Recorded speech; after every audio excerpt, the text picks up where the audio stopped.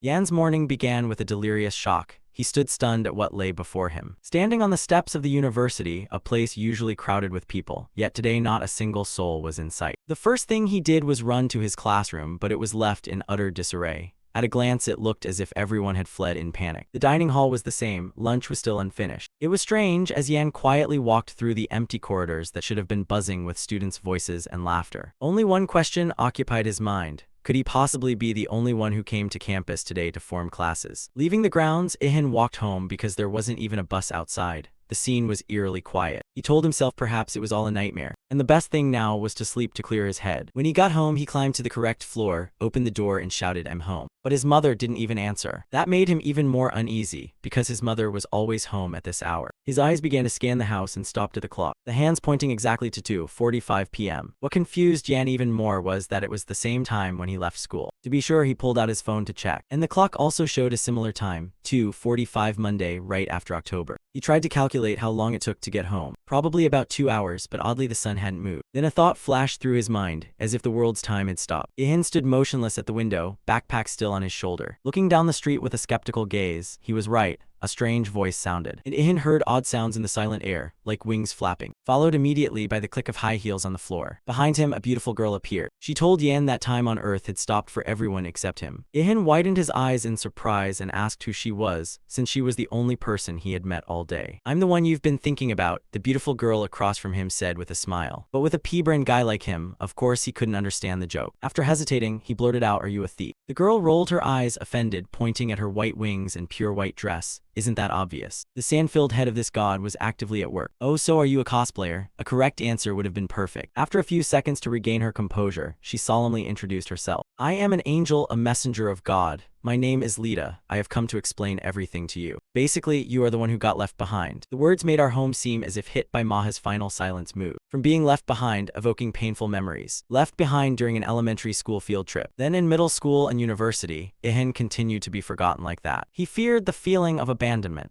He had once not been invited to two-day student events where Korean students freely mingled within their majors. The news Lita brought weighed heavily on him. He dropped to his knees, crushed with tears welling, wondering why it was always him. Ahead, Lita only smiled and said that everyone had been taken to another world, and this place was left with only him. Ihan looked up, puzzled as to why he remained. "Oh, it's because a great catastrophe is about to befall Earth." She then explained, "This planet has reached its experiential limit, and now humanity can use mana. Meaning from now on you will have access to the Akasa Chronicle, in other words, the status system." To a guy, of course, Ihan thought that explanation sounded like a game. But the next thing was the important part. Mana's appearance was accompanied by monsters, beings that couldn't be killed with ordinary weapons. If humanity in its current state faced those monsters, the consequences would be catastrophic. Therefore, God stopped time and sent people's souls to another world for training. Their bodies remained safe while their souls were transferred to a new dimension. There, people would learn to use mana and fight the monsters. Ihan raised his hand and began to ask, "Can't we kill the monsters with guns or bombs? After all, humanity's current civilization isn't primitive." Lita replied, "Because they are made of high-grade energy, even nuclear bombs are useless." Now Ihan began to understand the reasons, but wasn't something still a little off here? "Everyone else is gone, so what about me?" But Lita's answer made him furious. She said it was an irreparable mistake. The gate had closed, and even God didn't notice him because he had used concealment techniques too well. Ihan screamed, red-faced, "There's no way God could be that stupid." Then like a child he collapsed to the floor, kicking and punching, shouting in disbelief at God's actions. In short, he begged, "Send me to that world and teach me to use mana."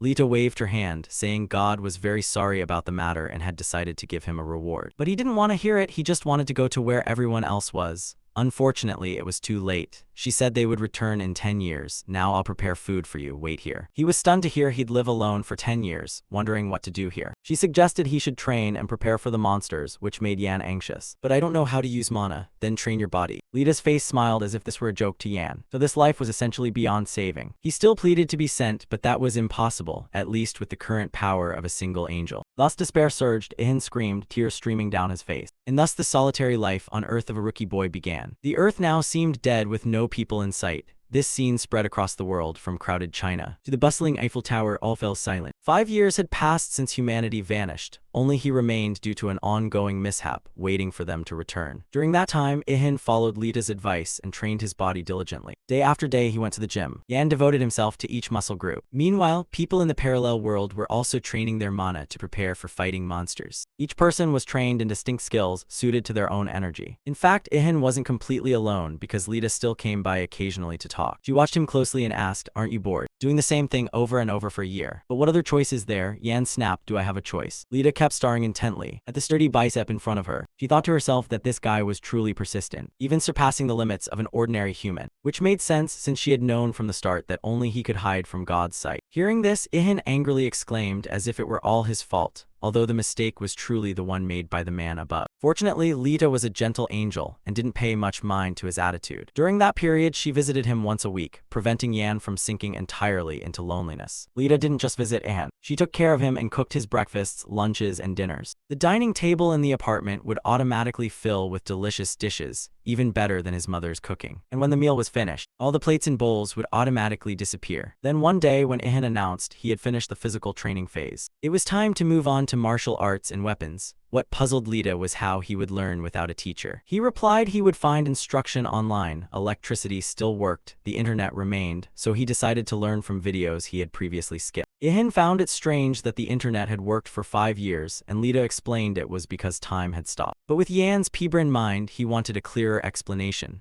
Also, now it was always daytime on Earth. After that, Ihan decided to go outside to practice martial arts. He chose a staff because it was a weapon easy to find anywhere and simple to use. After watching dozens of videos online, he began practicing the moves he'd memorized. Even Lita was quite surprised because he performed very well, as if he'd trained in martial arts for a long time. She observed every movement carefully, and noted that he needed to focus on fundamental techniques. Across from her, Ihan said nothing and quietly continued training. Then suddenly she suggested, "Do you want me to spar with you? Having an opponent will help you improve faster." Ihan was surprised. "You mean fight you?" Lita nodded, telling him not to hesitate and to attack with all his strength. "But how could I strike my cute angel?" Yan shook his head in mock despair as if he cherished his angel greatly. Of course that earlier line was a lie. He yelled and rushed forward with a clenched fist. "Of course I can." The punch carried 9 years of loneliness and frustration, but the attack was completely useless. With a single gentle swing, the cute angel sent Ihan flying to the other corner of the training ground. "Now I get it," Lita told him not to worry and to keep training. Injuries are just free gifts. And so time flew by like a dog running across a field. 10 years had whooshed past. The angel thought that at this level, Ihan wouldn't have trouble facing low-level monsters. And even when he reached higher ranks, he would be able to use mana because she had personally trained him, so there should be no problems ahead. Of course, many things would change when the catastrophe occurred. Farewells were exchanged. Ihan shook Lita's hand and asked, "Will I see you again?" But she said it was entirely up to him. This was the day of that fateful moment. Ihan couldn't wait any longer because the day everyone would return was very near. He even bargained for a special outfit for the grand occasion, thinking it had been a long time since he'd met anyone besides Lita, and he felt somewhat excited. Though sad to part with the angel, the moment had arrived. He closed his eyes, waiting for life to return to how it was. After waiting a while longer, nothing happened around him. Ihan cracked open an eye to see what was happening, but he kept waiting and waiting. It was truly beyond expectation. As for Lita, she had flown up high at that time, and glanced back down to check on Ihan, then froze. With a puzzled expression before her, Ihan still stood alone in the stadium by himself. Below, he began to grow angry, demanding an explanation for why no one had returned. Lita replied with a reluctant sweet smile, "Hee, it seems there's been another mistake."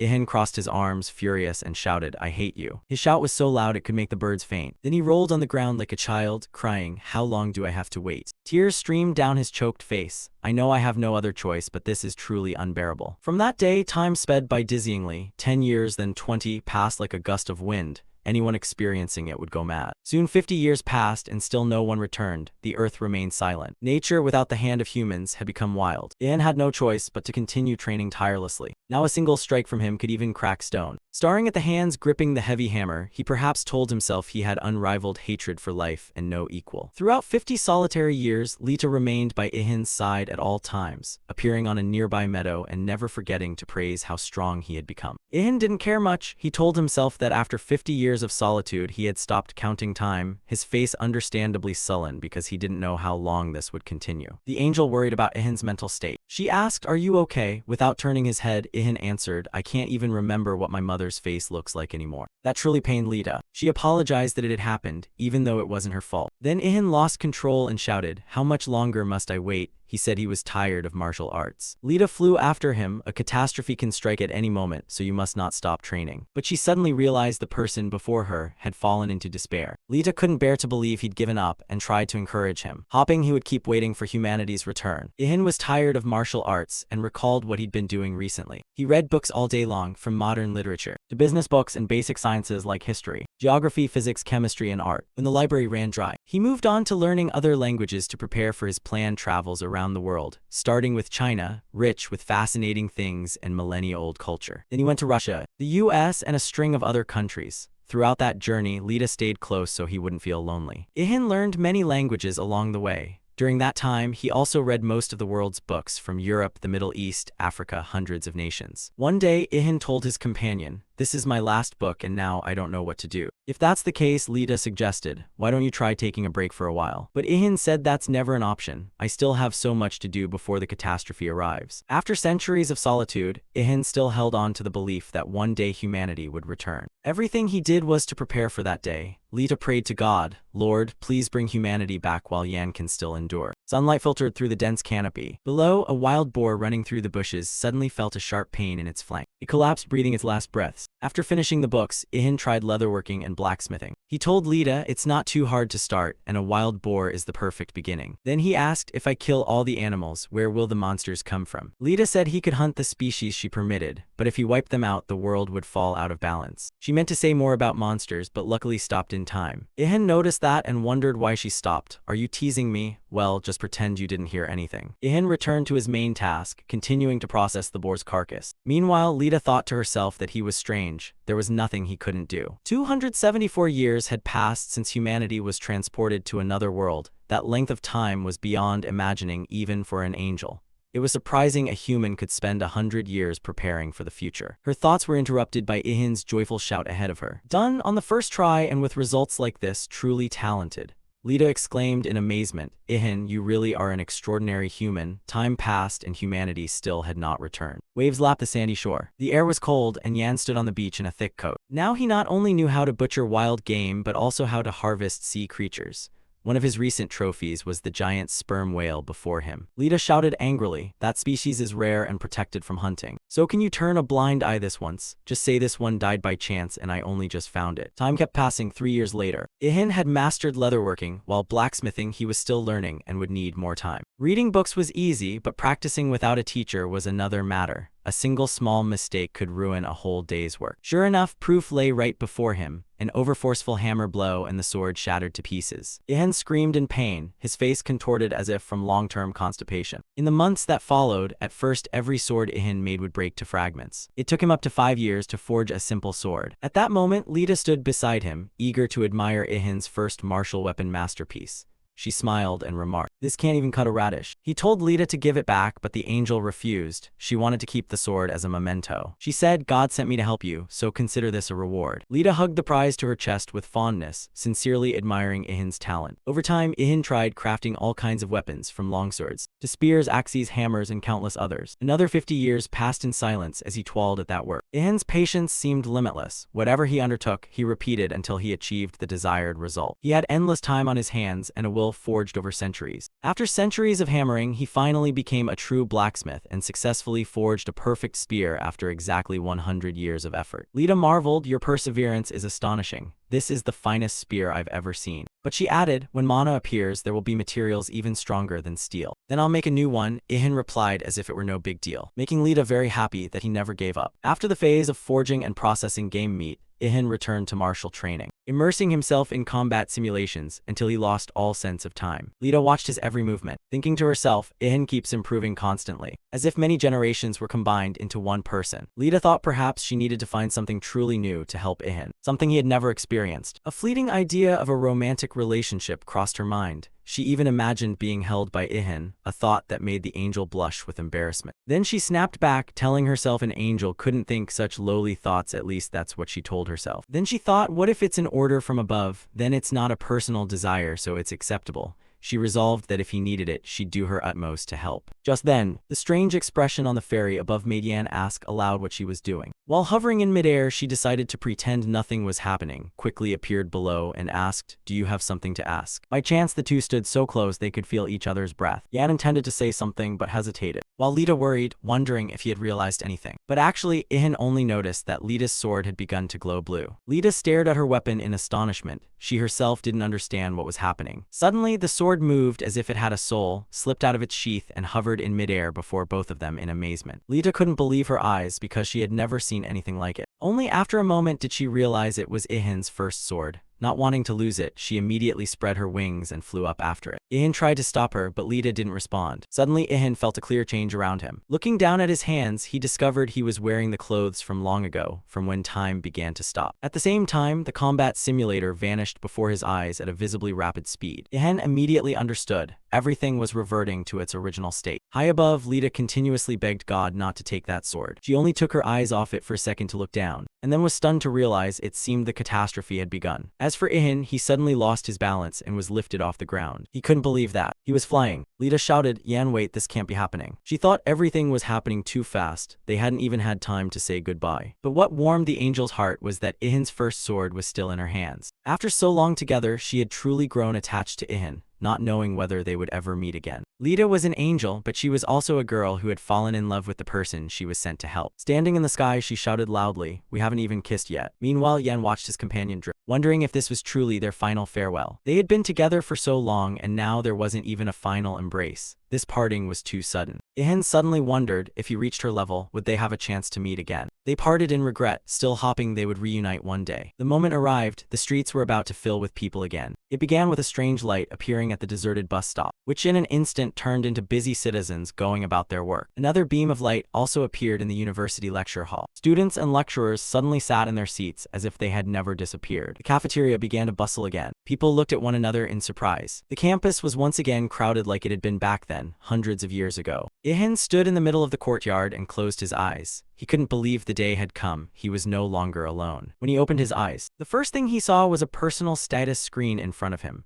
Yan, race, human, occupation, unemployed level 1, title, Titan of Solitude, passive skill stealth, strength 72, stamina 78, agility 81, mana 1. Seeing that status panel, Ihan understood that the great catastrophe had truly begun. Nearby, he heard students chatting, "Wow, you can open the status screen here too. It's only been 10 years. Ihan froze, so for humanity, it had really only been 10 years there, while he alone had lived through a whole millennium. The young people were disappointed because the powers they had gained from the parallel world were erased, and everything reverted to its original state. Ihan couldn't believe his ears and quietly listened to the conversations. He also found it strange to be surrounded by people again, having grown so used to solitude. Another odd thing was that no one paid attention to Yan, as if he were invisible. Then he looked back at his status panel. Active skill stealth at max level, can evolve, requires evolution materials, note, passive skills cannot be turned off. Ihan didn't understand why he couldn't control this skill. He began to panic, wanting to turn it off so people would notice him, but he couldn't. He grabbed his head. Was his fate to be lonely forever? Centuries of waiting and it was all meaningless. Born alone, die alone. After calming down, he decided to just let it be and go home. Passing the group of students chatting loudly, Ihin's spirits sank. Still, seeing people bustling about again after so long of living with only himself was wonderful. Time finally moved again, the sky shifting from clear blue to the orange red of sunset. When he closed his apartment door, a sigh of relief escaped him, finally home. At that moment, Ihan heard his mother call his name. The woman ran into the hallway, tears brimming from missing her child. Ihan didn't dare look at his mother's face because he'd forgotten what she looked like. But then he rushed forward and hugged her. All memories flooded back the moment he embraced his beloved mother after 1,000 years apart. The sunset streaming through the window also softened his heart. At last, after 1,000 years of waiting, he had reunited with those he had longed for. In the kitchen, the smell of dinner rose, food hissing in the pan. His father sat at the table with a newspaper in hand. Everything seemed unchanged. He said, "Heavens, still no news from Haisa." His wife replied in surprise, "You're in Haisa, and I'm here gossiping with the neighbors." It seemed Ihan also noticed some things had changed since 1,000 years ago. Mother said Haisa was perfect, but father had never seen any special qualities. Mother said she couldn't learn to control mana and that it was truly difficult. At first, Ihan thought he wouldn't get a word in until his mother repeatedly asked where he'd been. Then he decided it was best not to tell his parents he had once been left beneath the surface. That would only make them worry needlessly. He made up that he'd been in a nameless little town, which surprised his mother. Fortunately, the conversation shifted when his father agreed with his wife that mastering mana was indeed very difficult. But why include infants, the elderly, and pregnant women in that 10-year training program? His mother thought they should have chosen only strong young people. Perhaps because they weren't allowed to disturb the balance of the world, even if that method wasn't truly effective. Yan's casual remark suddenly made him realize his parents' astonished gazes were fixed on him. He suddenly understood he had blurted out things he shouldn't have. His mother asked, "What do you mean? What do you mean by balanced effectiveness?" "Oh, it's just my speculation," he replied. He told himself from now on to be careful with his words or he'd raise suspicions that couldn't be undone. Then she continued asking her son what he had accomplished. "Mom heard that if you learn to use mana you can make a lot of money. Monster corpses sell for a high price." Father said, "People like that are very rare, dear, but they'll definitely be rich." Hearing parents repeatedly talk about things that seem only in games made Yan feel very strange. After dinner, he put his chopsticks down and turned to his parents. "Mom, Dad, I have something to tell you." Then he bluntly confessed that he didn't know how to use mana. Hearing that, his parents were a bit stunned, expecting something serious. But then both burst into laughter. "Then focus on your studies, son." His father thought maybe it was bad genes since he himself wasn't any good. Ihan felt relieved that his parents accepted the truth so easily, and now it didn't really matter anymore. After dinner, he went to his room, and what he saw made Ihan freeze. Leaning against the wall was the spear he had forged himself. Why was it here? Hadn't all weapons vanished? Lita had done her best to protect that sword. Could this also be her work? He picked up the spear and found it perfect, flawless, no need to go hunting for monster weapons anymore. At that moment, a status panel appeared before Yan. Steel spear, rare weapon, attack 800, durability 500, on par with mid-tier monster bone weapons. And also a human-made miracle that required no mana. Not letting himself be discouraged, it was time to start gathering information. Searching online, Ihan found many new posts. People who had just returned from the other world rushed to the internet to share everything they knew. The first thing to grasp was how leveling worked and how strong you needed to be to defeat monsters. It seemed a normal person could take down level 5 monsters, while in that world you had to reach level 7 to be considered a rookie. Reaching level 10 unlocked professions like archer or swordsman and many other choices. By level 50, strong warriors could have the chance to take on second-tier professions, and third-tier professions only became available from level 100 onward. Of course, those people were regarded as national treasures, and because the conditions to reach third-tier professions were hellish, almost no one reached level 4. People believed level 4 or 5 were the domain of dragons or Bahamut. With all that information, Yan thought this wasn't the only way to learn about the new world. He should also ask around the university. Looking out the window, he tried to remember the last time he went to school. Strangely, not much had changed compared to the original world. Suddenly, Ihan realized he missed Lita very much. No sooner had the thought ended than he heard a voice saying she would be happy to hear him say that. Ihan startled and looked around, trying to determine who had just spoken those words. The voice continued to ring out. "I was sent by the heavenly realm to help you learn to control mana." Ihan angrily shouted, thinking someone had intruded into his life. But then he saw the person who had appeared, and that image left him speechless. The person replied that she was not an intruder. This time, it was another angel visiting him. She introduced herself, "My name is Ada." How disappointing to have yet another angel barging into his life. That was probably what was going through Ihan's mind at that moment. Facing him, Ada said mana was very difficult to control, so God sent her to make up for his previous mistake. Because mana is so hard to manage, that's why God created avatars and sent them to the other world for 10 years of training. I understand, but that doesn't help me right now. Ada repeated, "That's why I'm here. Someone wanted me to help you, the one who was left behind." Those words surprised Ihan. She explained that Lita had requested an angel be sent to help Yan learn to control mana as quickly as possible. Ihan realized that she truly hadn't forgotten him. But then he wondered why Lita hadn't come herself and why it had to be her. The angel said the administration worried about overly intimate relationships between a high-ranking angel and a human, so they sent a different angel. Ihan nodded, thinking that just seeing her again was enough.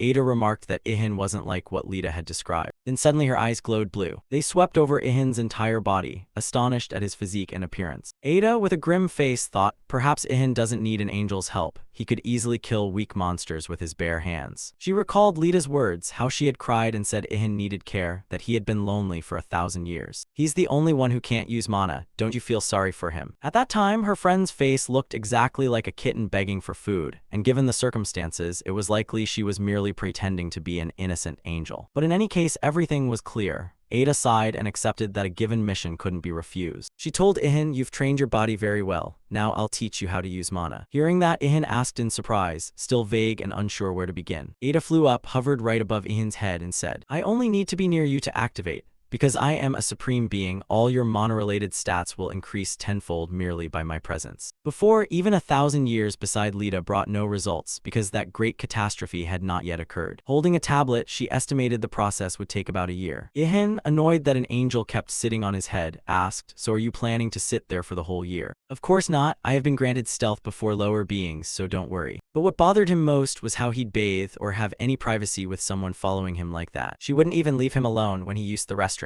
Most notably, with Ada always present, he couldn't even access his private stash. The trouble was, she didn't care about the bodily needs of lower beings. In short, act as if you're alone and be comfortable. Ihan was stunned to realize she could read thoughts. Ada replied casually, "You can jump around like an idiot or play games, I don't care." "Wait, what did you just say? How do you know about that?" The angel answered, "High beings aren't interested in human pastimes." But Ihan didn't believe it since she was clearly smiling.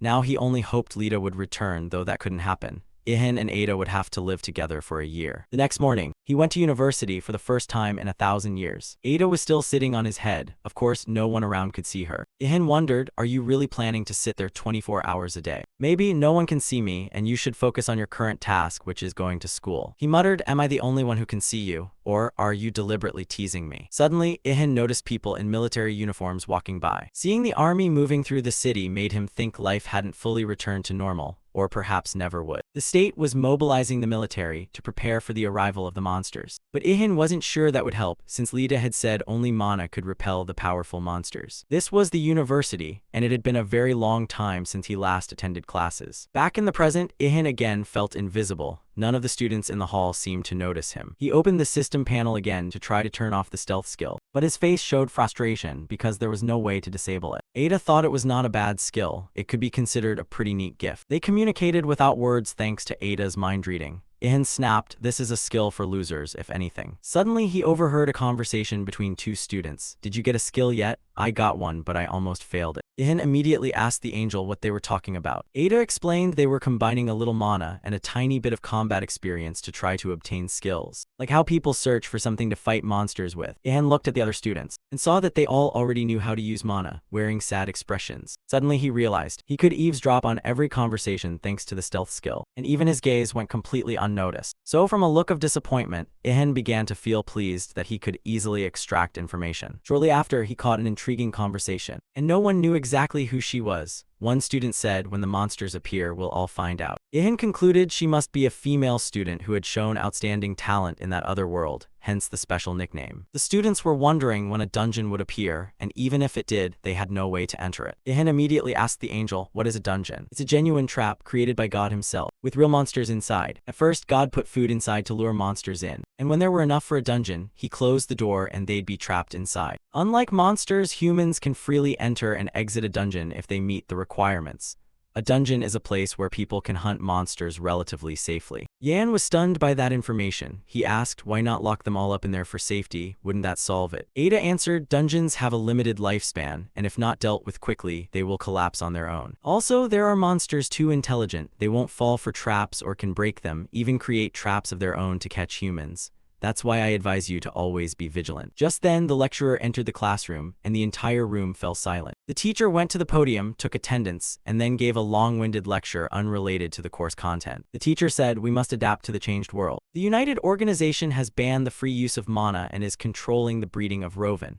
China and other major countries are focusing on researching monsters and the world's disturbances under the influence of mana. Depending on South Korea's actions, many companies will go bankrupt, but some will rise." The professor kept talking while Ihan thought, he talks too much. "I'm here to study. Was it worth spending all that money just to hear this?" So what value does a bachelor's degree have in the new world, where mana matters more than paperwork? When will the new curriculum include subjects related to mana? Hearing his thoughts, Ada interjected, "The best way to train is to hunt monsters." Ihan replied immediately, "I don't want to do anything that puts me in danger." Ada said, "We're in the early stage of the catastrophe and the monsters are still weak. The more weak monsters you kill now, the better. Take the chance to level up your mana." "But I'm still level 1 and can't use mana," Ihan said, confused. Hearing that, Ada hesitated to say something. After a moment's thought, she said, "You have great physical condition. You can take down monsters below level 25. Ihan froze in surprise, as if he hadn't realized he was that strong. Suddenly, Ada realized something and said, "Perhaps now you have a chance to practice." At the same time, all the students turned their gazes toward the windows. Ihan moved closer to get a better look, and discovered the campus had been flooded with giant insects. Everyone, including Ihan, Ihan panicked. At that moment, the catastrophe truly began. Ihan both anticipated and dreaded this day. The X moment had finally come. The monsters swarmed across the earth. Even those who had seen monsters before were stunned. The angel said, "Training is over. Now humanity must survive on its own." Among the students, screams rose nonstop. Someone asked, "What should we do now?" Another asked, "Where should we run? Why hasn't the military arrived?" A few suggested forming hunting parties, but everyone was terrified. They saw someone become the first victim through the window, and that was the last straw. The crowd quickly panicked and fled. Only Ihan, with an angel on his head, stood motionless. He was completely stunned by the sight, tears welling at the corners of his eyes and a helpless look. "Am I being left alone again?" The goddess murmured, "I expected nothing more from you." But unexpectedly, Yan quickly regained his composure. He scanned the area as if searching for something. Ada, seeing this, asked, "Do you intend to fight?" "Ah, they look even weaker than the sperm whale I once took down." Ada explained that monsters differ greatly from ordinary animals. Their armor is thick and their strength superior. Even so, these were all below level 20, so they wouldn't give you trouble. While she spoke, Ihan immediately snapped off a chair leg from his desk to use as a weapon. He swung it a few times and nodded in satisfaction. Ada thought to herself, with strong spirit and solid muscles, anything below level 25 should be no problem. Ihan continued practicing with the makeshift staff. His movements were so decisive that the angel nearly lost her balance from the wind generated by each swing. Afterward, he upgraded the staff with some available materials and was completely satisfied with the result. Ada had to ask again, "You crafted a suitable weapon by hand in such a short time. Did you learn blacksmithing?" Ihan laughed and replied, "You really can't hide your sharp eyes, can you? I have a lot of free time." The angel recalled Lita's words, "He can't do anything. He mustn't be abandoned again." To be precise, what was happening was completely the opposite of what he'd been told. Holding the wooden staff, Ihan had only one regret. He should have brought his spear. Ihan asked Ada, "Will my camouflage skills stop working if I start drawing attention? If so, I want to hide my identity somehow. A mask should do." Meanwhile, outside the university courtyard, the monsters were destroying everything around them. The professor's statue was quickly hacked in half by creatures that looked like mantises but far larger and much stronger. Ihan didn't hesitate any longer. He immediately rushed outside to hunt and attacked the first monster from above. Wearing a mask and holding 4 makeshift wooden spears, he lunged forward like a true superhero. His strike was extremely precise, landing straight on the creature's neck and sending it crashing to the ground. After the first kill, the status board quickly appeared. Ihan received 800 experience points, gained 3 levels in stamina, mana increased by 2, and strength and agility each rose by 3. Also, Tai Kai Fist reached max level and can evolve if he has the required materials. Receiving the entry Large Mantis, level 13, Ihan couldn't believe this was what leveling up felt like, and he was pleased with his first achievement. It was known that levels are the recording system of the Akasha Chronicles, where you can grow stronger each time you defeat a monster. When you take a life, you gain not only experience and a chronicle entry but also a portion of their future potential. Ihan quickly realized his mana had increased slightly, which made him extremely excited. Ada at his side asked nonchalantly, "So you feel the thrill of violence?" Ihan nodded. "One day you'll feel this from me too." Soon after, Ihan found himself surrounded by another group of monsters. They were flies. He didn't hesitate, picking up another spear, and admitting that he had no group combat skills. Ada advised him to rely on reflexes. Everything would sort itself out. With no other choice, Ihan plunged into the battle, facing the storm of insects charging toward him, and cleaved the insect's protective armor in 2 with a single blow. After the next victory, the system notified that Ihan received 700 experience points. Spear techniques reached max level and can evolve if materials are available.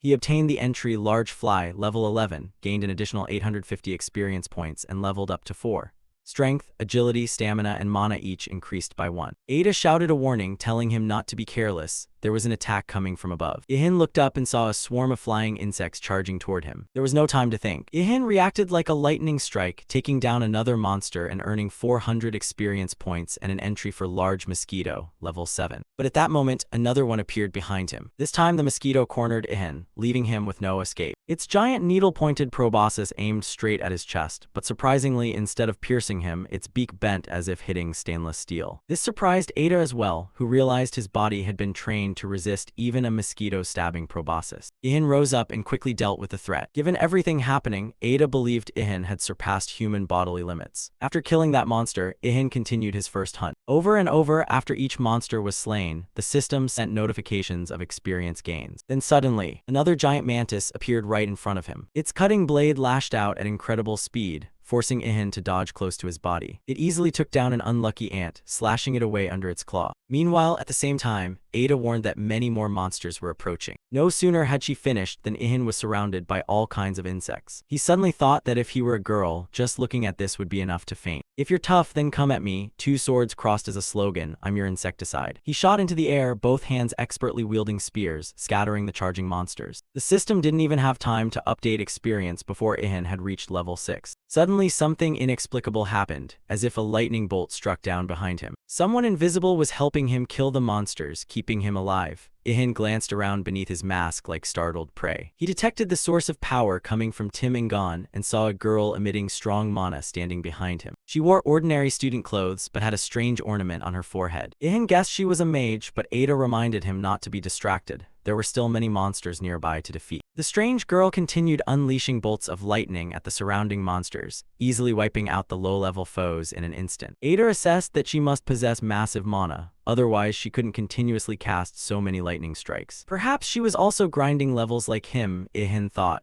Before long, the two had defeated the last monster. Ihan gained an additional 1250 experience points and reached level 7. Nearby, the students who had been watching the battle gaped in amazement, marveling at such skilled fighters. Ihan could finally breathe a sigh of relief. He had just slain a bunch of low-level monsters, making for an impressive debut. At that moment, a troop rushed into the courtyard. A soldier shouted, "Sorry, our vehicle couldn't get up here." But then the unit commander froze, unable to believe his eyes. There was nothing left for them to do. The military had only just received reports of insect monsters appearing. No one understood what had happened here. Meanwhile, Ihan was inspecting the corpses of the monsters, hoping to find something like the legendary soul stones. Seeing this, Ada asked if he knew how to dissect carcasses. If so, he might find a moss stone inside. This information particularly excited Ihan. The angel added that it was located in the hardest part of the skeleton, where mana accumulated. "I'll show you specifically." Ihan continued following her instructions while the military stood stunned at Ihan's dissection skills and combat ability. The girl who had fought alongside him only smiled and said nothing. She stood behind the crowd as if she were merely a supporting character in a novel. With Ada's guidance, Ihan extracted his first moss stone and learned it was the basic material for crafting all items. After a while, Ihan finally noticed a strange sound. He looked around and froze. A crowd of students had surrounded him, all holding up phones to record. The one who was always overlooked before had become the center of attention. It must be said that Ihan's current feelings were truly indescribable. Suddenly, the sorceress stepped forward as if she wanted to say something. Hesitating briefly, she tucked her hair back and asked if he could help her dissect a corpse. This was the first time he had met the queen. Ihan was speechless, his mind blank, but he quickly composed himself and asked, "How much will I be paid if I help you?" She replied, 30% is your share. Of course, Ihan agreed immediately, without hesitation, and set to work. The students started whispering, "Is that girl really the queen? How is she so strong after just one day? Don't go near her, she can shoot lightning." But many others wanted to get struck by Gu Lunqi's lightning. Hopeless, really. While dissecting the monster, Ihan thought, so she was the girl from the rumors, indeed powerful. Suddenly he heard a conversation. "Who is that? Light is coming from his palm." The students spread rumors that he had used a blade of light to kill the monsters. In truth, he wished he could do that, but unfortunately it was just nonsense. Ada asked how he felt. It seemed his stealth skill had worked well enough that no one remembered what he had done here. That stung Yan a little. He began to focus more intently on dissecting the monsters to search for moss stones. Very quickly, success came. The queen was very pleased with what was found, a purple-hued stone that looked wondrous. "My share is done then, now I should leave this place." He turned to the queen to speak, but the exit had been blocked by the military. They said there were matters that needed to be verified. The group's captain was about to say something to him when a bolt of lightning struck him in the back. The one who had acted was none other than the queen. She couldn't let her friend be harassed, so she helped Yan distract the troops. Her face was hidden by a mask that always wore a mysterious smile, making her true emotions unreadable. Nearby students gawked at how cool she was. Some were smitten and even wanted to receive a bolt of electricity from her. "I should leave before things get messy." With a sullen look, he slunk away carrying the luggage he'd collected. Actually, he wanted to be famous, but the crowd seemed not to see him. Where did that masked guy go? Ihan waved enthusiastically over here, but no one recognized him. The students immediately spun a legend that the masked hero had escaped at the speed of light. Ihan seemed upset, unable to hide his spirits sinking. But Ada thought that ending was perfect. "Strange, everything's fine, and yet why does my heart feel so sad?" That night he returned home. EA curiously asked what he planned to do. "Well, I think I'll make some light armor. Making a full set is hard, but at least I should protect my limbs. But processing materials from monsters is extremely difficult. I think it's best to find a true master blacksmith and ask for help. Of course, that guy wouldn't listen. What are you talking about? The best blacksmith on earth is me. Ada remembered Lita's words again, that it was pitiful for a guy who couldn't do anything. She covered her face with her hand, unable to believe she'd been so easily fooled by her friend. Ihan said, could it be you're missing Lita like I am? I am thinking about Lita, but not in the way you think, she replied. The two, one human, one fairy, continued examining the pile of insect corpses. Seeing Ihan watching intently, EA asked, do you know anything about Monocraft? With an eager look, Ihan shook his head, never heard of it, but it sounds pretty cool. With that eager expression, Ihan shook his head, never heard of it, but it sounds pretty cool. He understood it was a new skill and immediately wanted to learn. He hugged his little fairy tightly, pleading to become her apprentice. EA said she'd teach him if he stopped shaking her. How can I teach you if you keep holding me like this? Ha, sorry. Ihan scratched his head awkwardly while EA was baffled, not expecting to be abused like that. She began to explain. Monocraft are mana crystals like gemstones. They can be used to craft weapons or armor with special abilities. Basically, the craft developed from traditional blacksmithing, but with added magical elements. With a face as if about to drool, Ihan immediately grabbed her waist and begged to be taught at once. God, is this guy obsessed with learning a trade? The angel couldn't help herself and lightly slapped Ihan's face, reminding him she'd promised to teach him, so don't worry. She sighed. She should probably send Lita a few loving words when she returned to the heavens. EA could only think inwardly that the little one had tricked her into babysitting this hopeless guy. She continued, before you begin crafting, you need to prepare materials and a magic stone with special attributes, something like a dragon's heart, for example. Ihan was stunned. A dragon's heart sounds epic, like in a game. She explained that you place the magic stone nearby to synchronize, then begin forging. Thus, after completion, you crush the stone and smear it over the surface. The remaining sand will take the basic shape. From that point, the item becomes a magical artifact. Such armor or weapons would grant plus 30 attack and plus 50 defense. Ihan shouted with joy, is it really that easy? But the angel emphasized that was only the basic form. There is a higher tier that can embed special skills, but that tier is much more difficult. Of course, with his current mana level, he couldn't do it yet. Even so, Ihan still begged to hear more. With the motto, you won't know unless you try, Ada explained that. To transfer a skill into an item, the smith must channel mana into the magic stone. If the mana runs out too quickly during the process, the forging will fail. But if done correctly, he could create dream weapons with fire attribute skills, ice, or armor that restores stamina during battle. However, choosing skills depends on the maker's will. The mana amount and the stone's quality are also crucial. Ihan thought it over and realized the most important thing seemed to be a strong will to achieve what you want. He decided to try without hesitation and got to work with the items before him. Before long, the bracers and greaves were completed. The system notified him that he had learned the mana crafting skill, which surprised Ada since he managed it despite never having that skill before. Well, as long as you grasp the theory, you can practice it. Sounded exactly like something teachers say in class. Ada thought to herself that he'd be so cool if he just kept quiet, but on the other hand, he truly was a prodigy at adapting. If he learned other things that quickly, he'd become extremely powerful. After thinking, Ada asked, you finished the armor, so what will you do with the rest? Ihan replied, probably just wait and see. Then he picked up a bit of the remaining magic stone, deciding to use it together with mana. He closed his eyes and began the next process. The leftover magic stone glowed in his hand as Ihan used mana. It was astonishing. Ada stood there stunned, surprise clear on her face because he intended to form an advanced shape on the first try, even though he hadn't yet mastered his own mana. Looking at Ihan's strained face, she knew he was struggling with this crafting style because it was extremely draining. After a moment, a weapon appeared in midair, resembling a scythe, and fragments of magic stone still remained in Ihan's hand after the forging. The angel thought to herself, this must not fail at this stage. She looked at Ihan's open palm, knowing that it still wasn't enough. Against the rules, she transmitted a drop of her mana into him. The residue of the magic stone immediately transformed into a colorful crystal mass, a manifestation of energy. Ihan looked at his hand, unable to believe his eyes, stunned and unaware of what was happening as a powerful stream of energy swirled around him. The armor he had once crafted with his own hands also began to transform. Ada panicked, has it failed? My mana didn't help at all. But Ihan's face lit up with a smile as he realized everything had succeeded. The system notified him that his mana crafting skill had reached level 2. The armor quickly completed itself, enveloping his arm. Right on the playground in front of the dormitories, the miracle was unfolding. Ihan decided to test the strength of his new creation. The improved mantis scythe easily sliced through a metal chain, right there on the playground in front of the dormitories. Ada was stunned when she realized. He also wanted to graft the mantis skill onto the gauntlet. Before the thought could develop, Ihan's voice cut in, we have to leave quickly now. Ada nodded, yes, I did lend some mana, but it's unbelievable you made an item like that on the first try. I need to increase your mana stats so you can craft more. But Ihan waved his hand. No, it's not that. I broke the swing, so I have to get away from here immediately. Ada sighed. It can be restored with healing magic. Stop worrying. Meanwhile, the news broadcast reported on two mysterious people who had killed the monsters and disappeared. Officials were still searching for the two citizens who had defeated the beasts. The masked university student had swiftly eliminated the horde and left no trace. Hearing all that, Ihan told his mother he had to go to class. His mother looked worried and suggested he skip classes today. Meanwhile, the TV continued. The authorities had labeled individuals with special abilities as superpowered, claiming their mana control was extremely high. At that moment, his mother acquired a new skill, maternal instinct.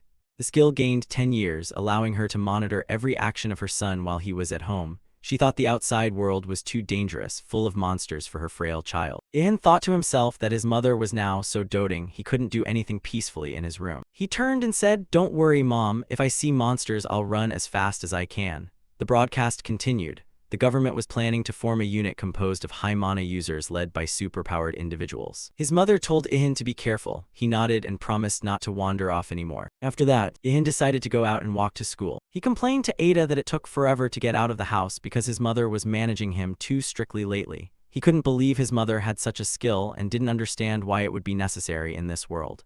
Ada shrugged. Maybe it's necessary to watch over a child like you. She explained, they say that even in a crowded colony of penguins, a mother still recognizes her chick's call. Maybe your mother's skill is similar. It's a survival skill. Of course, Ihan wasn't happy being monitored so closely by his mother. Ada noticed his thoughtful expression and changed the subject. What do you think about the government's plan for a task force of superpowered users? But Ihan seemed uninterested. I put myself and my family first. Ada nodded in agreement. She thought independent action was better because it wouldn't be constrained. On the way to school, Ihan confessed that he wanted to see the queen again. As he spoke, his eyes fell and his expression became pensive. Ada was rather disappointed and asked, "Have you lost that little crush, men really, whenever they see a girl?" But Ihan snapped, "It's not like that. I'm not interested in romance. Since the disaster, I don't even have time to watch treasure hunting shows. Well, excessive training also reduces desire, you know." What sounded like a casual remark made the little fairy embarrass Ihan, turning his face red. He shouted, "I'm not helpless around women." Passers-by thought he was a strange lunatic because they couldn't see his companion. If not for the invisibility superpower, Yan might have been badly misunderstood. Ada reassured him, "Even if you shout helplessly in the street, no one will hear you. So that's that." Ihan gritted his teeth, unsure whether it was a blessing or a curse. He sighed and said he knew the reason. It must be because the Lie Angel helped him survive 1,000 years of solitude. Ada nodded. Right, after enjoying celestial beauty for 1,000 years, who would be interested in mortals? Frustrated by Ada's dense-headedness, Ihan coughed in annoyance but quickly composed himself. He asked how the queen could control mana so well after only one day. "I've leveled up but still don't know how to use mana effectively, while the queen's ability is truly astonishing." Ada thought it wasn't strange at all. All the chosen ones were sent to another world for training, except you. Your existence was hidden from the universe. But Ihan, you can even kill monsters with your bare hands. You're actually more special than all those others. Suddenly, the angel fell silent mid-sentence as if she had sensed something. Ida said she had just sensed the presence of nearby monsters, a pack of 70 wild dogs and wolves, led by a level 35 diamond wolf. Ihan gaped, astonished and unable to believe it. He shouted at Ada, "You said there wouldn't be high-level monsters in these early days." But the little angel merely crossed her arms and said, "Something's odd. I've noticed since yesterday. I don't understand why level 10 monsters appeared as early as the second day after the disaster." Ihan was puzzled, not understanding why she hadn't told him anything yesterday. But Ada replied haughtily that she did not wish to share her concerns with lower creatures. Ihan thought to himself, "Ada is really different from my beloved Lita. She always acts like a sensible angel but draws a clear line between those above and those below. Lita was different, sometimes a bit foolish, but always warm like an older sister to her younger sibling." Tears quietly welled in his eyes because he truly missed her. Ada cleared her throat to draw his attention back. This time she wanted to speak sincerely. Ian looked up, his eyes full of questions. Ada now looked serious and said she believed Earth was in disorder, that something very strange was happening, and she needed his help. Ian was nearly stunned when he heard that, his mind blank. He didn't know what to say at the moment. Merely thinking about what lay behind those words was enough to frighten him. Ada continued, "We must hurry. I'll explain on the way." Yan asked her to show the way to the monsters. God had once teleported humans during the disaster to another world where they could learn to use mana. But the beasts were left behind on Earth for many years. At first, God thought that nothing would happen for several decades. But unfortunately, even the Almighty can be wrong. Due to an unspecified error, the flow of time on Earth was severely distorted, 10 years in the other world became 1,000 years here. Ihan recalled the time he had waited a full millennium, hoping everyone would return. And throughout those 1,000 years, Lita had stayed by his side so constantly that he barely noticed how much time had passed. Lost in thought, those memories were abruptly interrupted when Ada tugged him to turn right. "Hey, don't pull my hair like that." That wouldn't have happened if they had lived natural lifespans, and the transformations now were unavoidable. Just then, as Yan turned the corner, he saw a pack of wolves ahead.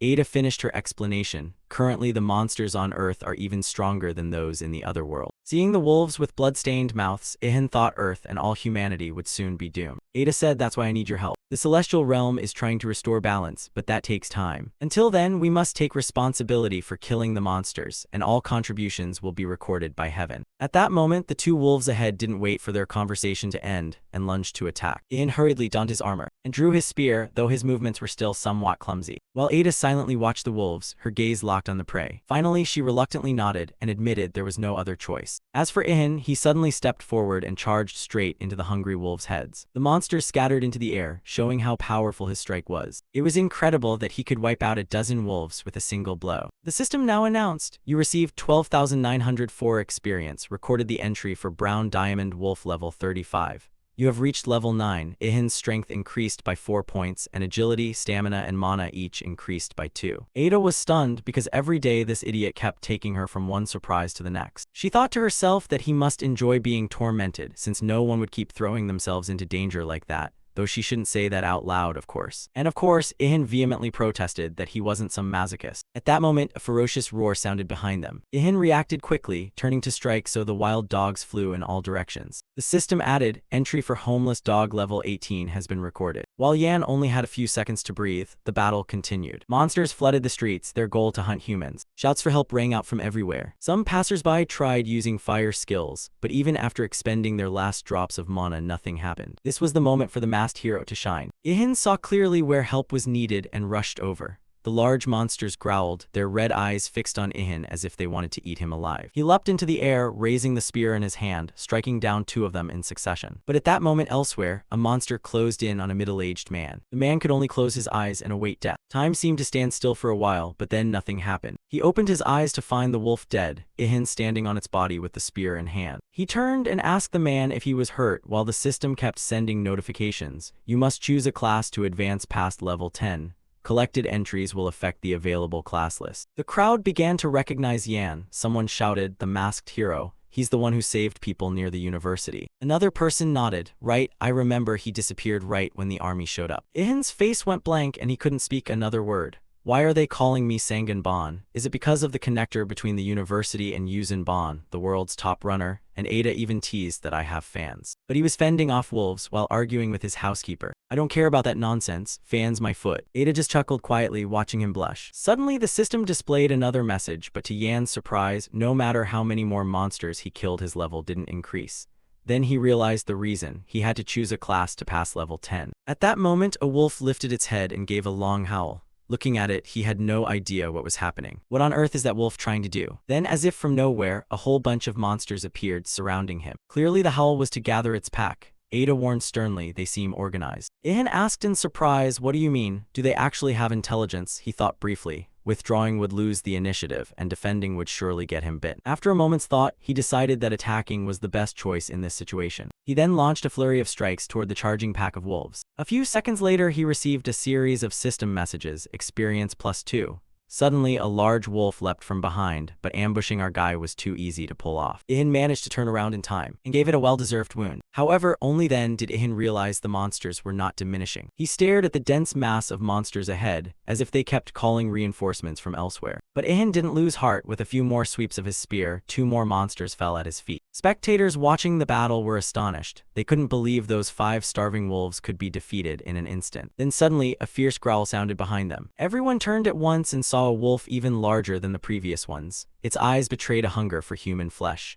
Beneath the beast, a man lay face down on the ground. Ihan asked Ada, "Is it taking a hostage?" He asked casually, but unexpectedly Ada thought the same, and it seemed this wasn't the first time it had done so. Ihan smiled in a vile way. After all, none of that mattered anymore. He knew there was no one else who could handle these wolves right now. The hostage was terrified. He kept crying for help while the crowd shouted, phones waving as they filmed Ihan. Everyone wanted to see how SB would deal with the beast. Ada warned, your decision will determine whether people see you as a hero or a villain. However, Ihan bluntly said he didn't care about that, nor was he interested in how others judged his actions. As he spoke, he lunged forward and attacked the wolf. The monster's head flew from its neck and the hostage was freed at the same time. The battle was swift, like how brothers use their beater. Immediately, the system notified him of 6,700 experience. Entry for Sly Wolf level 32 was recorded. Nearby, after their leader died, the remaining wolves were no longer as eager as before, but still growled menacingly. If someone is in danger, I'll definitely save them, Ihan said to the crowd. Still, I'm not omnipotent and I don't think I'm a hero. Looking at the wolves, even he didn't understand why he had said that just now. After analyzing the situation, Ihan concluded the wolves were preparing a coordinated attack because they thought he had lost his weapon.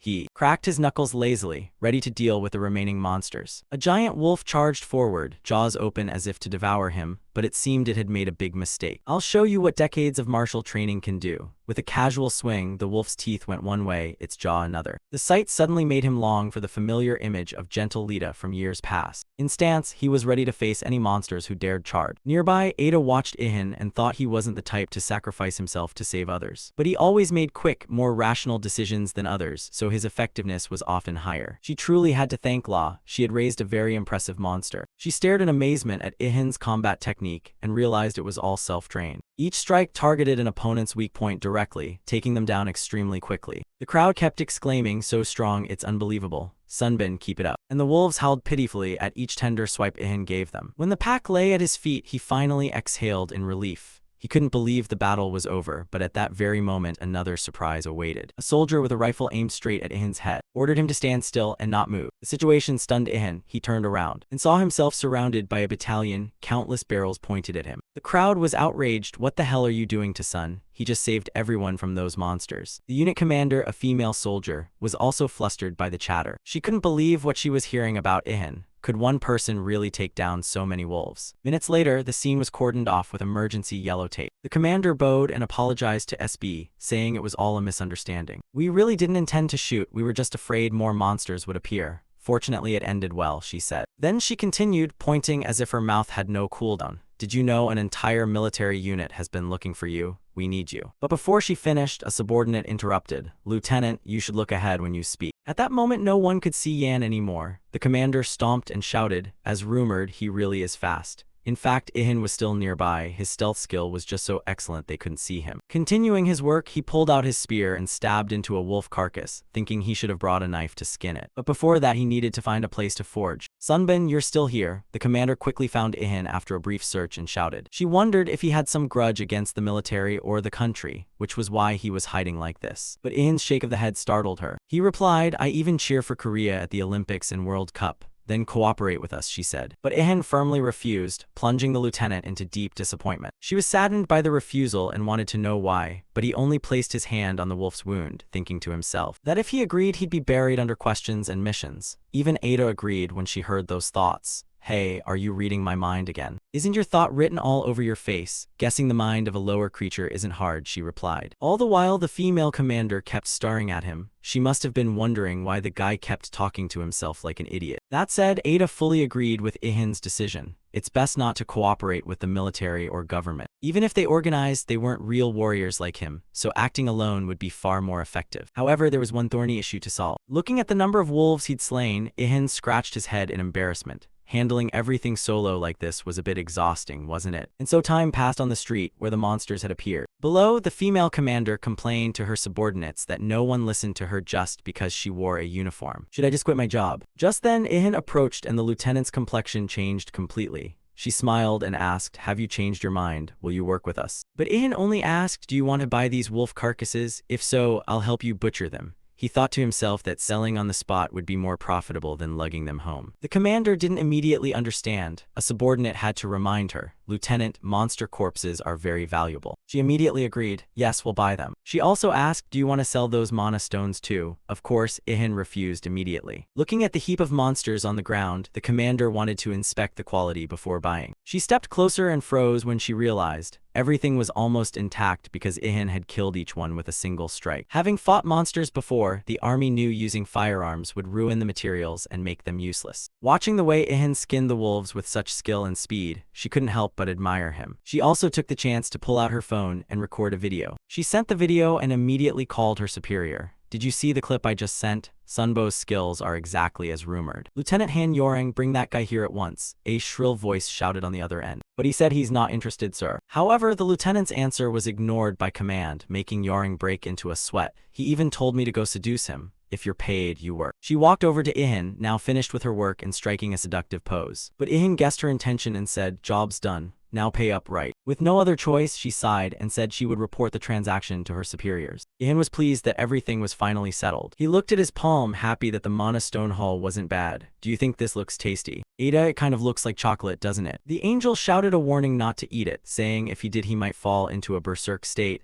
unless he wanted the monster's power to possess him. Ihan intuited someone would surely try a taste and turn into a monster because it looked so delicious. Meanwhile, the lieutenant had already reported the deal to her superiors and proposed paying Ihan 37 million world in cash. Staring at the glowing briefcase, Ihan couldn't help himself, he wanted to haul it home immediately. Ada thought they probably paid so much to avoid offending him. If you've checked it, could we? She thought to herself that now she was in uniform, so it was different, though she'd been quite bold before. But Sunbo paid no mind to her seduction and turned away. You're very kind, but I'm sorry. The only thing I love is money, haha. Faced with her relentless pleading, Ihan had no choice but to use his secret trick. A device appeared in his hand, and he pressed a red button. In an instant, the place was flooded with blinding light that made everyone's eyes close. Seconds later, when they opened their eyes, the hero had vanished without a word. He left just like he did at university. Actually, I was standing right beside them. I just activated stealth mode, he said. Ada asked, did you distract them to activate stealth? Where did you get that device? Ihan replied,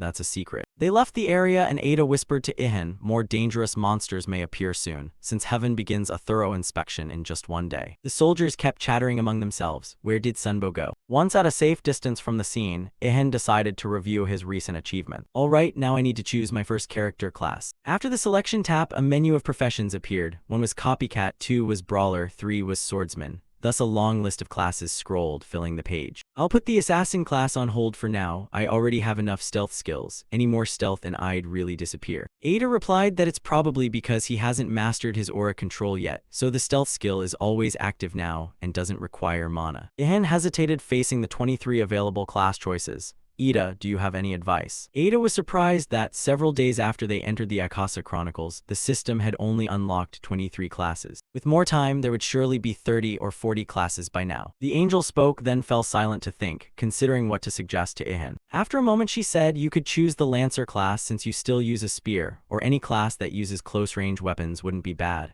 Or grappler, the brawler is good since you're skilled in melee. Yan recalled he learned those things because Lita had suggested them. He also remembered the angel praising his rapid progress. Back then she clapped and said, today you stood your ground for a full 3 minutes, a new record. Actually, I learned these skills mostly from taking hits from L, didn't I? Ada read his thought and said being trained by an angel is an extremely rare opportunity, so he was very lucky. But Ihan replied, if I were truly lucky, I wouldn't have been left alone on Earth. The angel advised him not to worry too much about choosing a class, because when he levels up, he'll be able to choose a second subclass, and even a third subclass. She meant not the main class. Ihan asked, I searched online and couldn't find anything about subclasses. She answered, don't waste time on stuff online. There will never be information about them. He asked curiously, have you had bad experiences on the internet? After a moment's thought, he decided to choose the swordsman class and was about to press number 3. But at the last minute, he changed his mind and decided becoming a mounted lancer would be best. Ada wanted to know why. Ihan enthusiastically explained, damage output depends heavily on the weapon, so having a weapon is better than fighting unarmed. The angel nodded, your reasoning is sound. If you later find good materials, you'll be able to craft even stronger spears. Ada thought to herself that she had intended to suggest that profession, but Ihan had decided on his own.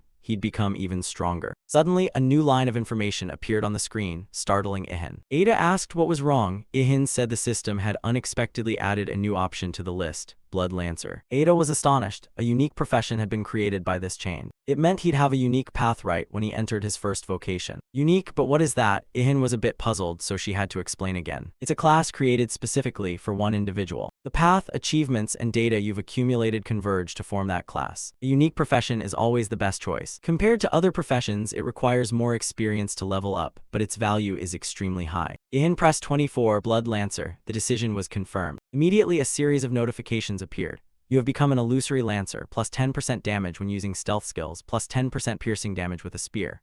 The conditions to level up stealth and spear skills have been simplified. All accumulated data has been absorbed. Level increased to 18, strength, vitality, and mana increased by 11, agility increased by 12. You cannot learn active skills because you cannot control mana. Only now did he realize it wasn't Blood Lancer but Illusory Lancer. In Korean, the two words are written and pronounced almost identically. He was annoyed at choosing wrong because of the wording mix-up. Even the angel hadn't noticed the difference. Well, it's just a record. The words are the same but slightly different in context. Ihin was about to argue but fell silent halfway through, sensing something odd. Another info panel appeared before him, accompanied by a stream of light from the system. Suddenly, the muscles in Ihin's chest and abdomen swelled strangely full. His biceps visibly grew as well. A tremendous surge of power rose within his body. He felt it clearly and told Ada, "My body has changed." The angel explained that because he chose his first class, his body was enhanced, and once chosen it couldn't be reverted. He looked back at the stat panel, unable to believe his eyes. It was many times higher than before. However, what stunned Ihin was that his title hadn't changed. Would he be the loneliest person in the universe forever? Ada asked whether he had received any active skills. Ihin answered no. Hearing that, she said most people who pick their first class don't get active skills immediately, so don't worry. But with your growth rate, I suspect even at class 2 you might still lack mana. Oh my god, help, isn't that a bad thing? Ihin screamed in despair.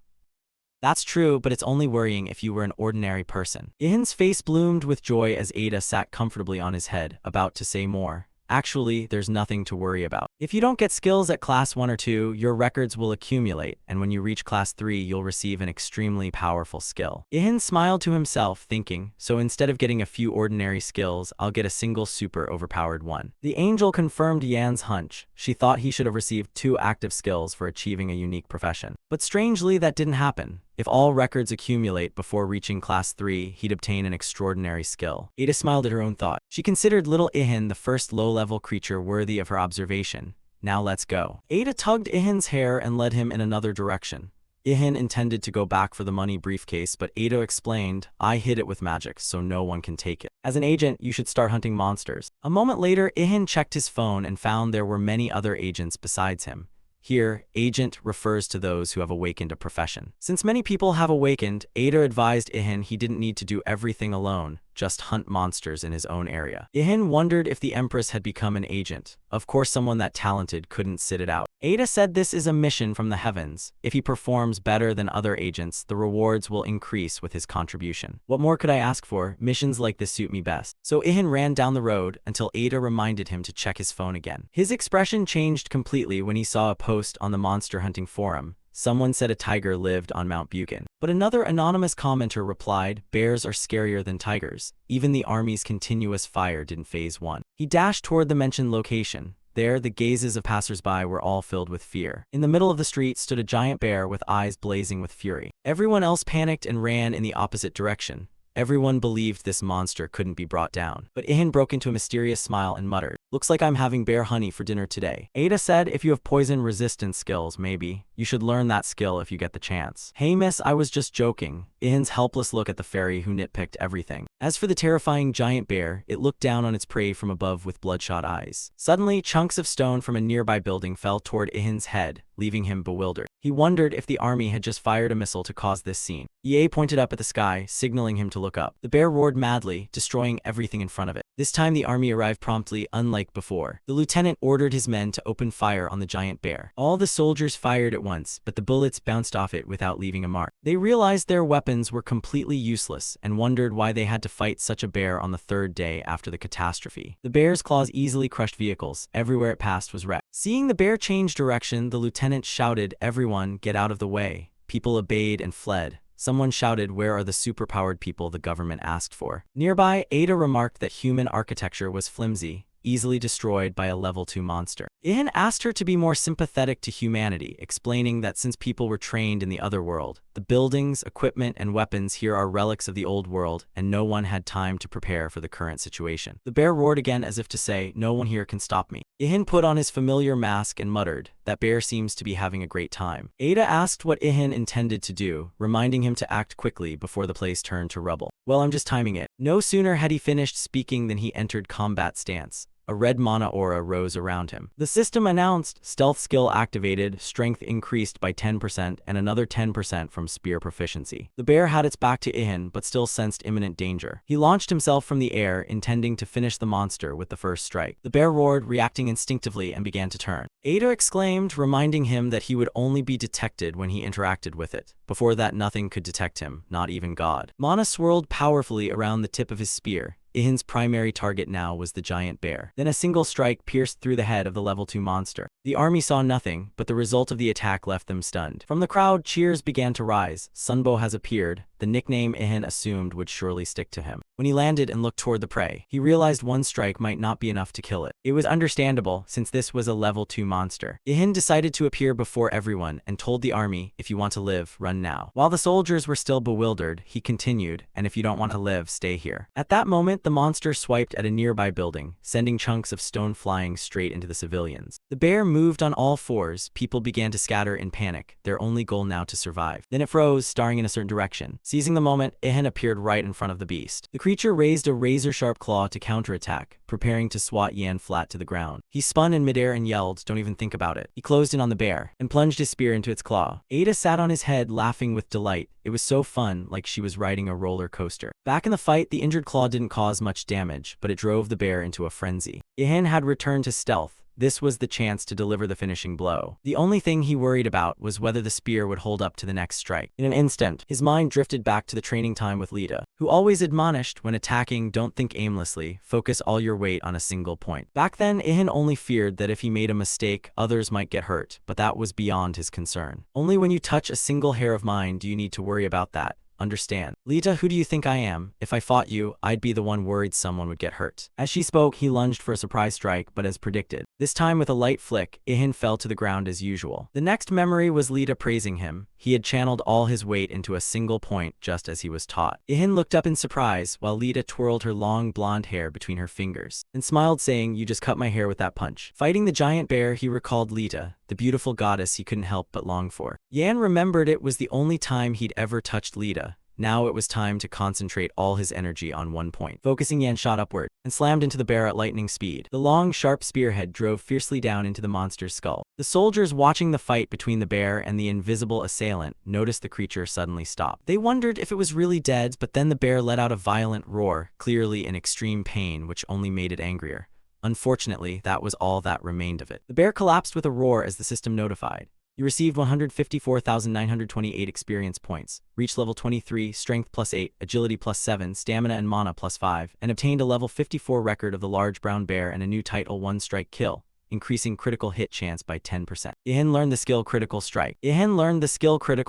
Focusing on an enemy's weak point to boost critical chance. Ada whispered in his ear, "You took it down with just 3 strikes without needing any skills. I know you're praising me, but could you make the compliment a bit clearer, old woman?" Then he looked at his spear still intact and thought to himself, "I'm truly a skilled craftsman." Standing before the bear, it was time to begin the main work. Suddenly, he realized the bear had shrunk and assumed it must have had a giant transformation skill that vanished upon death. Anyway, focus on the job at hand. He didn't forget to brag to Ada that he'd just gained a new skill, Critical Strike. This skill pairs very well with stealth. While he was dissecting it, a black car barreled in at breakneck speed and braked hard. The rear door slammed open. A pair of feet in blue shoes stepped out hastily. A voice called out, "We're here, leave everything here to us." Ihan and Ada turned their heads, surprised at the newcomers. It seemed other powered individuals had arrived to deal with the level 2 monster. A group of 5 approached the army, and a hush fell over everyone. One of them asked skeptically, "So you're saying the monster's already been taken down?" Hearing that, some in the group looked disappointed. It's just a level 2, they thought they'd get a bit of action, but how dull. Everyone was curious to know who had slain the giant bear. Suddenly, someone in the group recognized Yan. He turned toward where the boy was rummaging, his face still hidden by the mask. Ihan realized he'd been spotted and wondered in surprise, "Can that person see me?" Ida explained, "They weren't actually looking at you, but at the carcass. You were just nearby, so you drew attention."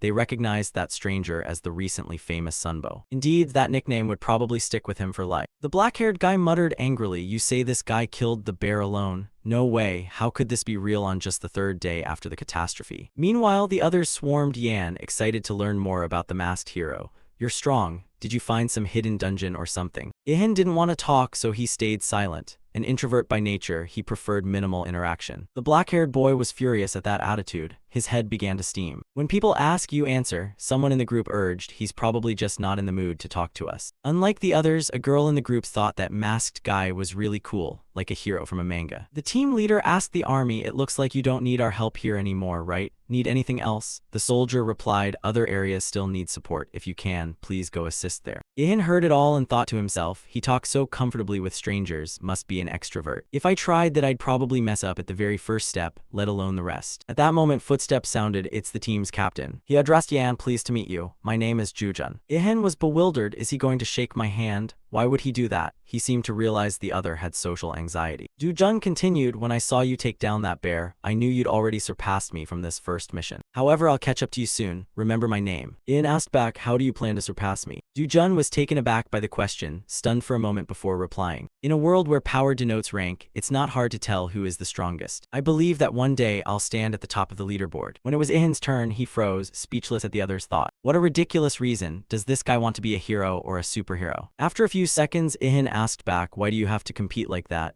Can't you improve without others? If you want to grow, focus on training yourself, practice at home, or hit a punching bag. There's no need to drag others in. If you want to overcome something, you must first overcome yourself. So Ihan lectured him at length. He thought, do you know I've trained for 1,000 years and still don't have the confidence to flaunt like that? And you sit idle yet dare to delude yourself as the strongest. Ridiculous.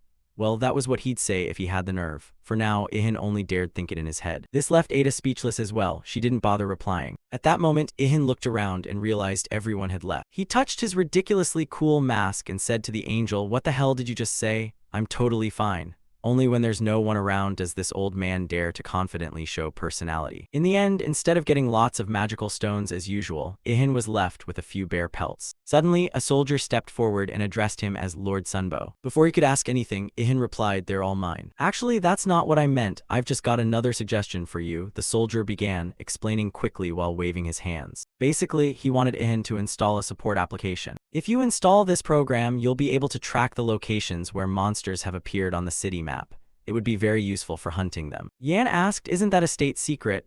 The soldier replied, for the safety of the people, we hope at least this will help minimize damage caused by the monsters. Hearing that, Ihan said nothing more. He turned and walked away, leaving the two soldiers staring after him. A subordinate asked the commander, should we let someone like that roam free? Should we force or coerce him into cooperating somehow? The commander replied, do you really think someone who can take down a level 2 monster in 3 moves will obey us? I've seen a false superpower in another world rule an entire nation alone, and a single monster could utterly destroy that country. He believed that young man would only grow stronger. If we tried to impose our will on him, we'd invite tragic failure. This world no longer runs by the old rules. It's an era where a single person can topple governments and armies. The subordinate was stunned by the lieutenant's speech. You are truly wise. The commander, annoyed at this, snapped, you idiot. Do you know I studied at Seoul University? On Yan's side, the two had gone a fair distance.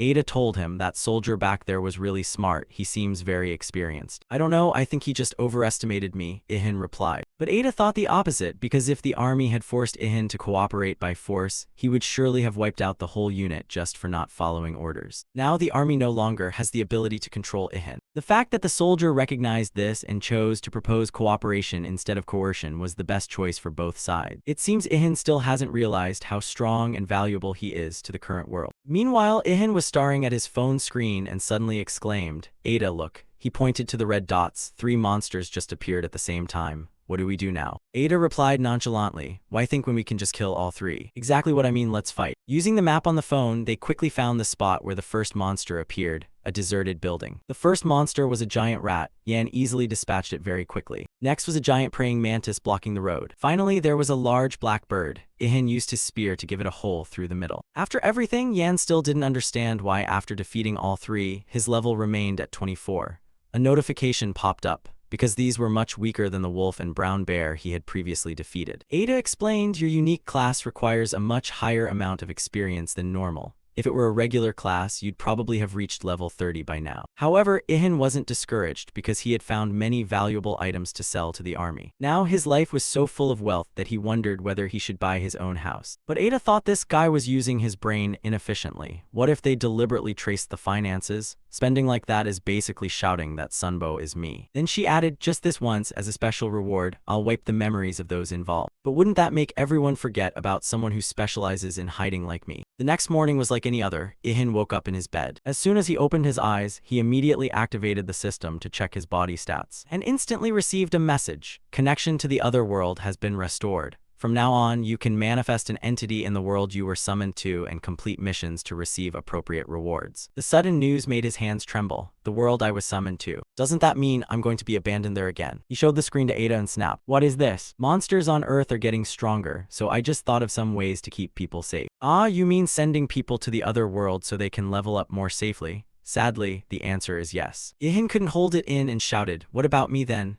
While everyone else goes to the other world, I'm the only one left here. Don't scream like that, you've been alone from the start, so it's no different now. Ihan clutched his head in despair. Even so, my mother will definitely ask why I didn't go to that other world. Answer that there's nothing to learn there, so you didn't go. That answer actually sounds pretty good. Ada smiled. That said, I do feel sorry for your case, but unfortunately, I'm not the one who decides this fate. Ihan calmed down and replied, I know, I guess I can't go to the other world after all. But then he heard a voice say, it's not entirely impossible. If you become a supreme being, you'll have a chance. If you become the highest being, you could not only enter the other world, but even set foot in heaven. Then you'd be on par with the angels. Ihan was shocked by that news, because if I become a supreme being, I'll be able to see Lai again, right? The angel thought irritably to himself, as if they were a pair of lovers separated by distance. Ada's head was buzzing like a disturbed hive. She finally realized she was playing the go-between for two people in love, which she absolutely hated because she herself had no one to love. With her temper flaring, Ada shouted, train harder and focus to become a supreme being. Only then can you enter the other world and reunite with the one you love. Yan asked, how long will it take? And he was told the process would take less than 1,000 years. Ihan breathed a sigh of relief. The news lifted his spirits because at least there was something to look forward to. When he went into the kitchen to have breakfast with his parents, Yan heard an emergency broadcast on TV. The anchor announced that martial law had been declared nationwide. The news stunned Yan. The silent war against the monsters was no longer his alone. His mother added, it seems not only our country but the whole world has declared martial law. Because of the appearance of dangerous monsters, the global governments had no other choice. All schools and businesses have been closed. The military is planning to annihilate the monsters. At least they're trying to limit the number of people out on the streets. Yan sipped his morning tea, thinking that even the government had admitted the world couldn't return to how it was. He decided it was time to speak frankly with his parents. He turned and said, Mom, Dad, you should go to the other world. His mother was about to object, but before she could speak, his father cut in. I stayed there 10 years and still couldn't even reach level 2, so why go back? But from now on the monsters won't stop and we need to become stronger. At least that place is safer than the current Earth. His father said nothing, only nodded. I'll understand. If that's what you think, I'll see you again soon. Remember never to give up, and do your best until the end. As soon as he finished speaking, he vanished with a snap without another word. His mother was not so quick to let go. She said, I'd be happy if you gave it a try, but don't be reckless. Ihan quickly changed the subject, praising how delicious breakfast was, but then one thing his mother said left him stunned. That masked hunter was you, right? Yan asked in shock, how did you know? But she only smiled. How could a mother not recognize her child? I recognized you the moment I saw you on TV, even with a mask or different clothes. At that moment, Ihan truly realized his mother's unusually special skill. The penguin skill lives up to its reputation. Unable to hold back, he told his mother that the world had abandoned him and was gently comforted by her. She didn't know why he was so strong, but she was still worried for him, so be careful. Mother knows you understand how terrifying the monsters are, right? Ah, and there's something even scarier than monsters, people. There will be many bad people out there. You should be careful with them. Ihan smiled, very happy to have talked with his mother. Saying that, his mother stood up. It's good to see you had breakfast. I have to go now. Don't do anything too dangerous. Ihan waved to his mother and told her, take care. When his mother vanished into another spatial dimension, he looked around the empty kitchen. His gaze landed on the sink full of dirty dishes. At least she could have washed them before leaving, right? He put on gloves and began washing each plate, his mind stirred by thoughts. His parents had gone to the other world to gain experience. Even if he couldn't go with them, there was still plenty to do here. Just then, Ada's voice cut through his thoughts. I have to go to the heavens briefly to claim a quest reward. Ihan asked her to pick up some ice cream on her way back. Ada flew off, stunned by the odd request. Ihan stood by the window watching her go, relieved to finally be alone. He flipped the light switch on. He remembered that last night he'd paid cash for a small room to use as a private workshop. Although it lacked full tools and equipment, he wanted to start experimenting immediately. If he didn't process them soon, the skin and bones would decompose quickly. He planned to use metal, but lacking materials, he improvised with what he had. This amount of materials should be enough to treat the bones. Ihan thought to himself, but processing them would take too long. He wondered when he'd ever finish the equipment. Just then Ada's voice rang out, "You can use magic. Why did you come back so fast? Did you get the ice cream?" However, when he saw the angel's smile, he went still. Ihan looked at the person across from him in alarm. Ada had revealed her true form and strode toward Ihan, arms crossed and eyes full of irritation. Ihan shouted in bewilderment, "So you also know expansion magic? Who do you think I am? I've always used shrinking magic." "Anyway, forget that for now. Quick, hold out your hand to receive the reward." Ihan wiped his dirty hands on his shirt, still a bit dazed. He reached out to shake Ada's hand. The moment he touched the angel, a thought flashed through his mind. Ada's hand was cold but very smooth. At that instant, a notification appeared. The first quest from heaven was complete. All stats increased by 1 and he received the special reward, the eternal flame. Ihan immediately asked what it was, but Ada only smiled and remained silent. In truth, she was just trying to add a little drama for him. Then she pointed toward the fireplace and told him to look. Ihan exclaimed when he saw flames rise in the hearth, wondering, "I didn't even light it. How is it burning?" Ada promptly explained, "The eternal flame is a fire that never goes out and continually grows. It is a precious flame of heaven." Ihan cheered, "Amazing, an undying flame is exactly what I need." Ada nodded, saying she knew. Lita had specifically instructed this. She recalled when Lita begged her to bring gifts to Yan, hauling out a whole pile as if Ada were a porter.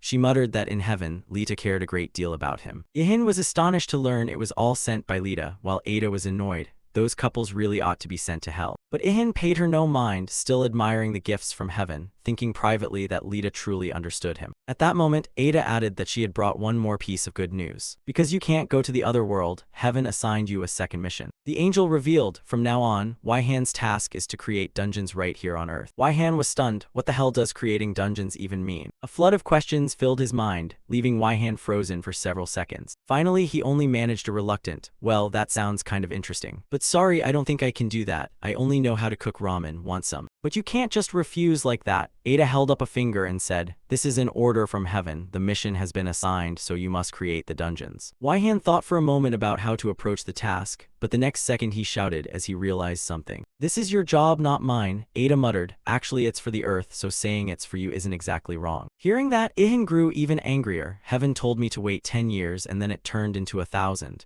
They also said at the apocalypse's outset the monsters would be weak, but that turned out to be a lie. In short, nothing went according to your plan." Ada tried to explain that when God stopped time on Earth, that situation affected all living creatures. They developed immunity to that power, causing the dungeons to operate differently than originally intended. Of course, Waihan couldn't be calmed by such cursory explanations. He yelled, "Is that all the explanation you have for what's happening here?" So the two of them argued. Ihan claimed the angels were frauds, while Ada insisted this was for his benefit. For thousands of years, he had honed his skills, especially blacksmithing, which had reached a divine level. Apart from the angels, only he could create dungeons.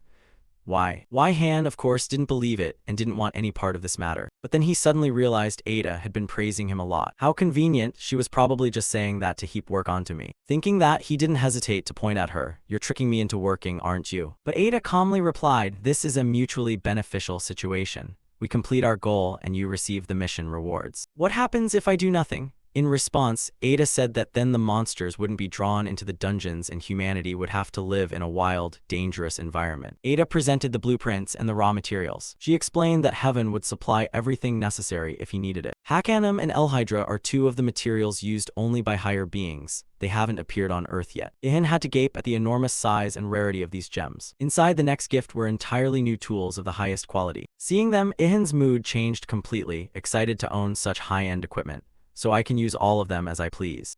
Probably only loaned temporarily. You have to return them when the job's done. Although he didn't like it much and didn't understand how tools alone could create dungeons, Waihan decided, just dig up the ground and it'll be fine, nothing difficult. But before that thought finished, Ada raised her hand to stop him. She explained he only needed to craft magical devices that would attract monsters' attention, which would then alter the surrounding terrain and form the dungeons. A blueprint appeared. You must complete a destructive trap based on this. Additionally, Ada emphasized that this is not an easy task. After a moment of silence, Ihan finally spoke. "Just looking at it, I can tell it's going to be very difficult." But immediately after, he smiled confidently. "As for the mission reward, you'd best start preparing." Ada replied, "Yan, I'll prepare a reward that will leave you stunned." Without hesitation, he dove into the work at once. The first monostone Ada gave immediately flew into the fire. A voice echoed in his head, "With the eternal flame, any monostone can be tempered." He took the next gem with a special claw and placed it into the furnace. Quickly, a miracle occurred. The flame roared up fiercely as soon as the stone went in. After heating, the stones were hammered and forged. The heat around the forge was extreme, sweat dripped all over his body. Ada nearby watched Yan's every movement in amazement, a thought forming in her mind. If Yan weren't a merchant, I'd probably recommend him as a blacksmith. This why Han could truly craft weapons that challenge the gods. A while later, Ihan breathed a sigh of relief as the first blank was finished. But he still felt nervous, his hands moving rapidly following the instructions, unsure if he'd made a mistake. Ada added that if it didn't work, it could be melted down and remade. It would just take more time. Ihan became even more focused, eyes fixed on his hands. He devoted himself entirely to the task of crafting the dungeon that the gods had assigned. Now, Ada finally understood Lita's feelings over the past 1,000 years. She wondered why a high-ranking angel like Lita would worry about an ordinary human. It turned out this was exactly what she felt. Then suddenly, ahead of her, Ihan slammed his hand on the table and declared loudly, "Finally it's done." Ada couldn't believe her ears. How could such a difficult job be finished so quickly? A notification appeared. "You have awakened the blacksmith vocation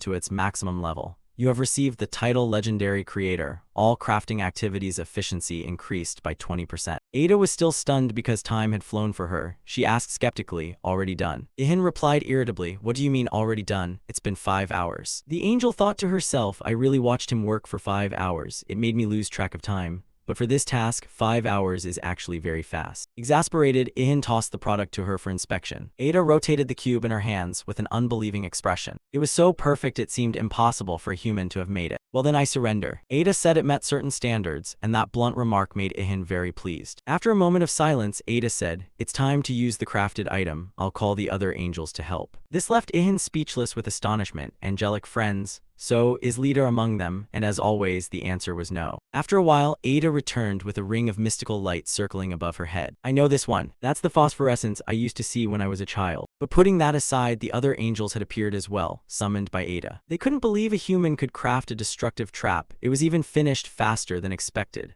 Of course, what convinced them was that it came from Wai Han, since it didn't smell heavenly at all. As for Wai Han, he thought angels really are all beautiful. "When Ada was small, I didn't notice, but seeing her at full size now, she's truly beautiful." On the other side, Ada clapped to signal Wai Han to hurry. "We don't have much time, start as soon as possible." Then she instructed Wai Han, "You only need to focus all your mind on completing and activating the destructive trap. The rest will be handled by the 3 angels." The 3 of them placed their hands on Ihan one after another, and began to transmit their magical power. A brilliant, powerful stream of golden energy radiated from that interaction. Suddenly, Ihan shouted. He felt an invisible force pressing down on him, a horrifying pressure as if mana were being forced from all directions. Only then did Wai Han truly feel how terrifying the power of high-level beings could be. One angel smiled and asked, "Can't you handle it?" Of course, Ihan still believed he would get through it. He concentrated on the destructive trap he had just made to attract the monsters, lure them in, and never let them out. It was the most wondrous magic for creatures forced to live alone for thousands of years. Suddenly, Ihan's eyes opened wide as he realized he needed to find a way to soothe the loneliness of these pitiable, forgotten beings. The pressure from the angels remained, but he was gradually getting used to that sacred energy. One angel thought to himself, "He's strong, at least for a lowly creature." Another angel cried out, "If I'm not mistaken, we'll soon be surpassed." "This is humiliating. How could such an interesting person appear?" the third angel said. A sound came from outside, looking into the building bathed in brilliant light. A notification appeared. "You have completed crafting the Earth Colony destructive trap. The mana crafting profession has been raised to level 7, and item quality has improved." Ihan looked up at the finished product, unable to believe he had really done it. Impossible could he succeed on the very first try. The angels continued to speak, some astonished, others skeptical. "I thought he'd need at least 10 attempts, and now there are even alpha and beta options." Ada explained to Yan that they were talking about additional sub-options attached when crafting a destructive trap. These effects appear randomly, depending on luck, materials, and the crafter's skill. "Hey, you're amazing, you know that. The angels are looking at you differently now. It's time to go set the trap." Ada invited Ihan to come along if he wanted to observe. Of course, Ihan immediately agreed. Thus the 4 of them flew over the ruined buildings in turn. They glided through the air on their wings, carrying Ihan with them.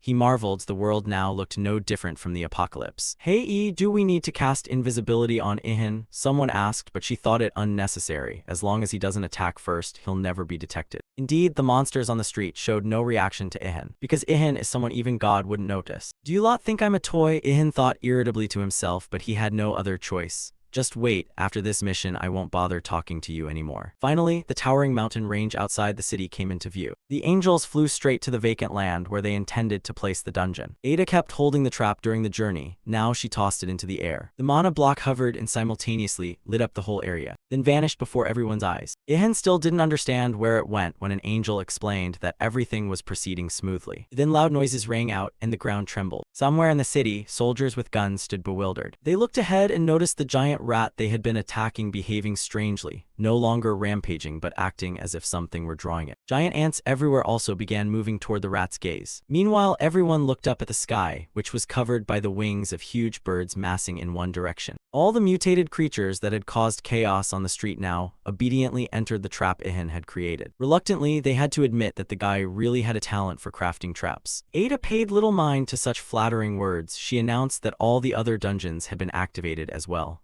Ihan asked, "What other dungeons? You said they couldn't be used anymore." Ada explained that they had used magic to convert the energy. After all, regenerating or restoring is the most environmentally friendly approach. "Oh, you two seem awfully close." The blue-haired angel interjected, making the two of them instantly go on the defensive. Both denied it at once, "Not what you think." Suddenly, Ihan was drawn in by what was happening among the monsters. Despite having lived on Earth for thousands of years, they finally obediently stepped into the destructive trap as the Lord and the angels intended. He realized the divine power of God was absolute, able to transport all humanity to another world in an instant, and of course the monsters could not resist that power. In the end, humanity was merely pawns dancing in the palm of the Supreme Lord, and being abandoned was simply an error stretching over 1,000 long years. Ihan realized that without Lita, he would probably have gone mad from loneliness over those 1,000 years. But now, with Lita gone, he only wanted to become stronger. Strong enough that no force could control him. The next day, he sat leisurely at home, eating a sandwich and listening to the news. Reports said the reason the monsters suddenly moved last night was that dungeons had been activated in many places around the world. Dungeons appeared not only in Seoul but across Korea, Japan, and even some regions of China. At that moment, he thought of his parents, wondering when they'd return. Ihan felt a bit sad imagining how they'd fare in another world, but with their life experience, he believed they'd manage, he told himself. Ada flew over and announced, "It seems the dungeons are operating steadily with no errors. Well done, Ihan. I remember you said I still have to make 27 more traps, right? Why are the angels leaving when I could start right now?" Ada replied, "Creating a destructive trap requires a huge amount of mana, so the angels need a few days to recover. You're not the only group of angels, are you? Why not send Lita here to speed things up?" Actually, not every angel has as much free time as you think. Lita took on extra tasks for your convenience, so she's very busy now and probably won't appear on Earth for a while. Ihan thought disappointedly that Lita really couldn't come. He decided to distract himself and suggested Ada come to the workshop to start on some basic tasks. As they stepped outside, Ihan asked why Ada became huge when creating a dungeon but was small now. Ada explained, "Because I'm an angel. When performing special tasks, I need to manifest as an angel. At this size, I'm ideal for supporting you." They chatted along the way, and after a while they arrived at the workshop. Ihan decided he would make a few more traps for the next day. Meanwhile, Ada looked at the spoils from Ihan's previous battles with curious eyes. She turned and said, "Because your result yesterday was perfect, I'll give you a small gift as a reward. With it, you probably won't have as much time to make traps." Ihan scratched his head. "You mean another Hackenum? That metal is actually pretty good." "You're daydreaming." Ada waved her hand, and the pile of monster hides on the table began to transform. Ada explained she was drying and disinfecting the monster hides Ihan had collected while hunting. It would be finished in a second. Ihan gaped in surprise. Indeed, angelic magic at its finest, the quality felt noticeably enhanced. From these we can make gloves and boots. He got to work immediately, the forge fires blazing. On the table, the hide was being cut into pieces for upcoming items. First, a pair of savage wolf skin gloves was completed, a rare grade item with 600 armor and 700 attack. Next came a matching pair of boots with 550 armor, 750 attack, and an added heat resistance option. Good, this has the heat resistance option, so you won't overheat or be unable to move while wearing the armor. Ada asked when he learned enhancement techniques, since those bonus stats were no joke, just manual work. Once you know how to do it, diligent practice is enough. Continuing with the bear hide on the table, he intended to craft an armor from it. Meanwhile, Ada stood by watching intently, her lips curling into a sly smile. The sun gradually set behind the mountain. Evening was approaching. He yawned, so another day is over. She stepped closer and suggested he rest, but Yan didn't respond because his mind was fully focused on the work. "Just a little more and it's done. I don't feel tired at all." Ihan said, "Then pulling an all-nighter won't affect your superhuman stamina, right?" Ada laughed at his workaholic fervor. But before she could finish speaking, Yan had already declared it done. The sturdy bearhide armor was completed as a unique grade item, 2100 armor, and 850 strength. This is second-tier brown bear hide worked with master-level curing techniques, the strongest in its class and even capable of resisting the bite of high-level monsters.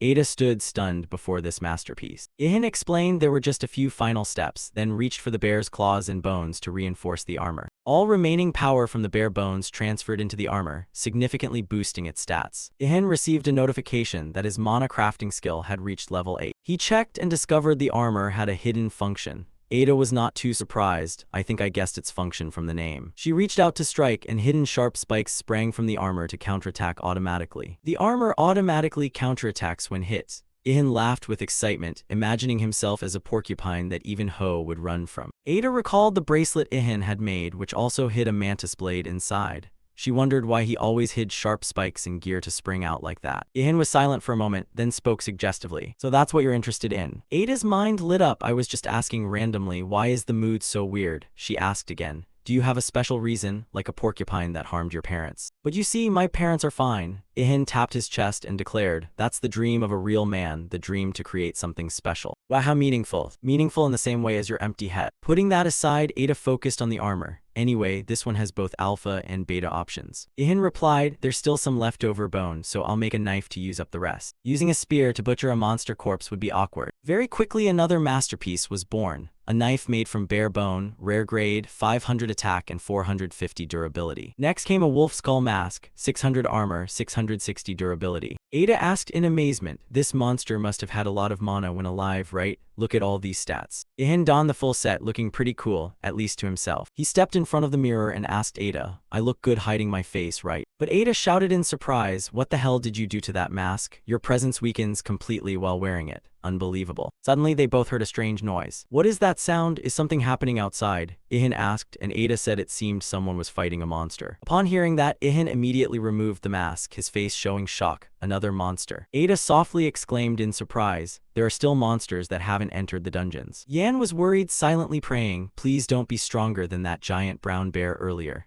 Huh, are you scared? You don't look like yourself at all. Actually, Ihan wasn't afraid of fighting. What he dreaded most was processing monster corpses, especially if it was stronger than the previous bear and he'd have to skin it for new armor. Fighting is still less terrifying than handling a corpse. He pulled out his old spear to inspect it closely, telling Ada they'd need to fix it before heading to the battlefield. After completing the reinforcement process, the steel spear reached first-rate quality, 1100 attack, 715 durability, with an added option to increase critical rate by 20%.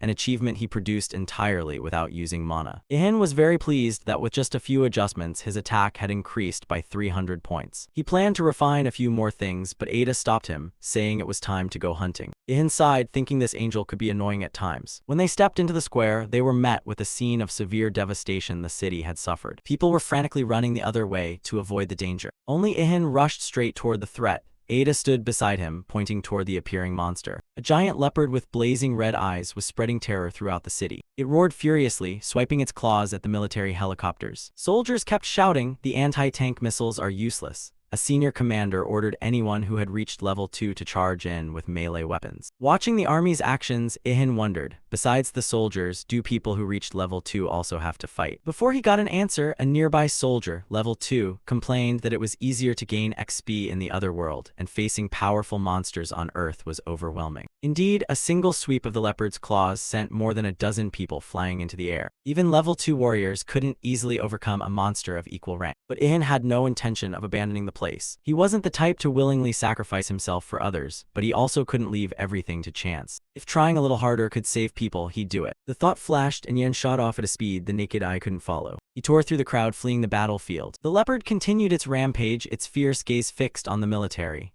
Ada reported, this monster is stronger than the giant level 2 brown bear from before. At that moment, the army fired up the tanks. The first shot hit the creature squarely in the head. The soldiers began cheering, thinking they had taken it down. But when the smoke cleared, they were left staring in stunned disbelief. The leopard's head was completely unscathed. The leopard's rage erupted. It turned toward the tank, poised to pounce. In an instant, its gigantic paw struck, immobilizing the tank. Then it lifted the war machine high and opened its jaws as if to devour it. At that very moment, a streak of light zipped by. Ihan sprang from the ground, lunging at the leopard with blinding speed. In his head rang, never have I been more grateful for the invisible ability than now. The leopard's blazing red eyes were right before him. In a moment, the spear would pierce through. Thud, the leopard screeched in pain and released the tank from its claws. The system announced it as a critical hit. The crowd below murmured, "It's SB, he hasn't gone to the other world, we're saved." The tank plummeted to the ground. Ihan stood still for a moment, observing the situation. The leopard roared in agony, severely wounded in the eyes. After a brief pause, Ihan decided to retreat out of danger by kicking off and flying into the air. The army commander shouted, "Open full fire now." At the shout, a barrage of gunfire rained down on the monster, hopping to take it out at the right moment. As Ihan moved toward the tank, he saw soldiers trapped inside. Without hesitating for a second, spear in hand, he sliced the tank in half as if it were a log. The soldiers inside looked up in horror, but Ihan reassured them, "If you don't want to die, hold my hand tight." They grabbed onto him. Ihan hugged both of them and leaped off the tank, landing safely on the ground, where a deep dent remained from the impact. The two soldiers recovered their composure and thanked Sunbo from the bottom of their hearts for the spectacular rescue. "Well, I'm not doing this to be called a hero. I saved them because it was within my ability." Suddenly he heard a troubling sound. He turned his back to the two soldiers and ordered them to run immediately if they wanted to live. The giant leopard, like a living mountain, stood towering over them, its eyes fixed on its target. Ihan told Ada, "I'm sure this one is much smarter than the bear. It knows exactly who the greatest threat is." Ada warned Ihan to be extremely careful. The leopard had detected him, and his invisibility had been nullified. "Don't worry so much," he replied. "This is an opponent I can defeat, even head-on." The monster lunged at incredible speed, threatening not only Ihan but everyone. The campaign commander shouted, "This is our chance, attack." A volley of bullets from various weapons struck the leopard, but it was barely phased. At this moment, the monster was focused on Sunbo. This was the ideal time to strike. One of the heroes shouted, "Everyone, use magic and aim for the leopard's eyes." Suddenly, a bolt of lightning appeared in the sky and struck the creature on the spot,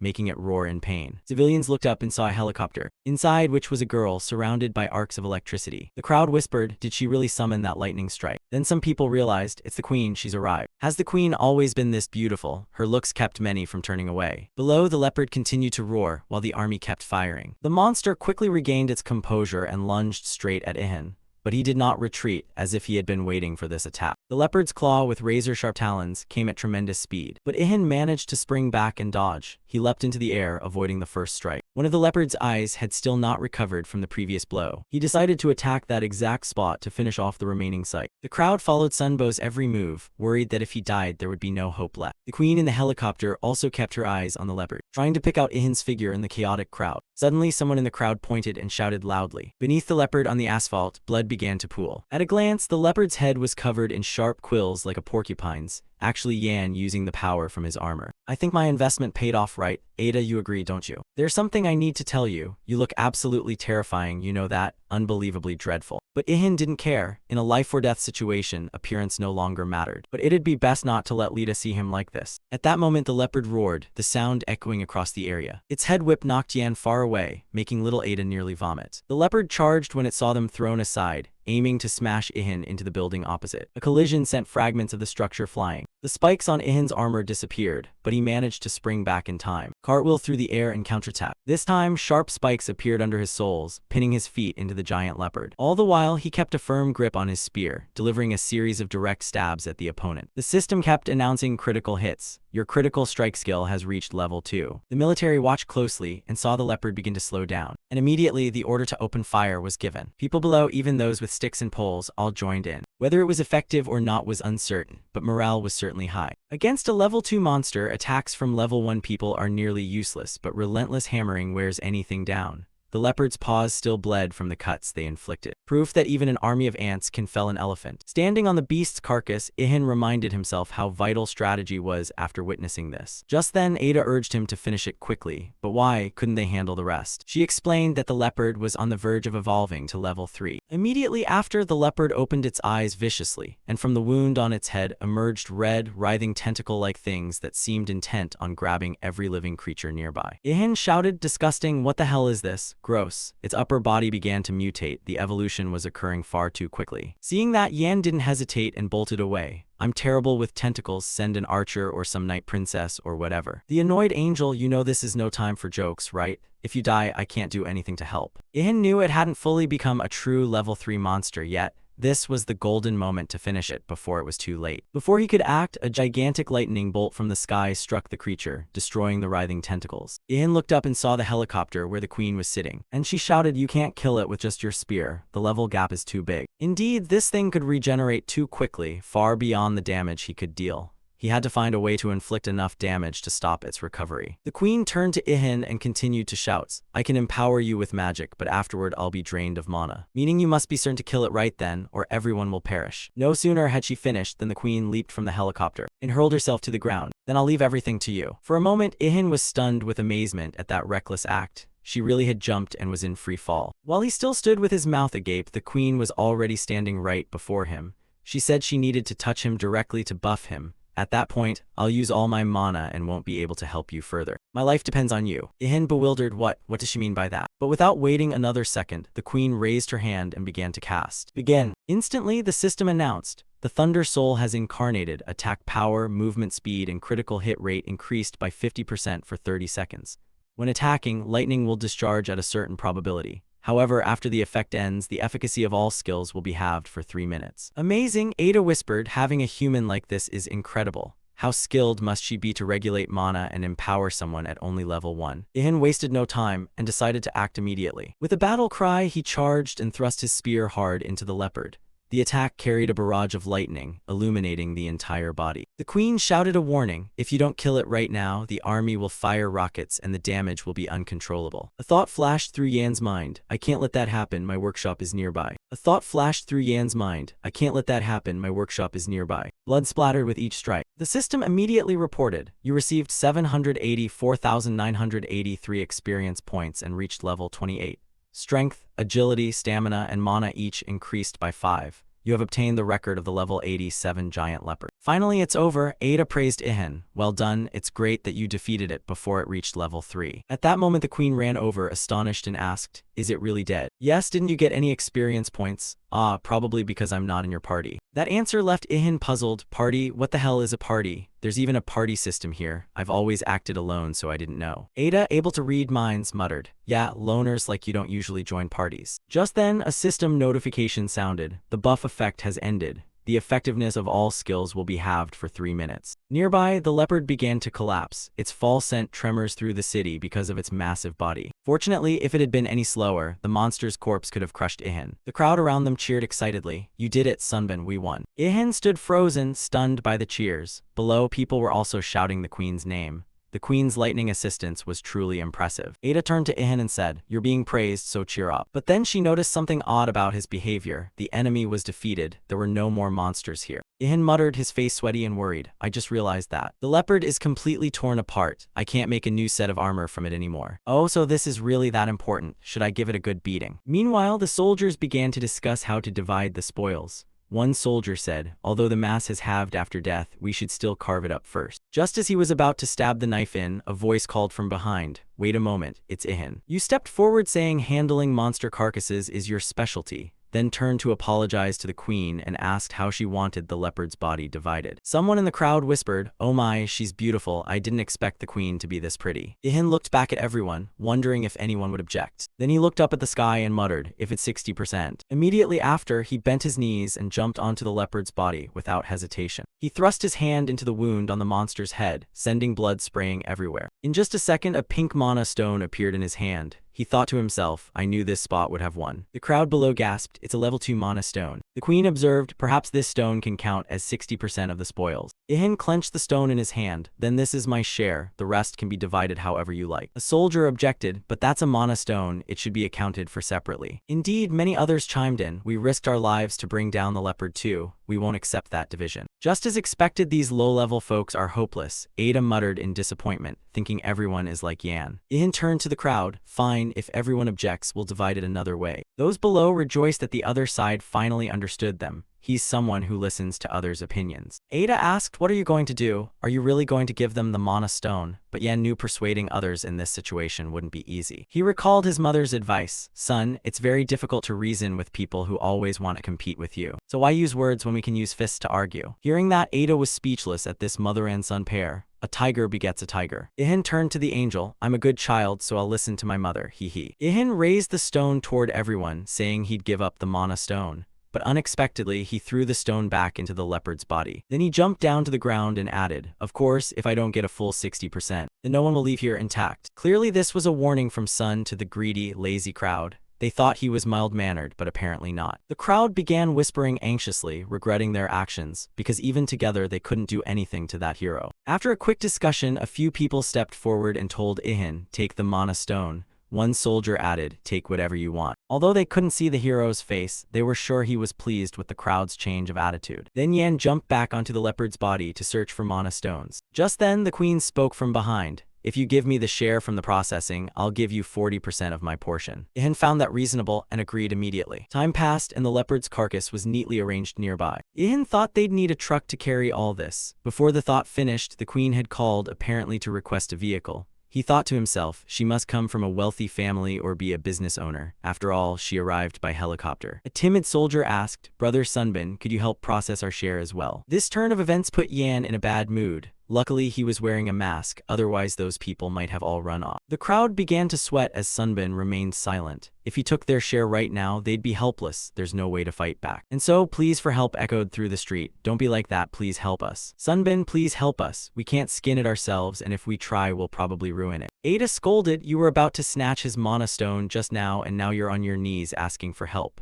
Humans really have some nerve." Ada muttered, "Maybe I should move back to the countryside to grow vegetables and raise fish. These people have no inclination to work." "Fine, remember to call Lita to take my place." Then, after a moment's thought, Ihan turned and raised his hand to the crowd. "I'll take 50% of your share if I process it." "What the why does the queen get 40% while you demand 50% from us? Skinning costs 50%. If you don't want to, then forget it." Ihan turned his back 180 degrees and the people, though heartbroken, had no choice but to agree. They watched Ihan work intently, occasionally complaining and asking him to divide it evenly. "Hey, these pieces are different sizes. Why is his portion bigger than mine?" Fortunately, Ihan had an overpowered skill and managed to slip away. But after only a few steps, a voice called for him to stop. It was the queen. She said, "Your stealth skill is astonishing. If I hadn't been focused, I wouldn't have noticed you were gone." "Ah, that's not something I control. It runs automatically. If it could be turned off, this thing would have been off ages ago." The queen stepped forward with an offer. "I want to form a party with you. I think you'd be a perfect partner." "But I don't think so." At that reply, the girl only smiled. She said, "I plan to stay on Earth from now on. I'm not weak enough to return to another world just to do simple quests." Saying that, the queen handed Ihan a business card to keep in touch, then turned and walked away. She left the paper in Ihan's hand while he still didn't understand what had happened. He looked at the paper and exclaimed in surprise, "Her real name is Kang Mi-dae." Then he thought, although that way of turning and leaving was cool, I won't bother contacting her. Now let's go home. Ada still has a ton of work to do. That night, our hero immediately set to work crafting traps. This core is the 5th mana core. Nearby, Ada wondered, they're almost evolving to level 3 already. "What is happening to your Earth?" Then she muttered in panic, tugging at her ear. "No amount of thinking will figure this out." "I told you to ask God about it," Ihan replied, then countered. "But you weren't harmed earlier, so why are you making such a fuss now that we're home?" "Of course I must maintain the dignity of a higher being. How could I show attitude toward those lowly creatures, even though nobody can actually see me?" Then Ada suddenly realized something and peppered Ihan with questions. "Why are you so calm? This is your Earth's problem, isn't it? Don't you understand how dangerous it is for level 3 monsters to appear in a world with only level 1 heroes? Basically, the balance of power is tilting heavily toward the monsters. Meanwhile, humans in other worlds are gradually growing stronger. Many are completing ordinary tasks given by God. That growth rate is reasonable, but monsters on Earth are evolving much faster." "Actually, I'm not calm." Ihan replied, "It's just that worrying more won't solve anything." Then he asked the angel about the situation in other countries. Ada answered, "South Korea is the only place where monsters are about to evolve to level 3. Sure enough, that destructive trap could be part of the problem. Ada's expression hardened, a big question mark appearing on her face. So are those very traps what's making the monsters stronger? But that can't be. The most reasonable explanation is that they wake up and become more aggressive because they feel threatened. After thinking, she told Ihan, in other worlds, the monsters are killed before they become alert. That means their evolution mostly happens inside dungeons. And due to the endless crossbreeding there, increasingly deformed and dangerous creatures appear. They eat each other and evolve with a very small probability. This is what makes dungeon evolution slow. Ihan was stunned by this wild information, truly a legitimate criminal den inside the dungeons. But Ada explained further, if the monsters aren't confined to dungeons, they'd eat humans instead of their kind. In short, outside, their evolution would be faster because they wouldn't need to eat each other. Yan remarked, "So dungeons are necessary for humanity, right?" Ada nodded, "Yes, meaning that the fact you create trap-filled dungeons brings great benefit to mankind." After hearing that, Ihan's crafting sped up even more. he realized he had to urgently create many more destructive traps before the gods returned, and dropped another magic stone into the eternal flame. The angel asked, "Do you think just doing that will forge a new item?" Ihan replied, "Of course not, it's not that simple. Simply making it for the sake of making it would mean nothing. The reason I craft things is to have new experiences. The reason I craft things is to have new experiences." She had never thought of that, but it made sense. Ihan had lived 1,000 years in an unchanging world, alone and silent on Earth for such a long time. She wondered how he must have felt being the only one left. Now Ada understood why he craved new experiences so much. But then she suddenly panicked, asking herself what had she just been thinking. Did a superior like me just feel pity for an inferior creature? Ihan looked at the little fairy beside him with a huge question mark over his head, watching her buzz around like a dragonfly. Ada pointed and said, "Hey you, be strong. If you're stronger, you can experience anything and help many more people." Yan replied softly, "I know." He knew well what he needed to do in this situation. Become stronger to help humanity escape its current plight. So all day long, Yan worked diligently in the workshop. When everything fell into darkness, the angels returned after recovering their mana, and he had finished crafting a batch of traps using manual mana techniques. Once completed, the angels took those traps to place in the dungeons of various countries. Ihan suddenly wondered which country the dungeon would be created in. He hoped no dangerous monsters would appear in the middle of a city anymore. Even if a level 3 monster appeared because of a destructive trap, it wouldn't be his fault. Ada said after reading Yan's thoughts, "You're undertaking a very important mission now." "I know, thanks for worrying about me," Ihan replied, while Ada fell silent. Maybe she thought this human had it rough, but what does he know about being tired? Training for 1,000 years on Earth is nothing. He stretched, turned back toward home, and said he urgently needed to sleep. As soon as he arrived at the apartment, Ihan went straight into the bathroom and looked into the mirror with a weary face that made his thoughts hazy. The TV in the living room was still broadcasting news about the defeat of level 2 monsters and the severe destruction from the battle. Ihan then stepped out and asked Ida, "Do you think I've gone a bit fat lately?" The angel frowned. "You're only noticing now. Every time you level up, your body develops, so don't be too surprised." "That's true, I even think I'm more handsome." "Oh please, General, your face means nothing to a supreme being like me. But for humans, it's probably handsome indeed." After saying that, Ada regretted complimenting him when she saw him start bragging about his appearance. Look at my muscles." The angel tossed a bag of potato chips at him. "Get out and watch the TV for me and put your shirt on. Don't joke around so seriously." Ihan laughed, then said he'd go to sleep. Before leaving, he didn't forget to remind the little fairy to go to bed early too. The bag of chips in Ada's hand was flung, scattering all over the floor, and she quietly bent down to pick up each piece without commenting on the hero's joke. When Ihan left the room, Ada muttered, "HMPH, that body and face mean nothing in the eyes of a higher being like me." She believed that Ihan's greatest value lay not in his looks but deep within. "Hey, what am I thinking? Saying that is basically praising his inner beauty, right?" Ada thought angrily. In her mind, the image of Lita suddenly appeared, someone who had been impressed by Yan.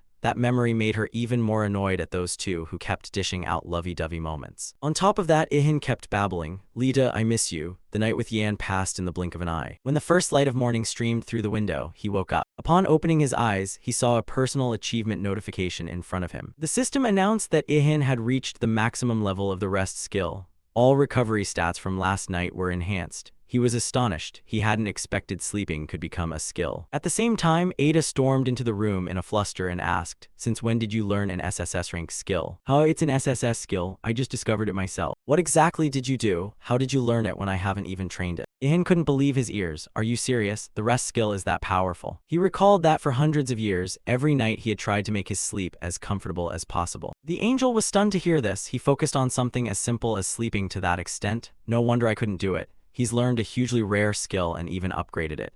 "Ihan, you're really talented." Ada, sounding drained, exclaimed, "But I still don't know what that skill is used for." "Well, just rest and sleep well, that's enough. What more do you need to ask?" "Of course I don't believe that. It can't be just that. You're hiding something." Ihan held up 5 fingers at Ada and said, "You better tell the truth. If it's only that, why are you so surprised? Be obedient and I'll care for you, okay? Be obedient and I'll care for you, okay?" Ihan was just joking, but Ada's sly expression showed. She pushed her glasses up and grew serious. "All right, it's time to tell you about skill evolution. Just like reaching a new class level, skills can also evolve, and those evolution paths reflect the user's life experiences.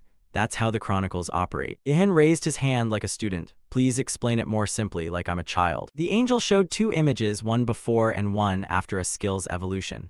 When you grow stronger through skill evolution, the difference will be this clear. Currently, the skills eligible to evolve are Fist of Justice, Martial Arts, Rest, and Stealth. As for Dismember and Smithing, they can't evolve because you've reached their pinnacle. However, Stealth is excluded because it's a skill you can't control. And Fist of Justice and Martial Arts have evolution requirements far too difficult for your current level, so we won't discuss them. Ihan asked, so that means only the Rest skill is feasible, right? Ada nodded, you'd better check the evolution requirements yourself. Ihan immediately opened the system panel and was stunned by what he read. Sleeping Heart of a level 2 monster, requirement 500, then 500 drops of blood from a 100-hour deep sleep. Finally, 1 magic stone of a level 3 monster. Ihan shouted, what the hell is this? How am I supposed to meet these requirements? That's still tame compared to the requirements for some other skills. Try checking the evolution requirements for martial arts, Ada said, pointing to another part of the system screen. The system requires killing level 3 monsters with a critical hit, currently 0-500, and there are many other tough requirements below. In conclusion, Ada said briefly, if evolving martial arts is Everest, then the Rest skill is just Mount Baden. Ihan yelled, but climbing Mount Baden isn't exactly easy either. Although Ada was sure he could do it, Ihan didn't believe in himself. You're overestimating me. I still can't use mana and I'm only level 28. Ada thought and realized that was completely true. Ihan's leveling speed was too slow. Could it be because of his special title? The difference between those who can use mana and those who cannot is huge. One could conclude that Yan's current strength comes entirely from the martial arts he trained and perfected over 1,000 years. The lack of mana clearly slowed him down. Others could easily surpass Ihan at any time. Of course, once he learns how to use mana, Ihan will no longer be an ordinary being, but will rise above all creatures in the Chronicles records. That day will come too, heh, Ada thought with an increasingly sly look, but wondered how massive a change it would be when Ihan became that strong. She took a deep breath, trying to stop the stream of thoughts. Well, whatever will be, will be. When Yan stepped into the kitchen, he found breakfast laid out with a note. Son, don't skip breakfast. Mom put the side dishes in the fridge. At that moment, Ihan turned to the angel and asked,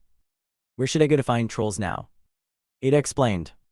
When mana is activated, creatures that never before existed on Earth will begin to appear and then they will live in this world permanently. At the same time, the announcer's voice came from the TV. This is the place that was attacked by a level 2 monster a few days ago. The attack caused many high-rise buildings to collapse. Ihan immediately recognized the location as where he had fought the giant leopard. But clearly, its corpse was gone now. In just 2 days, they'd cleaned it up completely. Ada spoke up. Sometimes things aren't what you think. At this point, the MC continued. As you can see, the spot where the monster's body lay is now completely clean. It vanished along with the people who split the spoils back then. The report shocked Ihan while the announcer went on. Some suggest they might have been swallowed by a dungeon that just opened. Ihan gritted his teeth, guessing that it couldn't possibly be due to a dungeon. He immediately understood that another monster might have appeared, and those people could have become its prey. Ada asserted the giant leopard was definitely dead. You even took its magic stone. In 99.9% of cases, that's the end of it. What about the remaining 0.01%? The angel held up a finger. If it was a pregnant monster, the story would take a different turn. Ihan then understood everything. That leopard was female and she was pregnant. He recalled the moment he looked at the screen, only briefly, but he'd seen a leopard with black fur. Maybe it specialized in stealth. He chastised himself. If I'd cleaned it up thoroughly back then, this wouldn't have happened. The angel said it wasn't his fault, but a tragedy caused by human greed. Even so, many people died, including those who had trusted, supported, and helped me. Ada looked at Yan in surprise. She hadn't expected him to be so deeply involved in this matter. She realized she still didn't truly understand the person she was protecting. Ihan remembered the moment he fought the leopard. Now I understand why it fought so frantically to the death. It did it to protect its offspring. Now I understand why it fought so frantically to the death. It did it to protect its offspring. When cleaning the body, you left half of it behind. So maybe the leopard hid where your hands never reached. At that time, people were too busy arguing over who took which part, so the mother leopard's corpse wasn't completely dealt with. Ada speculated that because that group wasted so much time arguing, the cub had time to be born. Its birth was indeed the result of a strange coincidence. She imagined the moment the cub appeared and saw the crowd. I hope that's not true. But if the theory is right, then a level 3 monster has likely been born, hasn't it? Ada judged, judging by the stealth skill, it's definitely a level 3 monster. Ihan stepped forward and turned off the TV. And the angel nearby asked, do you think you can do it? Doing it alone will be tough, but if you prepare well, you can try. Ihan answered calmly, then suddenly shouted, if the opponent uses stealth, then of course I cannot afford to lose. Just as expected from the stealth master, Ihan's joke made him frown. Don't call me a master. Anyway, with such a broken skill, that leopard probably didn't have any others. No wonder I thought not. Ada thought no one can be good at everything. If its stealth skill is strong, then its power and defense will certainly be weaker. Hearing that, Ihan decided to get right to it. I'll head to the workshop and craft a new outfit right now. He threw on his familiar hoodie and left the apartment. But as soon as he reached the door, he remembered he should ask for help. Ihan rummaged in his pocket, took out the business card the queen had left, and started dialing. Ada was surprised. You're going to use that phone? If so, you might as well publicly announce your sunbow. If you call from your personal cell, they'll be able to find you. After that, he stepped out of the lobby and headed for a phone booth. In Yan's hand was the business card with Mi's number. Ihan started calling, and the smartphone in Mi's room began to vibrate. She walked over, looked at the display, and realized it was a call from a public phone booth. Finally, the other end picked up, and Ihan heard a woman's voice. Without hesitation, Ihan got straight to the point. It's been a while since we've been in touch. 2 days is a long time, right, sir? Mi-dae didn't realize who she was talking to until Ihan said he was Sun, which made her extremely happy. Is that you, Sun? I didn't expect you to call this soon. The queen spoke in a friendly tone, while Ihan was on the verge of tears over her mangled Sun Bon nickname for him. Mi-dae laughed. Seems you're embarrassed by your nickname, huh? Ihan ignored the joke and this time got straight to the point. Have you seen the news? That's not a dungeon, it's a monster, a powerful one with stealth. And so, after a while, Mi had a good grasp of the situation and realized it was extremely dangerous. Ian hung up when the call ended. He told Angel E and noted that his counterpart had caught on very quickly. She said she'd alert the military and government in case of an emergency. As for Ihan, it was time for him to prepare his part. Upon reaching the workshop, Yan got to work immediately, using up all remaining materials. Everything was roughly ready, time to get started. Ihan smiled as he looked at the pile on the floor. Angel E asked what he intended to make. The steel spear was still fine to use. But Ihan didn't answer. He picked up a massive bone and said, just watch and you'll see. I asked what you're going to make. What good is all this secrecy? Ihan's reply stunned the angel because it was just a single curt word. As Ihan worked tirelessly, identical pillars were forged in quick succession. With a look of deep satisfaction at the results, Ihan answered with only one word. No, go back to kindergarten and learn again. Then he started grinding the next bone while E suddenly realized and shouted, a spear. But this time she guessed wrong. In Yan's hand was a strange pointed weapon made from leopard bone. It wasn't a spear but a harpoon. The answer pleased Yan greatly. He smiled because the angel had finally guessed the interesting item he was making. Ihan explained that although a harpoon and a spear are similar, their uses are very different. A harpoon differs from a spear in that it's thrown to pull prey toward you. It's something commonly used for hunting whales. A harpoon easily pierces a target but is extremely hard to pull out.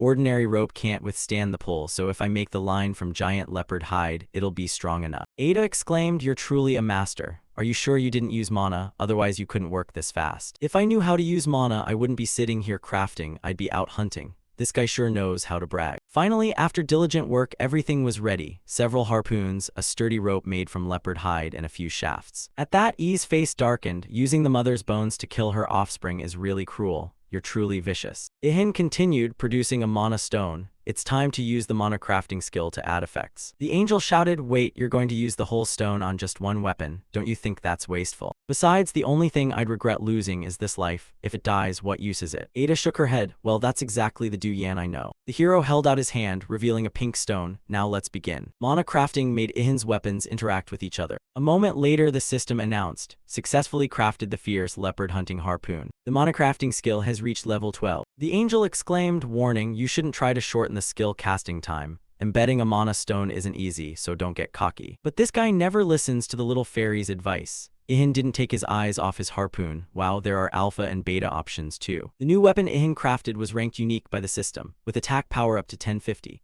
It also had options to increase critical chance by 20% and binding strength by 20%. Thanks to top-tier artisan skill, the hunting harpoon made from the giant leopard's bone and hide was far stronger and more effective than harpoons made from ordinary materials. Ada was left speechless, powerless against how game-breaking this guy was. Better find a way to send him off the planet so no one else faces him. Ihan noticed E's strange expression and asked, are you all right? Little did he know it was all because of him. After finishing preparations, Ihan went again to the public phone booths. He called the queen and told her he'd be there immediately. Before ending the call, he specifically warned Mi-dae, don't rush in now. Because it has stealth ability, it's very dangerous. It was born almost immediately after its mother died 2 days earlier, so the cub is certainly still hiding nearby. When Mi asked why Ihan thought so, of course it was to take revenge on those who killed its mother, especially me and you. Because we were the ones who killed that giant clouded leopard back then. Because we were the ones who killed that giant clouded leopard back then. As she spoke, the car she was driving passed Yan, but neither recognized the other. But do you have any concrete plan? After a moment of silence, Mi-dae asked again and received Yan's nod. got a plan, but I can't give details yet. Basically, I'll make it so it can't use its stealth skill anymore. Not long after, Ihan arrived at the exact place where he had fought the giant leopard. Ada beside him immediately sensed the monster's presence nearby. It didn't seem afraid at all. Ada thought it must trust its stealth skill, which is why it's lingering here. Also, it probably hasn't sensed you yet. With a strong swing, Ihan slammed the heavy post down onto the road. This time, let's see how relaxed you can be, he shouted as if baiting it to attack him, but nothing happened. So he lifted the post and slammed it down again, deliberately making noise, but it still didn't attack. It should have acted by now, Yan thought. I deliberately exposed a flaw, so why? It seems it still hasn't found you. That means your stealth is one tier higher than the black leopard's skill. And the posts and harpoons were hidden by skills when you accidentally created them. Oh, that's tough, setting traps right in front of it and it still can't see them. There's no cure for that. The angel clapped with an impossibly smug face. You were born to be an assassin.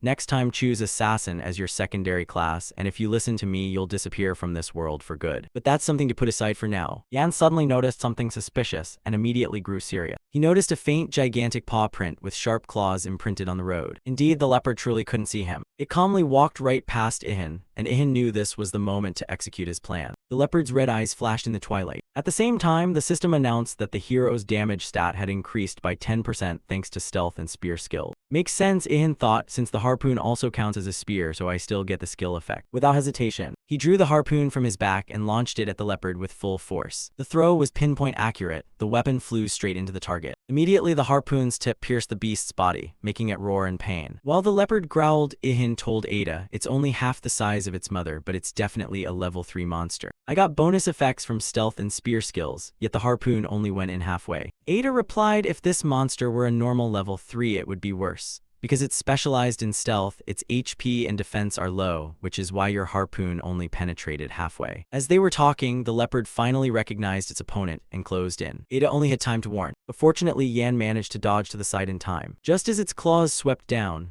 fast, a thought flashed through Ihan's mind, but everything had been part of the plan. When the rope reached its limit, the harpoon lodged in its thigh prevented the leopard from advancing further. It froze, struggled, but the rope made from its mother's hide held fast. Ihan ran toward the pile of harpoons while glancing back. Quality of the rope's good. He leapt up and grabbed the second harpoon, and threw it hard into the leopard's shoulder. The system announced it was a critical hit. Ihan was pleased with his strike, marveling that his throw was like a professional athlete's. Everything went according to plan, but what happened next was unexpected. Despite its severe wounds, the leopard still swung a claw and landed a very painful blow on Ihan. The strike was strong enough to break the hand guard made from Manta's claws. Ihan slid backward, but what unsettled him wasn't the pain, it was that the bone blade had snapped. Thinking back, the hand guard was the cheapest kind, so it's fine, fix it after this fight.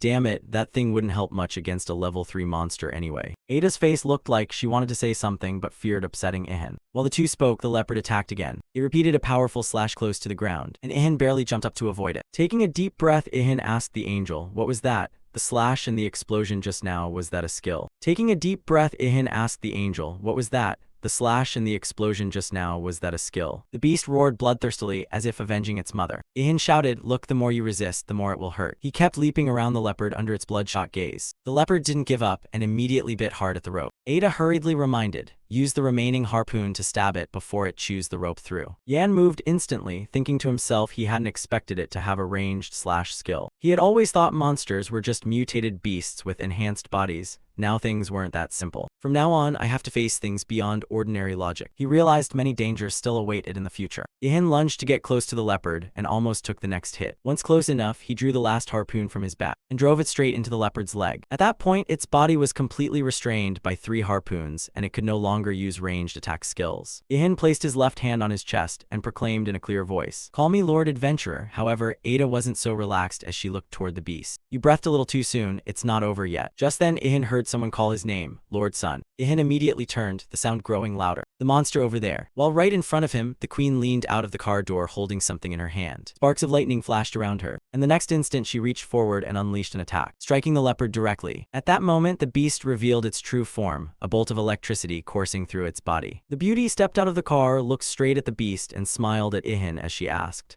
how exactly did you manage to restrain that monster? Ihan was almost out of breath now. Midday, you're finally here. But her question wasn't appropriate for someone who had just used lightning to take down a monster. A thought flashed through Ihan's mind. this girl is definitely not an ordinary hunter. The power of that strike was too impressive for a level 1. But now was not the time to overthink. At the same time, he felt movement behind him. It was the leopard gradually recovering from the twin lightning strikes and now able to move its legs. It seemed the superhero had to coordinate attacks now. Ihan planted another stake into the ground without hesitation, preparing to attack the leopard once more. A harpoon in hand, it quickly lodged into the creature's body. Now the leopard is held fast by 4 ropes, with another leg secured. He turned to Midday, attack it whenever you get the chance. It's very strong, the stakes won't hold for long. He turned to Midday, attack it whenever you get the chance. It's very strong, the stakes won't hold for long. Mi replied, I can use lightning right away. But if you want something stronger, it'll take at least 2 more minutes. Alright, then give me a warning before you unleash the big strike. With that said, Ihan rushed at the leopard, which writhed in pain trying to break the shackles. Its body was entirely focused on its prey. It hasn't run out of mana yet, Ada warned. Ihan knew that as well. The leopard's blood-red eyes fixed on the target with utter hatred. That look, Ihan had seen countless times during solitary hunts over 1,000 years on Earth. Whenever driven to the brink, their life force flares most fiercely. But that fire blazes wildly before vanishing into nothingness. Each time he recalled those memories, Ihan felt shaken. Sun's next strike landed squarely on the leopard's head, making it roar in agonizing pain. But it quickly gathered strength to counterattack. It unleashed a series of slashes with mana surging outward.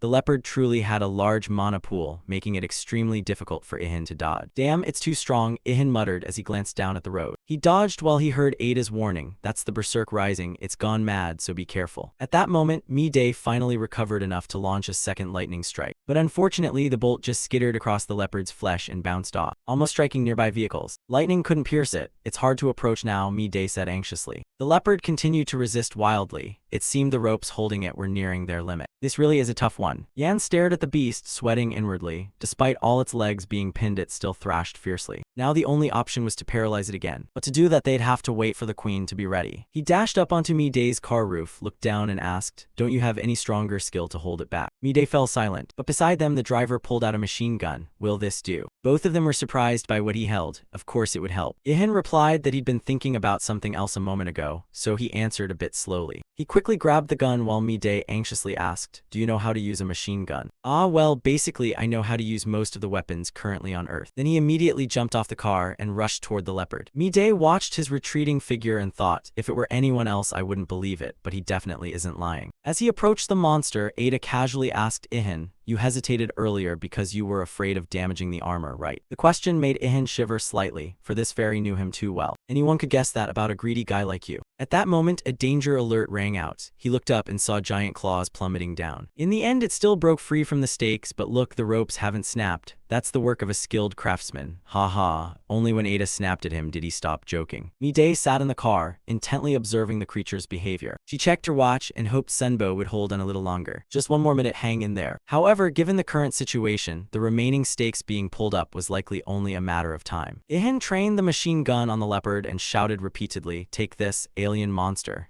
Ida immediately corrected him. This is a product of Earth, damn you. Ihan's first shot hit the creature's eye directly, causing it to lose balance, slam to the ground, blood spraying from the wounded eye. At that instant, the system announced, you have reached maximum level in the shooting skill. Ada exclaimed in shock, wow, you jumped from rookie to challenger rank in a single strike. Midday in the car was also stunned. How could such a severe wound be caused by a normal gun? Did he buff the weapon while I wasn't looking? Normally, weapons have no effect. If not enhanced, this machine gun would be useless against a level 3 monster. Yan's shooting skill had surpassed the limits of the weapon. Now Ihan continued firing a second volley, shouting magic magic. Midday in the back understood and hurriedly replied, I need 7 more seconds. Her hands had already gathered successive bolts of lightning aimed at the battle. The countdown began. Ihan fired continuously while retreating rapidly. With only 2 seconds left, he threw the gun to the ground and leapt backward. By then, the leopard had broken free from its shackles. All the stakes had been pulled from the ground. Nothing now restrained it. Its jaws full of fangs lunged straight after Ihan. He understood that he was now the bait to distract the monster from me. What seemed like it would be very difficult, but at that moment, Midday had recovered enough power. She shouted, casting a 3-tiered lightning skill that struck the leopard's head. Before everyone's eyes, everything was bathed in the blinding light of the bolts.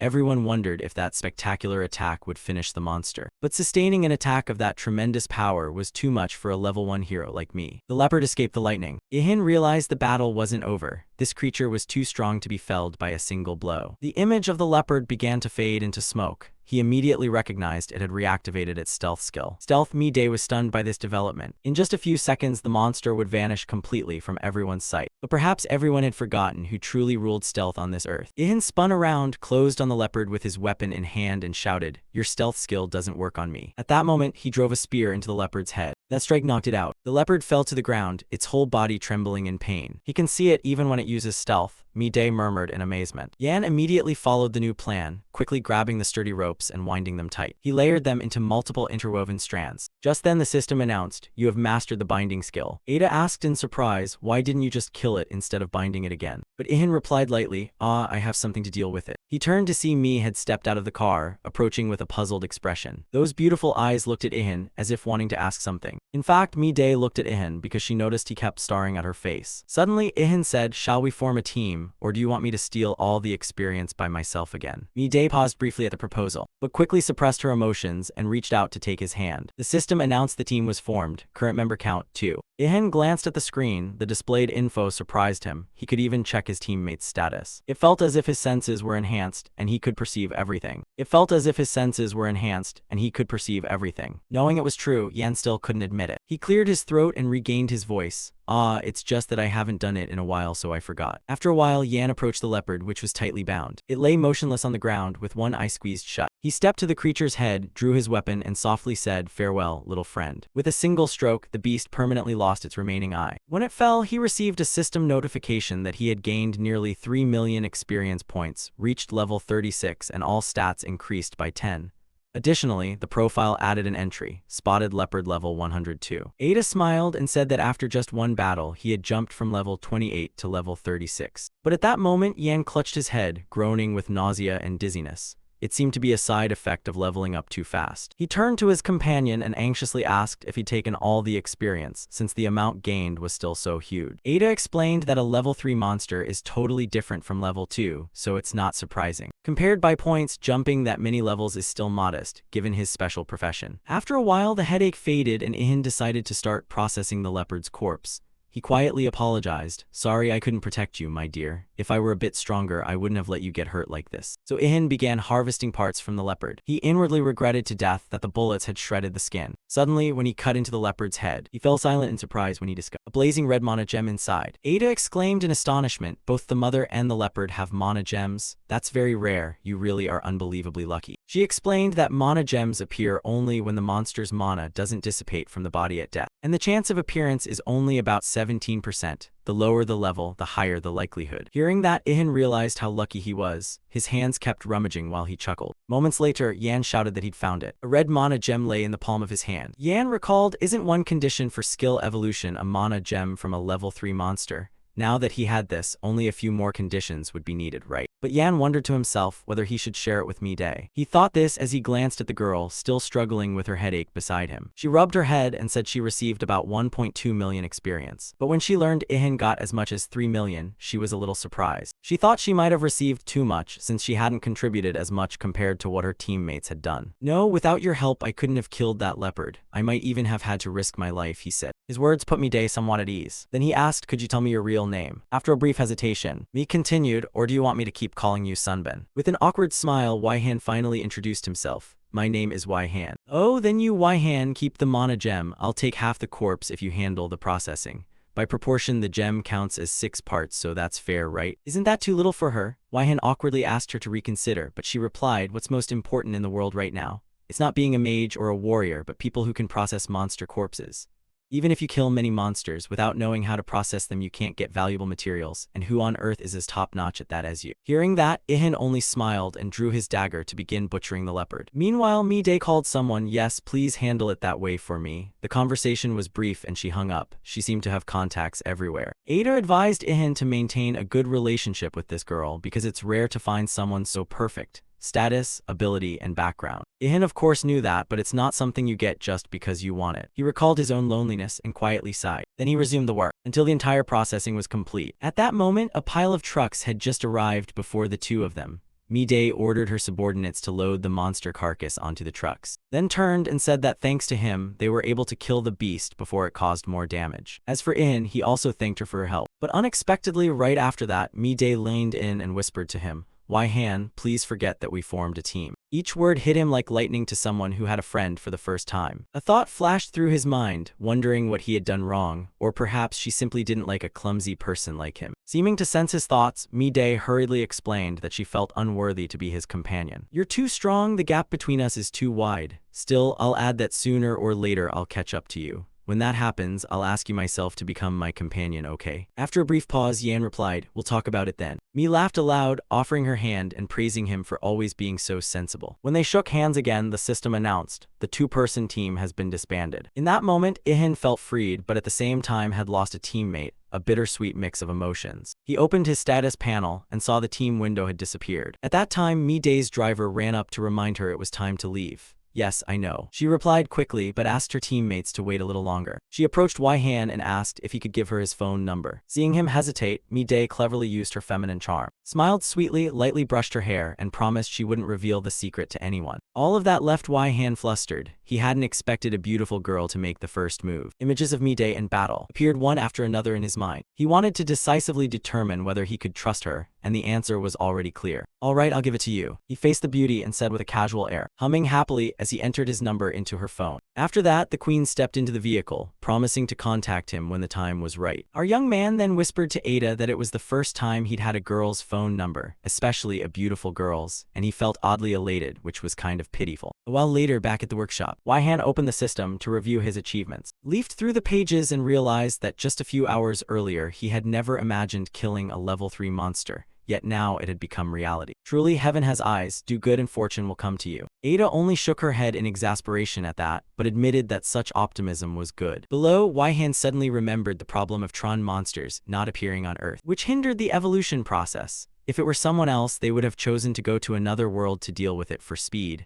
Better left unsaid, touching it only brings more pain. It's all because that lord forgot. Ada explained that the mana concentration on Earth was increasing, so before long the Trons would appear. Hearing that, Ihan immediately wondered why Tron blood was needed to evolve skills. Could it be that Tron blood is required because it can heal wounds? Ada nodded in confirmation, then smiled faintly. Of course, that only works if you can resist their deadly venom. Huh, that's strange. Each time it levels up, he muttered. First it was normal poison resistance, then strong resistance, and now deadly poison resistance. Who knows what level it'll require next. But the more pressing issue is that the level 2 monsters are asleep. They must be killed with a single blow to meet the requirement. Saying that, he looked at his spear and told himself it needed to be enhanced. Hey Ada, could you spare some Hackenum for me? The answer was no. Ada explained that would create a serious imbalance. Lending you the hammer and anvil earlier was already a big favor. You'd best quickly make a really good weapon before the tools are taken back. Scolded, Why-Han decided not to argue and set to work immediately. Looking at the spear he had made from the giant leopard's bone, he thought a few adjustments would make it reusable. Then he inspected the muscles and tendons obtained from the creature's body, unsure how to process them. Suddenly, an unexpected event caused him to accidentally drop the material in his hand into the eternal flame from the heavenly realm, which immediately burned the pile of high-grade monster flesh in Why-Han's hand. Oh no, I plan to roast it to gain the ultra-strong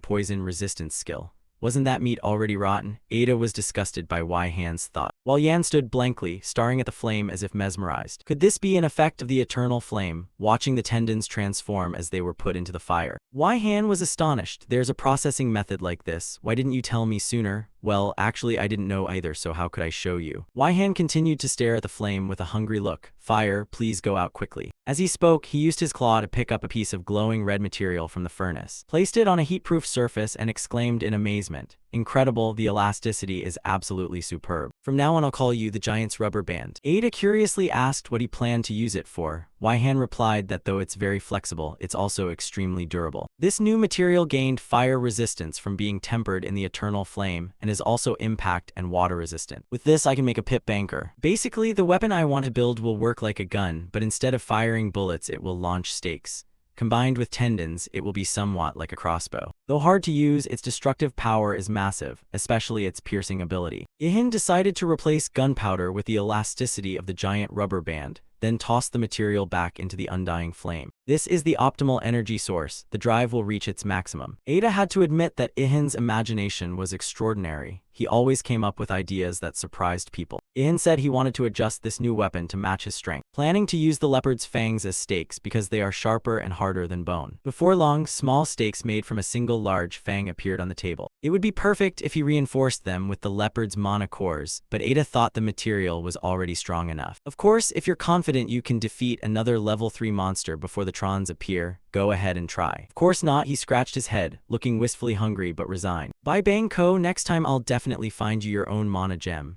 Ada thought to herself that this guy truly doesn't know when to give up. In less than an hour, the new weapon named the Destroyer was completed. All that remained was to attach the giant's rubber band to the stakes made from the leopard's fangs. Ihan explained that he had divided the power into 3 levels. As he spoke, he tested it, but even pulling the lever proved a struggle. This level of toughness is no joke. Ochu Choa, mom save me. Sorry, but your mother is in another world now. After exerting himself, the process of attaching the rubber band to the weapon was finally finished. After a final effort, the rubber band was finally secured to the weapon. He turned to Ada to ask how long it had taken so far, and the answer was 2 seconds. This will be very hard to use repeatedly in real combat, Waihan thought, not to mention that level 1 already makes you call for your mom. At level 3, you'll probably be calling your ancestors. Even so, he decided to try level 2. A barrage of calling mom sounded, and it took a full 10 seconds to pull it. Level 3 took up to 2 minutes, feeling like he was about to die. At that moment, the system announced that the PER light weapon had been completed. The weapon had 1240 power and a unique trait. Its maximum blast at level 3 was 2900. It was crafted from level 3 leopard bone, teeth, and tendons by a master artisan. The firing system was excellent and required no mana or gunpowder. Its only drawbacks were being heavy and bulky. See, Ihan boasted to Ada, even without craftsmanship, it still has an alpha option that reduces reload time and allows attack without using mana. But the fairy noted that with just the stakes, the weapon's length already exceeded 3 meters. Such a drawback is terrifying. Whatever others say, this weapon is for dealing with giants if they appear. And so, his workshop ran continuously from day into night, the lights never going out. Dawn broke the next day, and Ihan was still too absorbed in his work to notice the time. The system kept notifying him as he completed trap after trap, raising his mana crafting skill to level 24 and enabling him to create more sophisticated items using less mana. He casually tossed another trap behind him and said he'd finished one more. The newly arrived angels were astonished, staring with open mouths at the destroyer traps, each of which had added options. Ada said this was the 17th destroyer trap he had made, and since the initial goal was 28, only 11 more were needed. Watching how industriously he worked, like a tireless blacksmith, the goddess confirmed that his traps had exceptional features and large scale, which strengthened other destroyer traps across the world. However, Ada warned that if all monsters converged on the strongest trap, it would be a disaster. In that case, the other traps would become redundant. Think about it, what if the empty traps keep radiating mana in areas without monsters? Yan was a bit stunned. Would humans be trapped instead of monsters? No, the angel replied, explaining that Ikasa's random records would intersect with the mana flow from the destroyer trap, thereby spawning new monsters. That means a super strong monster would appear, one capable of crushing all the previous destroyer traps. Only then did Waihan truly grasp the horror of trap overflow. Boo-hoo, for now I just want to hunt level 3 monsters. I once defeated a jaguar because its main ability was invisibility. But if I run into another level 3 monster, my current strength definitely won't be enough, Waihan thought anxiously. That's exactly why I told you to reduce the number of traps to prevent that trap overflow. One of the newly arrived angels frowned, complaining about too many unexpected events happening on Earth. And what annoyed him most was Yan's personality. Ada should better keep that human under closer control. But Ada immediately defended him, insisting that Ihan was not someone to be managed. My duty is to assist, not to bind or limit his abilities. What a stubborn woman. He said it straight to Ada's face, driving her mad. Summoned a sword into his hand, and pointed it at him. Hey you should focus on doing your duty well. The angel was completely taken aback by this action. His face full of shock, teeth clenched as he stared at the gleaming blade pressed to his throat. Waihan was equally astonished. He had never seen Ada so angry before. The other angels agreed, saying Ku had meddled where he shouldn't. She's right, you better focus on your duty. Then one of the 2 remaining angels stepped forward to pull Ada away. Calm down, I'm sure Kay didn't come here to interrupt your work. Looking at the whole scene, Ihan realized the angels were no different from humans, except that they were higher beings. Ada now seemed like an ordinary girl with clear, understandable emotions. After that, the group of angels left with the traps in silence.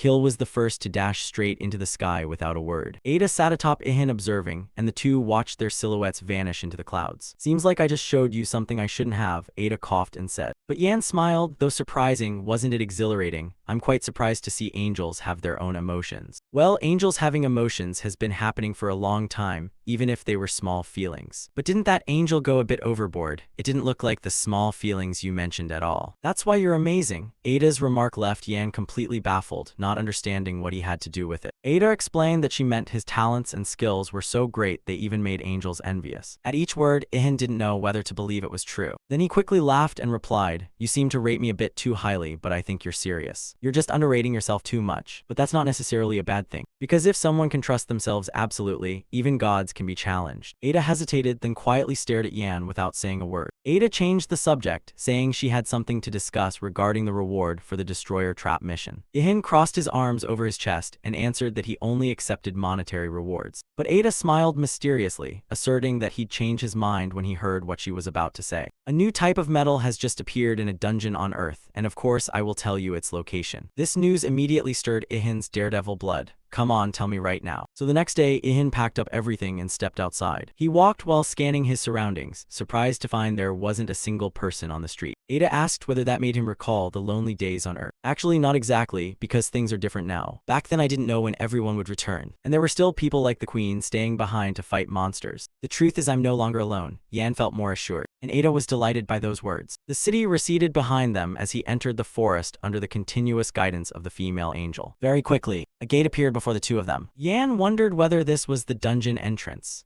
He felt lucky it was right in Korea, close enough to walk to, since in the current emergency crossing borders would be difficult. Besides, trains and planes couldn't be used. The news had mentioned this when the monsters first appeared. Yan even briefly wondered if he could build an airplane, but Ada cut off that wild thought and urged him to focus on the mission. At her prompting, Ihan set the idea aside and touched the barrier surrounding the gate. Immediately, an incredible thing happened. A system window popped up with an error announcing that anyone below level 50 was forbidden to enter. "Hey, it says people under level 50 can't enter. Doesn't it remember I'm only level 36? Yet Ada's face remained oddly calm. "Ihan, who do you think I am?" "Oh, probably a loss-making angel or a defective product or something. Sorry, I'm a being higher than the creator and manager of the destroyer traps." After a brief argument, Ada concentrated her power on the dungeon entrance. She waved her hand and the system immediately reported that the entry restriction had been lifted. Ihan pointed to the notification before him. "Awesome, Ada, you're more useful than I thought." Ada didn't forget to remind him to remember her invaluable assistance. Then Ihan reached out and tried again, and this time succeeded. He was instantly pulled into the dungeon, astonished by the powerful flow of energy surrounding his body. Looking around in amazement, he found himself in a cavern with stone walls, interspersed with some strange materials, likely the very thing they were searching for. How could something this marvelous be made? Ihan marveled. Ada reminded him, "Didn't you create this trap yourself?" Immediately, a pair of glasses appeared on the angel's face. She adjusted them and announced the start of the examination. "First question, do you know how the new monsters appear on Earth?" Ihan answered. "I remember you saying it happens when the mana concentration in the atmosphere reaches a certain threshold. That's only a basic condition, like a forgotten jar of rice, or a pile of scattered food that no one pays attention to. Monsters are like grain weevils. They only appear in an environment that's perfect for them." After hearing the explanation, Ihan hardly understood anything. He shook his head and asked, "Why did you bring me here?" Ada said, "Your mission now is to kill monsters in the dungeon and dissolve their hearts. That's the new metal that has appeared on Earth." Ihan sighed helplessly. "Why didn't you tell me sooner? No wonder your earlier explanation was so confusing. By the way, what did you just say? Monsters have hearts made of metal." Now Ihan panicked, having thought he only needed to bring the pick to mind, not realizing he would have to fight. He looked at the pile of tools, hauls, and clubs he'd spent hours preparing, and now it was all for nothing. But Ihan quickly regained his composure, pointing to the pouch worn on his chest, saying it was Demon's magical bag that could hold anything. True, it was a reward from a quest, but its capacity was limited. As he spoke, Ihan put all his gear back in and readied himself for mining. He glanced to the right, pointing at the stones. "They look like a cavern wall. Are you saying they're monsters?" Ada was surprised. He was disappointed, while Ihan explained, "It's a bit different from what I imagined. I planned to run in, dig tunnels, like suddenly a bunch of monsters would swarm out and ambush us. I really wanted to experience something new. As he spoke, he pulled an item from the magical pouch. A stone hammer, also fancifully called a heavy form battle mace, a rare grade item with over 12 attack power. Ada realized this was perfect for the quest, since it was made from 3rd grade black-spotted leopard bone, ensuring its strength. She wondered how he could so easily obtain rare or higher grade items like that. Ahead, the first swing of the hammer fell, and in his head, Yan wondered what he'd do with this new chunk of metal. The impact sent earth and stone flying. System notification: this was a critical hit. You have acquired the schematic for Iron Core level 51. System notification: this was a critical hit. You have acquired the schematic for Iron Core level 51. He asked Ada and then looked at the pile of stones before him. That glowing thing is the Iron Core's heart, the most durable part of its body and where mana concentrates. Ada continued, basically the Iron Core can reinforce parts of its body with mana when it detects danger. Usually one person distracts it while another ambushes from behind. But isn't that a bit too easy for a level 2 monster? Fighting like this is a little boring, though danger will come the moment you let your guard down. I've read all those novels. The characters keep dying and coming back like that. Ihan was filled with excitement, thinking there would be a dangerous ambush. However, reality wasn't as imagined. There was no ambush or conspiracy. The system notified that he leveled up to 38, strength increased by 2 points, and agility, stamina, and mana each increased by 1. Hey, are dungeons always this dull? He recalled that he'd gone deeper, but the scenery hadn't changed, occasionally encountering a few stone monsters, all killed with a single blow. God, no adventure, no suspense, nothing at all. Ihan screamed in pain and collapsed under Ada's helpless gaze. And Ada was truly curious how this guy could max out every skill when he seemed so easily bored. Suddenly, both heard strange sounds ahead. The system immediately announced that a giant Iron Core level 74 had just appeared. Now that's adventure. Ihan eagerly looked at the huge rock, while Ada explained it was a giant metal core 20 levels higher than its kin. Ihan rejoiced because he finally had a chance to try his new weapon. This time I'll definitely use the level 3 pulse stake to take you down. What made Ada goggle was that her student always had a weapon ready for every situation. He stomped the ground, rocketed into the air with the drill hammer ready in his hands, and shouted, "I'm coming." The steel stake descended with a shockwave strike. Cracks ran along the giant iron core, and it shattered to pieces the next instant. The system reported 548,000 experience points received and an entry for giant iron core level 74. Ihan was pleased with the result of his weapon test, but looking back at the stake, he saw it had cracked wide open. Vowing to use it sparingly since it was a single-use item, he began to wonder whether those rounds could be reused, or if he should try swapping them for cannon shells. Putting that aside for now, Ihan started collecting the iron core. He noticed the giant core was much stronger than the hearts of ordinary stone monsters. The angel added that the Iron Core King was even better. It's the complete form of an iron core and has the highest durability in the world. However, it wouldn't be here because it's a level 4 monster. Waihan just laughed. "Don't you know your mouth stinks? Say that and you might summon the Iron Core King right now." That's just coincidence. Unlike other monsters that went through evolution, the Iron Core is a newly emerged monster, so finding a giant core here is already rare. It definitely won't happen again. But your mouth really does stink, Madam Angel. Now look at that giant before us. Wasn't that what you were just talking about? Waihan reacted immediately, deciding to set aside the ice pie for now and unleash the violent heaven bullet with the force of a 1974-point strike. Thus, man and rock collided head-on, making the angel think he must be the only one in the world who felt such joy from fighting. Time passed and Waihan and Ada stayed in the dungeon for many days like that, reaching level 40, agility increasing by 2, while strength, stamina, and mana each rose by 1. Shouldering the hammer, Waihan asked Ada if that was all. She replied that the dungeon had been completely cleared, so he could return later when he needed more iron core, and she hoped next time they'd encounter the Iron Core King.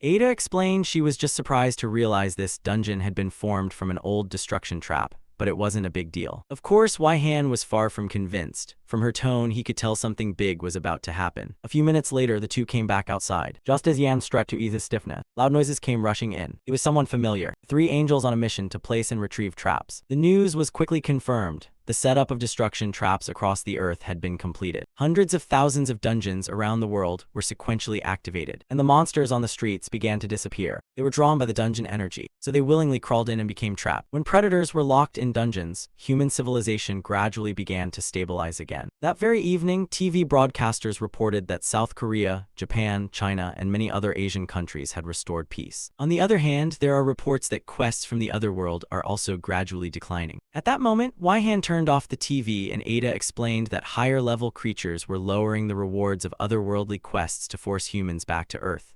Moreover, the dungeons had been activated so people had to return to slay the monsters. And now Waihan understood why the atmosphere was so noisy. His parents were about to return too. The angel was eager to see what new things this craftsman had created. She was particularly interested in the additional options on Yan's products. There probably are, but I can't check right now because I just want to sleep. He yawned, complaining that he'd been crafting nonstop since leaving the dungeon without a single moment's rest. Still, Yan insisted on checking the results. First was an armor set made from iron core. The system called it a rare black armor with enormous durability and stealth capability, able to withstand a 4,800-point hit with options that increase defense by 40% and boost power by 30% on surprise attacks.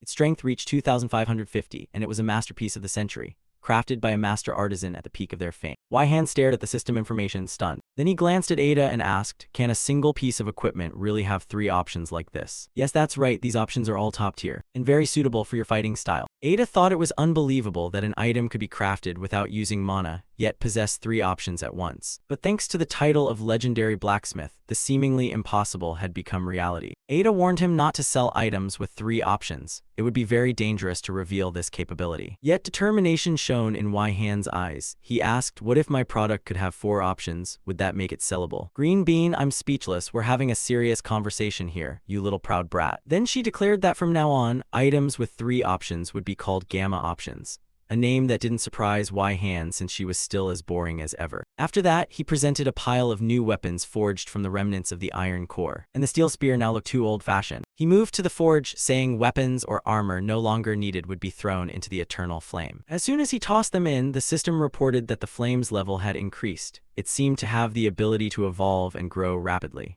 Waihan asked Ada about the flame's use since he had never thought it could level up, but received only a curt reply, "Everything has its use." At that very moment, Yan realized how tired he was, let out a long yawn, and decided he couldn't stay awake any longer. "I have to go to sleep now." Outside, it was already bright. After a night of deep sleep, Waihan woke up, still yawning continuously as he stepped out of his room. Suddenly, his eyes surprisingly turned toward the dining room, and he realized he wasn't the only one in the house. The scent of hot food wafted from the kitchen, and his father was sitting nearby reading the newspaper. "Mom and Dad are back," Waihan shouted joyfully because he missed everyone so much. Thus, bowl after bowl, he kept shoveling food into his mouth. In Yan's mind flashed the memory of surviving 2 weeks in the dungeon on jerky alone, while he kept praising that his mother's cooking was the best. Nearby, his father stood up and said he had to go to work. "I must get to my workplace before the monster alarm siren sounds." What surprised Waihan was that he went to work at this time. He explained that the financial subsidy had been cut, so he needed to return to work soon to avoid being removed from the payroll.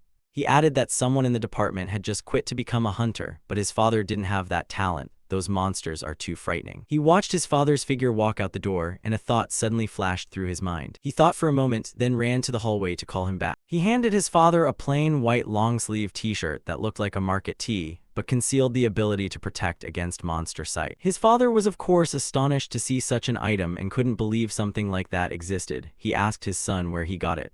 "Oh, I just happened to find it." "Mom has one too," he added. Then he and his mother saw his father off to work. "Waihan, I heard universities are reopening soon. Do you plan to go back to school?" But Waihan declined, feeling it was no longer necessary, and his mother didn't complain about the decision. "You can pursue whatever you want to do." Waihan's heart warmed as he looked at his mother. A moment later, he took another shirt from his bag and gave it to his mother, explaining it could protect her even from the crushing attack of a level 2 monster. His mother said, "The shirt is nice, but I prefer that bag you're carrying. That bag would be handy for shopping." But Waihan couldn't give away the magic bag because it was too heavy and he still needed to use it. After a hearty breakfast under sunlight filtering through the trees, Waihan stepped outside to return to the workshop. However, the moment he opened the door, the sight inside stunned him. The entire workshop had been completely transformed overnight, and all for the better. The furnace containing the eternal flame had become more solid, and new refined devices had appeared on the workbench. Ada explained these were rewards from the heavens for his success.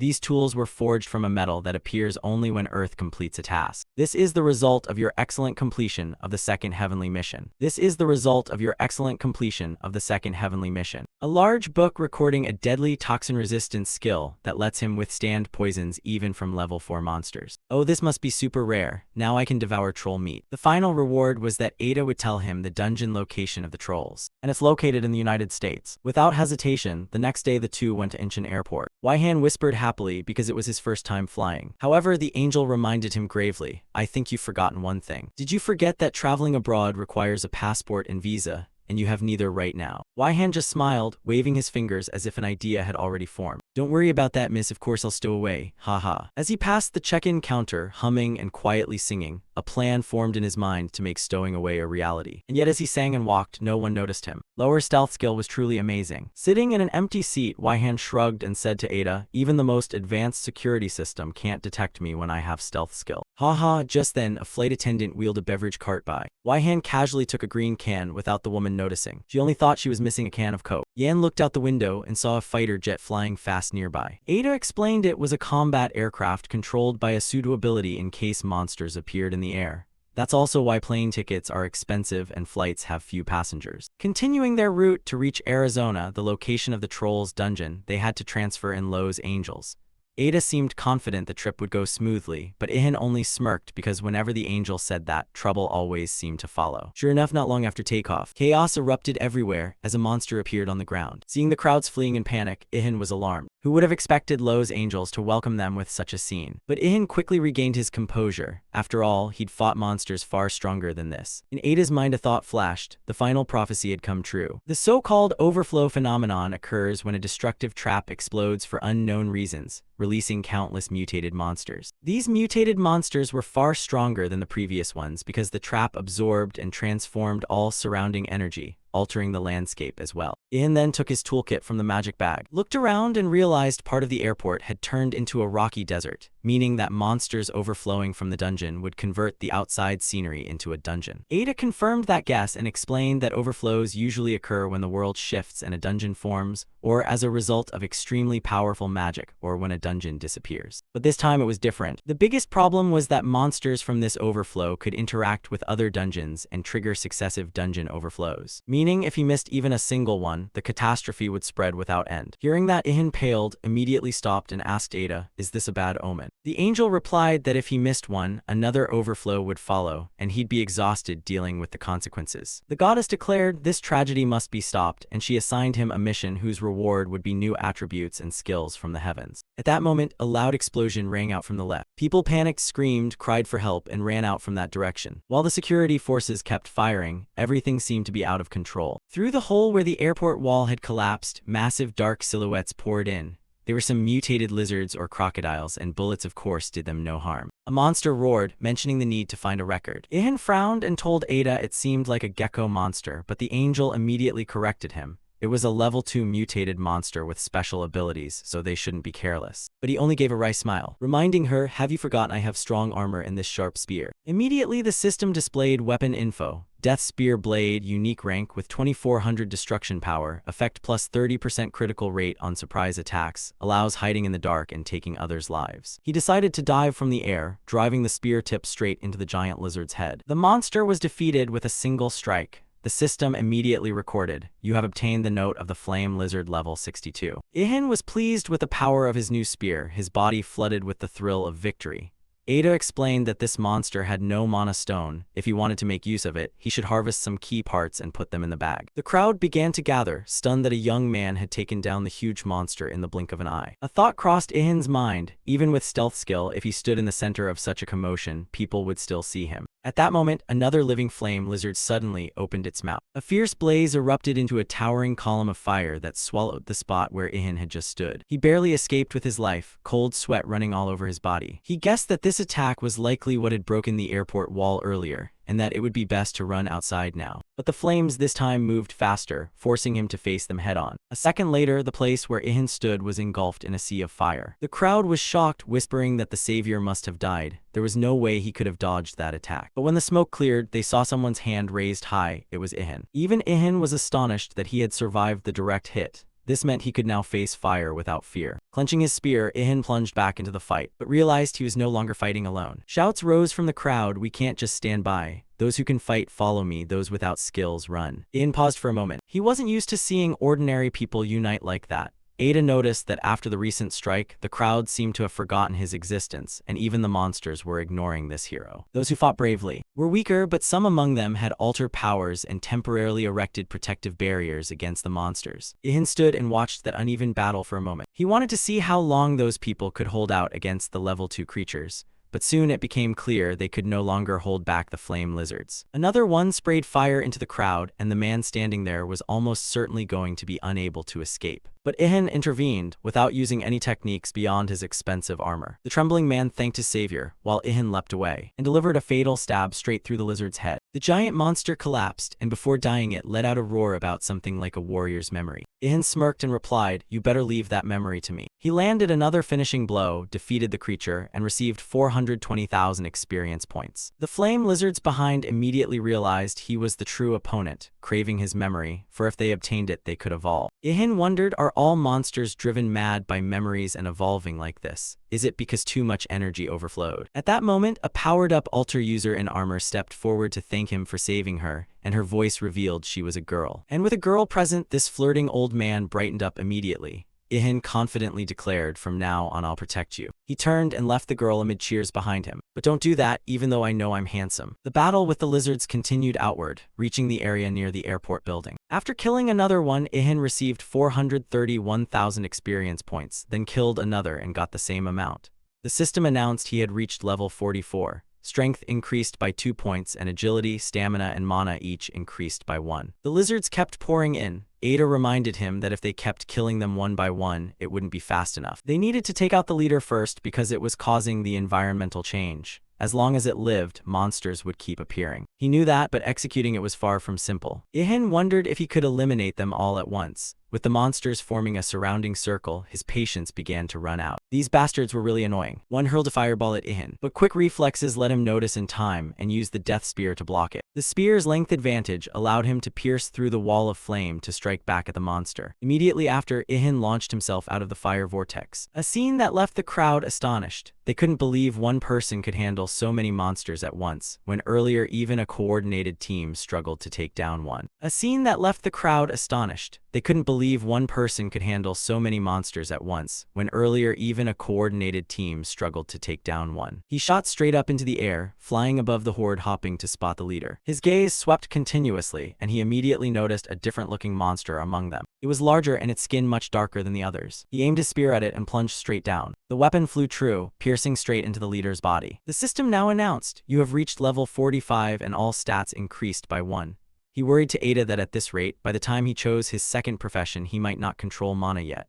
But she reassured him that at least until level 100 he'd be fine, though leveling would be a bit slow. At that moment, a loud explosion rang out. Someone shouted, "Run, it will explode when it touches a person." Someone shouted, "Run, it will explode when it touches a person." But before he could think, a giant lizard lunged at him from behind. "Do you mean these monsters can explode on contact with humans?" He grabbed the creature by the neck and, using all his strength, hurled it to the ground like a dog. In the next moment, a violent explosion erupted, sending earth and rock flying. The sight made the crowd think this fighting method was amazing, but if they tried to imitate him, they'd probably end up selling salt. Amid the epicenter, Ihan still stood. Meanwhile, the leader tore off a piece of the building and hurled it straight at him. It stepped up, each movement making the ground shake. Ihan lightly sprang up, evading the approaching shockwave. "Haha, balancing like this is a piece of cake for someone who once surfed waves to catch whales like me." Before everyone's eyes, there were only brilliant explosions. They panicked, believing this time the savior had surely perished, since no one could survive at the storm's eye. But in a moment, they saw him unharmed again. It turned out Ihan had anticipated the underground explosion. He reached into his miraculous pouch and shouted, "Time to switch weapons." In his hand appeared a one-of-a-kind weapon as if from a video game. The ice core, capable of piercing through anything. Even the system was astonished that such a transcendent weapon had been forged without magic or gunpowder. Even so, the hammer was incredibly heavy, its strengths and weaknesses both magnified by its design. Ihan took direct aim at the leader, telling himself to end the battle here. A critical blow came crashing down, its terrifying power knocking even the giant lizard flat. It slammed to the ground but was still gasping, growling through clenched teeth. Seeing their leader in peril, the underlings recklessly charged in to rescue it.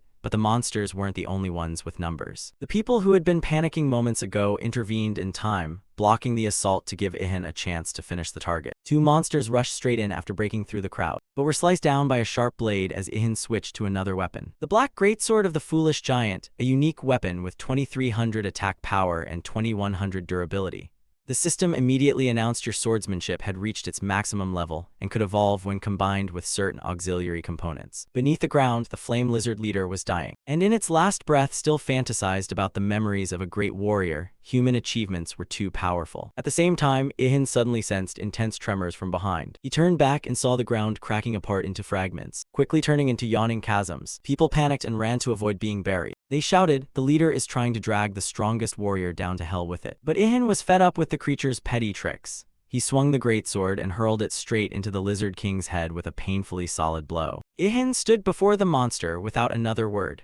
The system displayed a notification. You have received 1,197,000 experience points along with a record of the level 91 Flame Lizard. Ihan asked Ada if these monsters really had a lower level than the Black Panther, even though they could alter the entire environment. He learned that the panther earlier was a mutant, far stronger than other monsters, so level could not accurately reflect their true power. Then he jumped down to where everyone was gathered and froze, unused to being the center of attention. Around him were people who had just escaped death, all expressing gratitude and praising the hero's extraordinary ability. The first to step forward were a beautiful girl and a young man. The girl even moved to kiss him to show her appreciation, which made Yan suddenly remember he had met this Korean couple before. "Du Waihan, I sense a heap of jealousy from you. What are you jealous about?" He didn't respond to E, just slipped through the crowd and told them softly that he was fine. "If I miss even one, we'll have a big problem." "Brother Hajin, do you think that hero has reached a third profession yet?" But the young man answered that it was impossible. He had never heard of anyone attaining that level. Even so, he's still that strong. She thought he might even be stronger than Hajin. Meanwhile, Waihan kept eliminating the monsters one by one to rack up experience, thinking that even if he went all out there was still a chance one might slip through. "Last time I was certain I'd wipe them all out, but one still got away. It stood watching the plane for a moment, then ran into the forest. And after I turned back, a mutant disaster occurred because of it." This made he look skeptical. "Maybe you've been watching too many RPG movies. You just charge in and slash like it's your entire life." His silhouette moved so fast that at a glance it seemed to exist in multiple places at once. As for the lizards, once the flame lizard leader was defeated, they began to flee. Of course, the monsters had no chance. With a single slash, he cleared out the whole pack at once. Looking around, Waihan breathed a sigh of relief that the monsters were wiped out. He stood surveying his spoils, marveling inwardly. But suddenly, he felt the ground beneath his feet begin to split open. A large hole collapsed right where Waihan was standing. Clearly, the pouch had become too heavy to carry. "Ida, give me an option to change the pouch's weight." Ida showed no surprise, as if she had predicted this would happen. At last, the airport was cleared of the mutant flame lizards. A system window appeared notifying that Heavenly Order 3 was complete. All stats increased by 2. Also, because he completed the mission more successfully than anyone before, he received a special reward. Ada immediately flew up and applied angelic magic to his pouch. It seemed the hero's wish was about to come true. Instantly, 2 other angels descended from the heavens. They were the familiar angels who had assisted Waihan during the trap crafting. "Ada, why did you call us?" one angel asked, and E explained she needed help to perform the mana crafting ritual. The 2 angels looked at the miraculous pouch and immediately understood the issue. All 3 channeled mana into Waihan's pouch simultaneously. This was the mana crafting process. From the outside, the pouch showed no change in shape, but now its weight could be controlled. Ada lifted the pouch and placed it in Yan's hands, telling him he could adjust its weight at will. Waihan was pleased with the new feature, but then noticed the female seraph who had descended giggling. Seeing his puzzled look, the girl explained she had been watching him throughout the battle because the person she was assigned to monitor was also on the field. That news shocked Yan. Could there really be others besides me being aided by angels? "I confirm that, for the survival of the world, those with rare abilities will be protected. Her name is Juna," the other angel added, asking Waihan to help her when he had the chance. "It would be good for you to help her, for she is blessed by the goddess of beauty. But what concerns me more is the reverse situation." Ada instructed Pei Thaw not to disclose Yan's abilities to her charge. His information must be kept protected. Bai Tham teased that she had never seen E worry over a lowly creature like this before. "Have you fallen for him? If so, Lita will kill you. Haha." After that, the 2 angels returned to the heavens. Before leaving, Fa specifically asked Waihan to treat Juna well. When the angels vanished, I asked if he intended to help the girl, but Yan just smiled, saying that was impossible because he's a disposable pawn. How could I talk to anyone? His words unexpectedly softened E's mood. She cleared her throat and decided to award him the remaining reward. It was a skill-granting power beyond human limits, usable without mana, not bad. But it sounds like a monster's skill, doesn't it? Actually, you guessed right. On the runway, the plane was ready for takeoff. Inside the cabin, the girl under Bai Thaw's protection was laughing and having a great time. Beside her sat Hajin, worried about his hyperactive companion.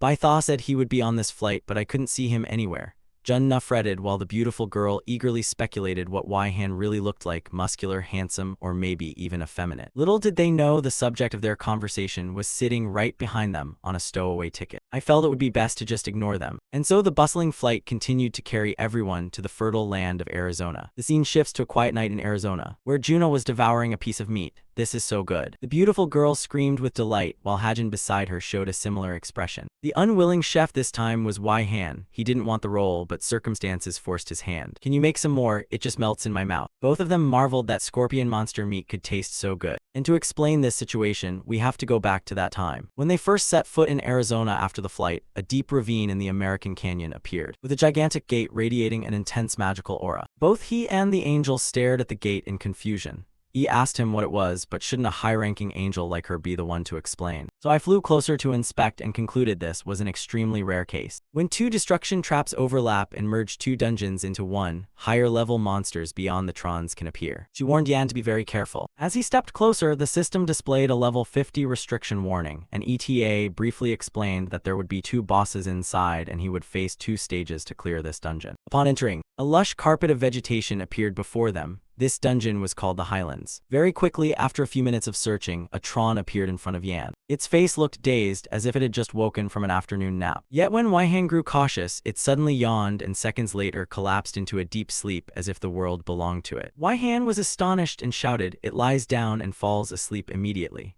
This is the most overpowered rest skill I've ever seen. Now you understand why we need their blood to evolve the rest skill." Seeing the opponent so vulnerable, Wei-han sneaked up and made sure to bring his spear. He even remarked that his expression looked just like a thief's, utterly sneaky. With each spear thrust, the first troll was instantly slain by him. The system rewarded 560,000 experience points and a record of a level 72 Highland clay troll. Not only that, he took its heart and blood, 2 of the 500 materials required to evolve the skill. The easy victory excited Yan, and he immediately went hunting thinking he only needed 499 more. Meanwhile, at the cavern entrance, Juna and Hajin's group had also reached the gate. They were surprised that such a large dungeon had a level cap of only 50. However, Angel Bai Tha reminded everyone this was a great dungeon, so they must be careful. Apparently, Hajin came all the way to America this time to seek scorpion blood. But the happiest was Juna. For her, it was like a date, leaving Hajin flustered because she had never shown such interest in him before. And so the three entered the dungeon amid the ferry supervisor's extreme panic. The moment their group stepped in, the gate shifted from green to deep purple, signaling imminent danger. Back on the plains where Wei-han was hunting Trons, flames blazed and a huge chunk of meat was half roasting. Wei-han had by now set up a tent and eagerly waited for the dinner he'd just prepared over the fire. Perfect, it's just right. He'd only taken the first bite when E's eyes widened in shock. She couldn't believe he dared eat Tron meat, which is extremely poisonous. Yet instead of arguing, the guy offered her a taste. "I know it's poisonous, but it's delicious. A bit chewier than beef, but very tasty." While eating and opening the system window, he discovered the deadly poison resistance skill had upgraded to level 2. Doesn't that only prove the thing you're eating is lethal poison? When the meal ended and the fire died down, Yan leaned against a nearby tree and sighed with satisfaction.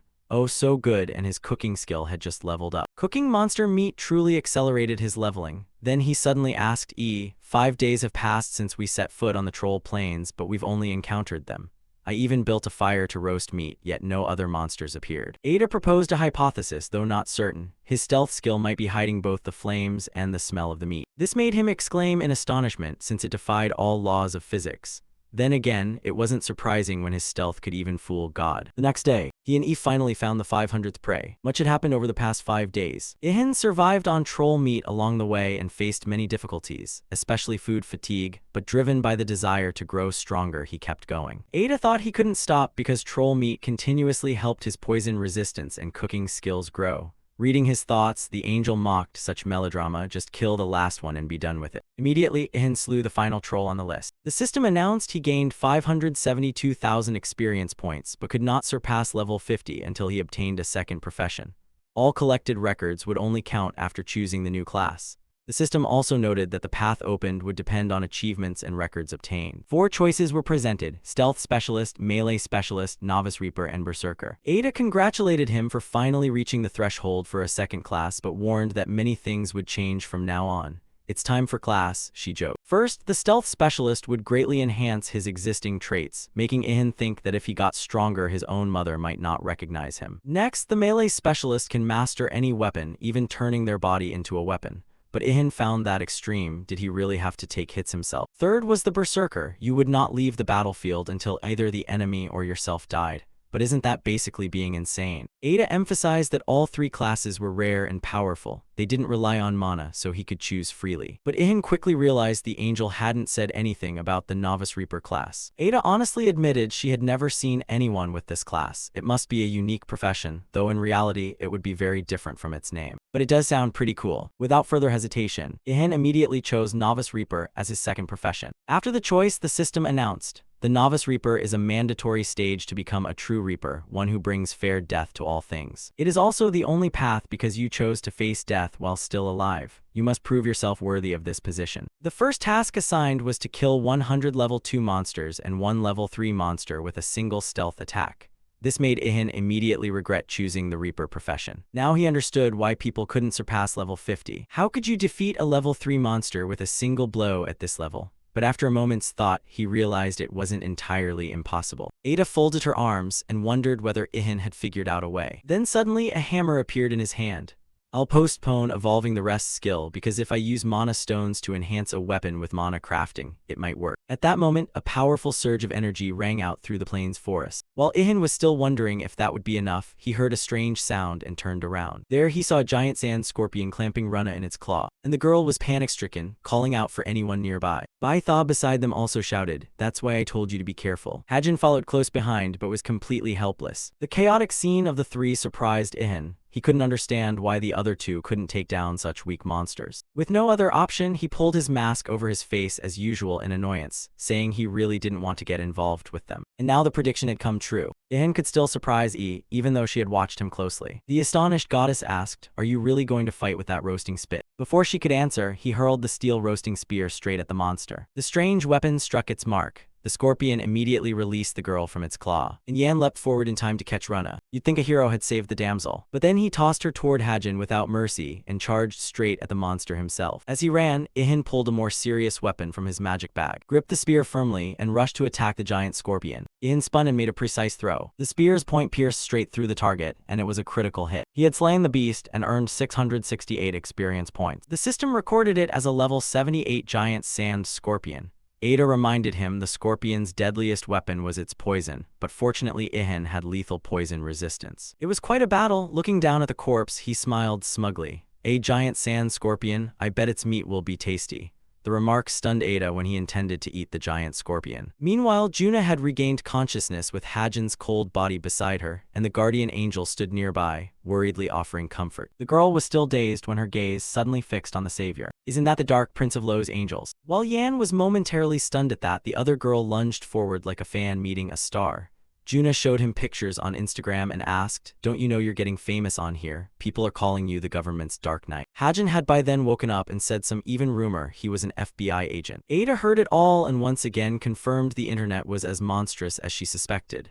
The young couple kept chatting, but Ihan paid them no mind. He returned to the scorpion's corpse and began dissecting it under the astonished eyes of the other two. They hadn't expected him to be so meticulous, so Ihan worked on it well into the night. Only when the full moon hung high did he finish. On the fire, a pan was grilling pale white pieces of meat, the fat sizzling and smelling so delicious that Juna's and Hajin's stomachs began to growl. They then realized they'd fasted all day. Ihan didn't hesitate to share but warned it was quite poisonous. Juna immediately replied that it was fine. She raised her hand and said she could handle it, placed both palms toward the pan, and commanded the poison to vanish. Before Ihan and Hajin, pale purple lights rose from the meat and dissolved into the air. Moments later, Juna announced the dish was now safe and they could eat to their fill. Ihan thought sadly to himself that God was unfair. Why were they so talented while he had been abandoned for 1,000 years? Ada, hearing that thought, reminded him that Juna was blessed by the goddess of beauty, so divine power was to be expected. Before long, the two guests had finished Ihin's meal. Juna and Hajin thanked him profusely, but Ihan said nothing. He probably didn't know how to respond to such extroverted people. Juna curiously asked if he felt lonely fighting alone and invited him to join their group, arguing that having a beauty like her by his side would be a great advantage. But Ihan flatly refused, leaving Juna speechless. A thought flashed through Yan's Yan's mind. Aren't these two a couple? Why such a strange reaction? A moment later, Hajin, on behalf of them both, expressed his gratitude and said it was time for them to leave. Then handed Yan a business card with a phone number, telling him to call if he ever needed a favor repaid. Looking closely at the card, Yan realized it resembled the old card from Kang Mei. Could they be from the same company? Juna also gave him her card. We're just here on business and will return to Korea shortly. But isn't that confidential information, kid? Luckily Hajin stopped her in time or she would have spilled everything. While Yan studied the card and grew more convinced of his suspicion, Hajin dragged Juna away, grumbling non-stop.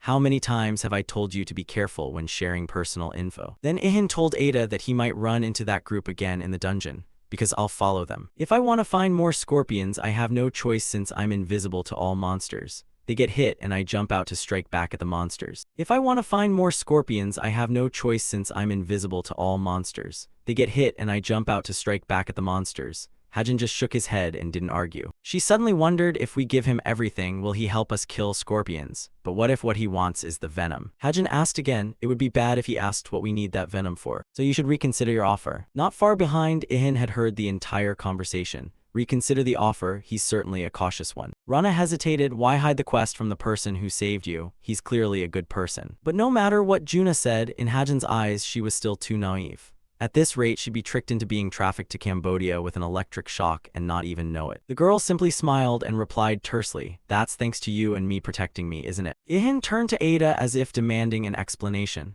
The angel had said they were headed to the troll's dungeon, but now it was full of scorpions. Of course, Ada didn't know why either. Suddenly, at that moment, a new scorpion appeared in the empty space behind the group. Unfortunately, it didn't see Yan, and the Dark Knight needed only one strike to gain 697,000 experience points. That roasting spit again, how many of those have you made? Ihan also realized the two had been completely unaware a monster had appeared. He wondered how they could fall into such danger when they always had guardian angels beside them. Ada explained that an angel's power is limited on Earth. They are not allowed to intervene too much in human affairs, only to offer hints and advice. Ihan said guardian angels don't help much, they cause more inconvenience, making the female angel angry. Meanwhile, Juno was scanning the distance for giant scorpions. You mean giant death scorpions, right? Hajin quickly corrected the name. Of course, Ihan heard everything. He was both surprised and excited to hear that name since it sounded powerful. His guardian angel was no less astonished, as if Ada had heard of it somewhere before. Just then, Hajin finally noticed the threat behind them. It was precisely what the two had descended into the dungeon to find. The giant death scorpion they had to overcome. Juno was stunned by its size, while Hajin urgently shouted, "This is not the time to stare, hurry, buff me with strength so I can fight. This is not the time to stare, hurry, buff me with strength so I can fight." A moment later, a magic sigil appeared beneath Hajin's feet. Receiving the power, Hajin wasted no time and charged the scorpion with his shield raised. Nearby, Ihan asked Ada in surprise, they're a tanker and a healer, so I probably don't need to intervene, right?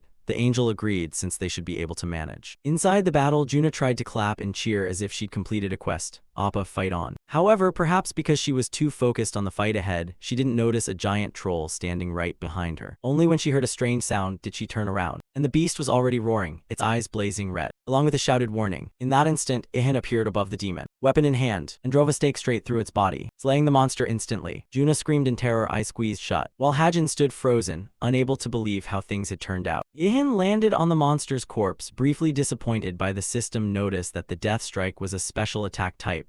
Armor-piercing power increased by 50%, but the weapon would shatter after a single use. He muttered, must have poured everything into destructive force without regard for durability. Who makes a weapon like that? The system also warned the attack was extremely unstable, single-use, but guaranteed to take down the target. Ihan wondered silently what kind of tremendous power would be required to destroy a level 3 monster like that. However, not wanting to draw too much attention, he merely turned back and told the others his task was done and they could continue. Meanwhile, the giant scorpion stood still. All attention was focused on the demon that had just been felled. Hajin slowly turned his head to look at it. Immediately, the scorpion swung its massive pincers down. He only had time to roll to one side to dodge, seemingly forgetting he was still fighting it. Juna screamed for help when she saw Hajin in danger. Realizing her friend couldn't handle it alone, she turned to call Yan, shouting, "If you help us kill this scorpion, we'll give you everything except the venom." He agreed at once without hesitation, since it seemed like a mutually beneficial deal. Inside, Hajin was angry at his friend's promise made without consulting him. But what choice was there? He couldn't face that monster alone right now. Just then, the scorpion launched another strike. Hajin barely leapt back but still couldn't avoid being wrapped tightly by the giant tail. Ihan appeared just in time time and asked if Hajin had stopped arguing yet so he could step in to help. With a single crushing stroke, the beast's tail was sliced off.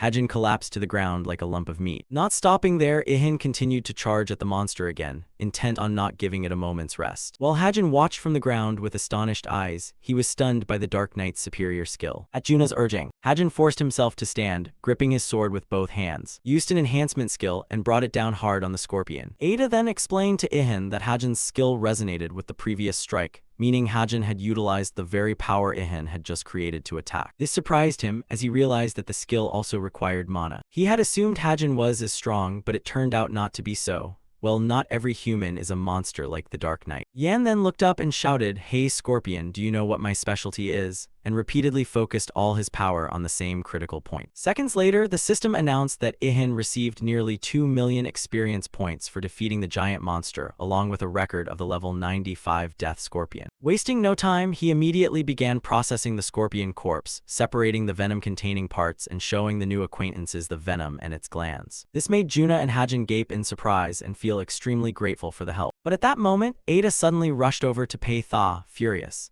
The angel angrily wanted to question whether she had been the one to lead the scorpion here. Yan was too busy wondering whether scorpion meat would taste good, but then decided to return to deal with the troll's corpse first. At that spot, he discovered a third-grade mana stone, an extremely valuable harvest. He also witnessed it and was astonished at how unbelievably fast things unfolded. When Juna saw the two angels holding each other tightly, she thought it was an affectionate embrace, not a confrontation.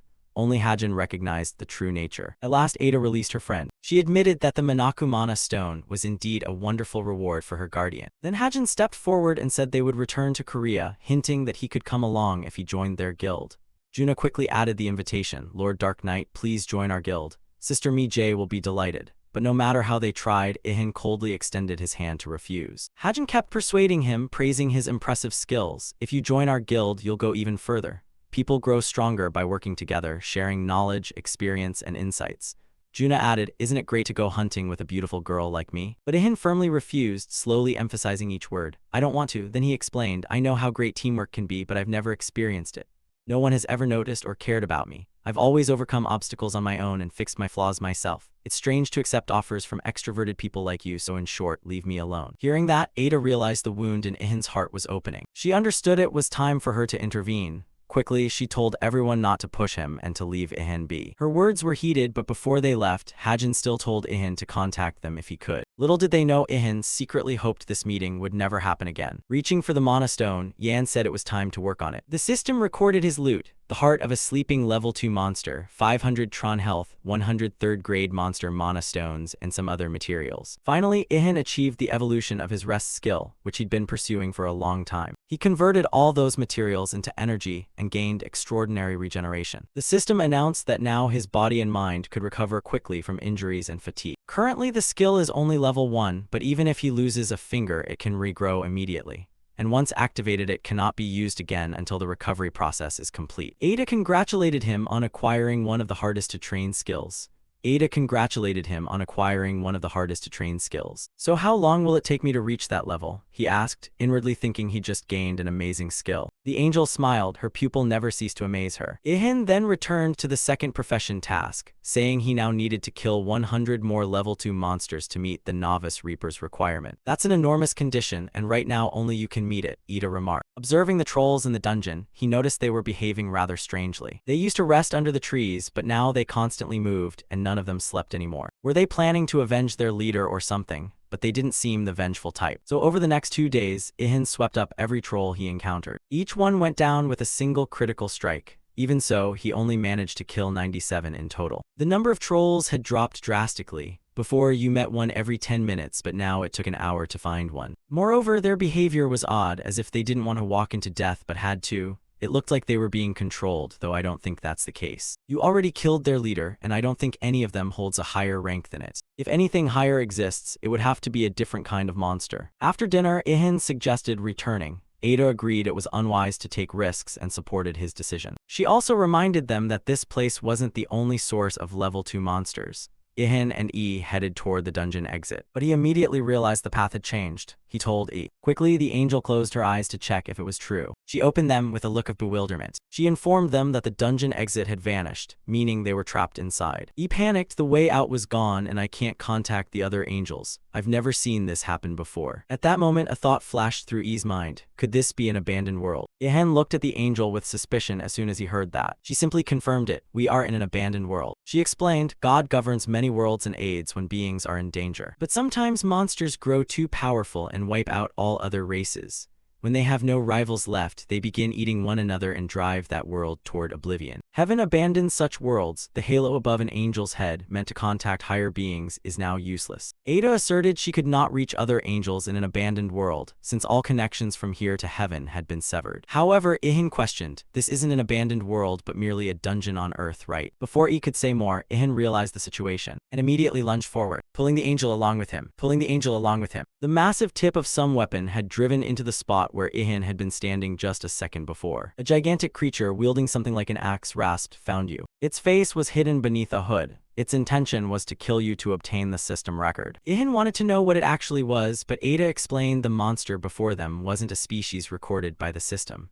It was a mutated product born when monsters ate one another and evolved. The monster wasted no time and continued swinging its weapon to attack. Yan assessed that it was definitely stronger than the troll pack leader on the plateau right after the first strike, but he believed he could still defeat it, even though it was only a level 3 monster. However, he quickly realized its true target wasn't him but Ada. Perhaps its stealth ability and traits were linked to concealment skills. The angel promised to reward him for saving a higher being if they both survived the fight.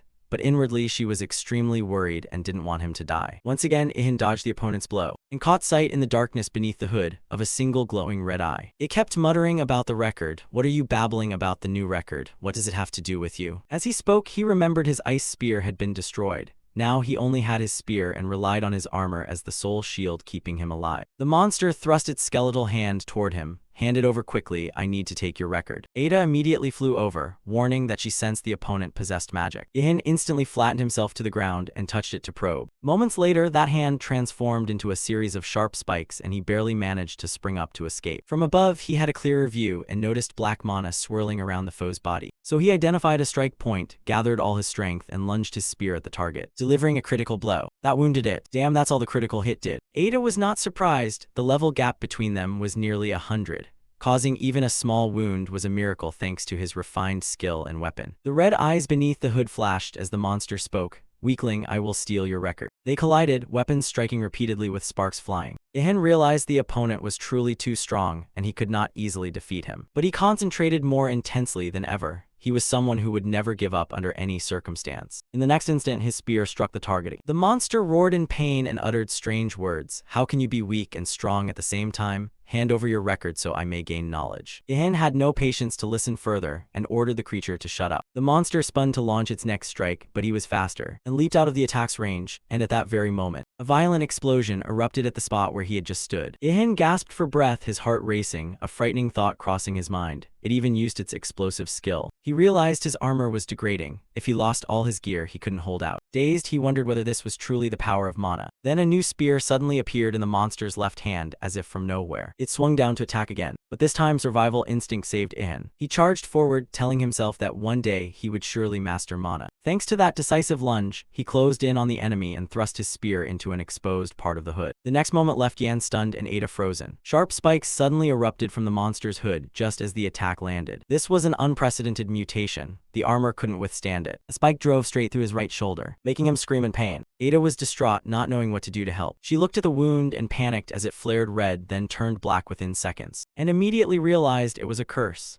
Even Ihin's strongest toxin resistance could not stop it spreading through his body. The angel frantically thought of ways to save him, and seconds later Ihan saw her hurriedly fly upward. Ada exclaimed that he would find it harder to fight if it kept targeting her. It would be better if she left. Alright, then you go outside. But sharp spikes kept erupting from the ground, aiming at Ada. Ihan knew this was the moment to deliver another killing blow. Even though his injured arm was nearly numb, he could not afford to give up easily. As always, the dark hero donned his mask, determined that he would win. The memory of the prophecy resurfaced, spurring his will.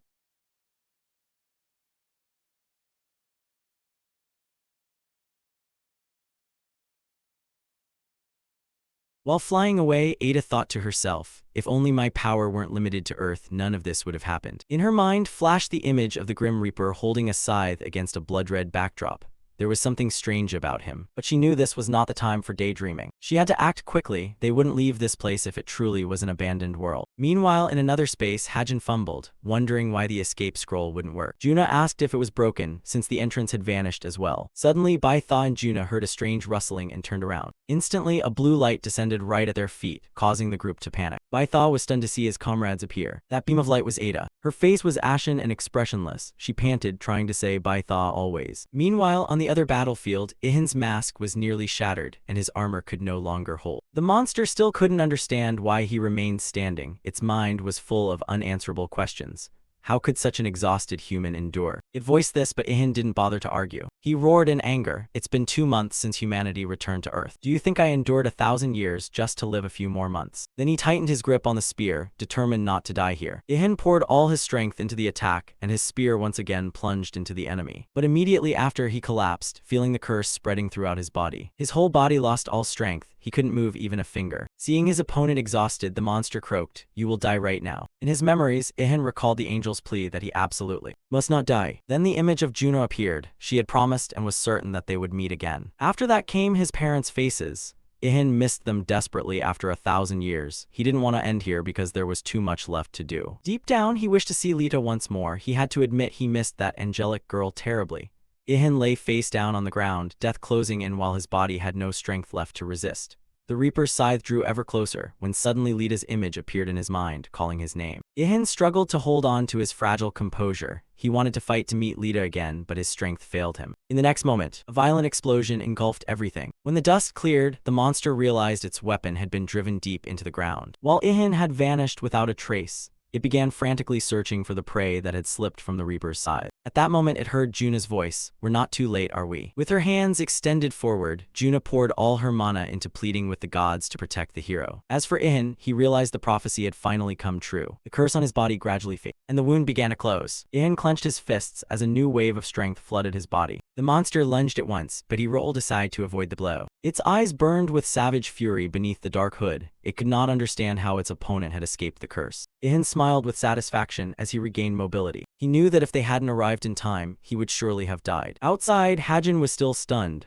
unable to understand how such a terrifying monster could exist in this dungeon. Before he could think further, Juna urged, "Hajin, attack." "Wait, hey, do you have to attack too?" Hajin gritted his teeth, knowing this was dangerous, but there was no other choice. He truly needed support right now. Juna continued to channel power, her blessings pouring over Hajin like a waterfall, but he didn't have time to notice the tremendous recoil force that threw him backward. Hajin stared in bewilderment, unsure if the attack had been effective, while Bai Tha clutched his head in despair, wondering how that human could withstand such a terrifying foe all this time. Meanwhile, Ada watched Juna and thought in surprise, who is she, after all? Ihin had to drain all his strength just to wound the Reaper a little, yet that girl needed only her blessing to send the monster flying. The angel immediately rushed to Ihin's side and asked about his condition. He replied tersely that he was still alive. Ada said she had found a way, but needed a bit more time. Ihin turned to Hajin and asked, "How long could you hold out?" "You mean I have to face this monster alone?" Hajin blurted. "Yes, I just need you to stall it for a little while." Hajin was briefly frightened, but then looked back at Juna standing there full of worry. Finally, Hajin answered, "With Juna's support, I can hold out for about 30 seconds. "That's enough," Ihin smiled, and the three began the plan. Back in the battle, Hajin decided not to hesitate and charged at the monster. Time and again, Hajin gritted his teeth and endured the monstrous attacks thanks to the bestowed blessing. Bai Tha shouted anxiously at the sight, "At this rate, Juna will die. I don't care about Hajin, but I'll hate you forever if Juna dies." Ada recalled Yan saying 30 seconds was enough, so she advised Bai Tha to trust him.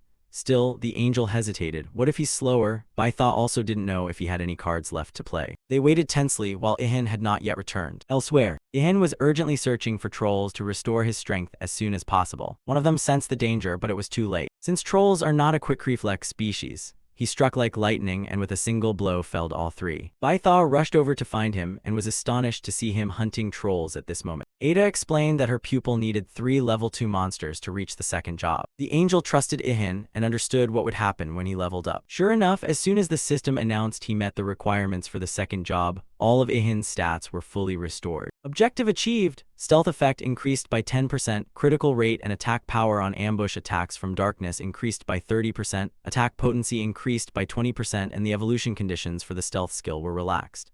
The system absorbed all collected memories. Ihan reached level 53. He was overjoyed that his stamina had fully recovered, and he also learned the passive skill Death Harvester, which can absorb power from creatures he kills.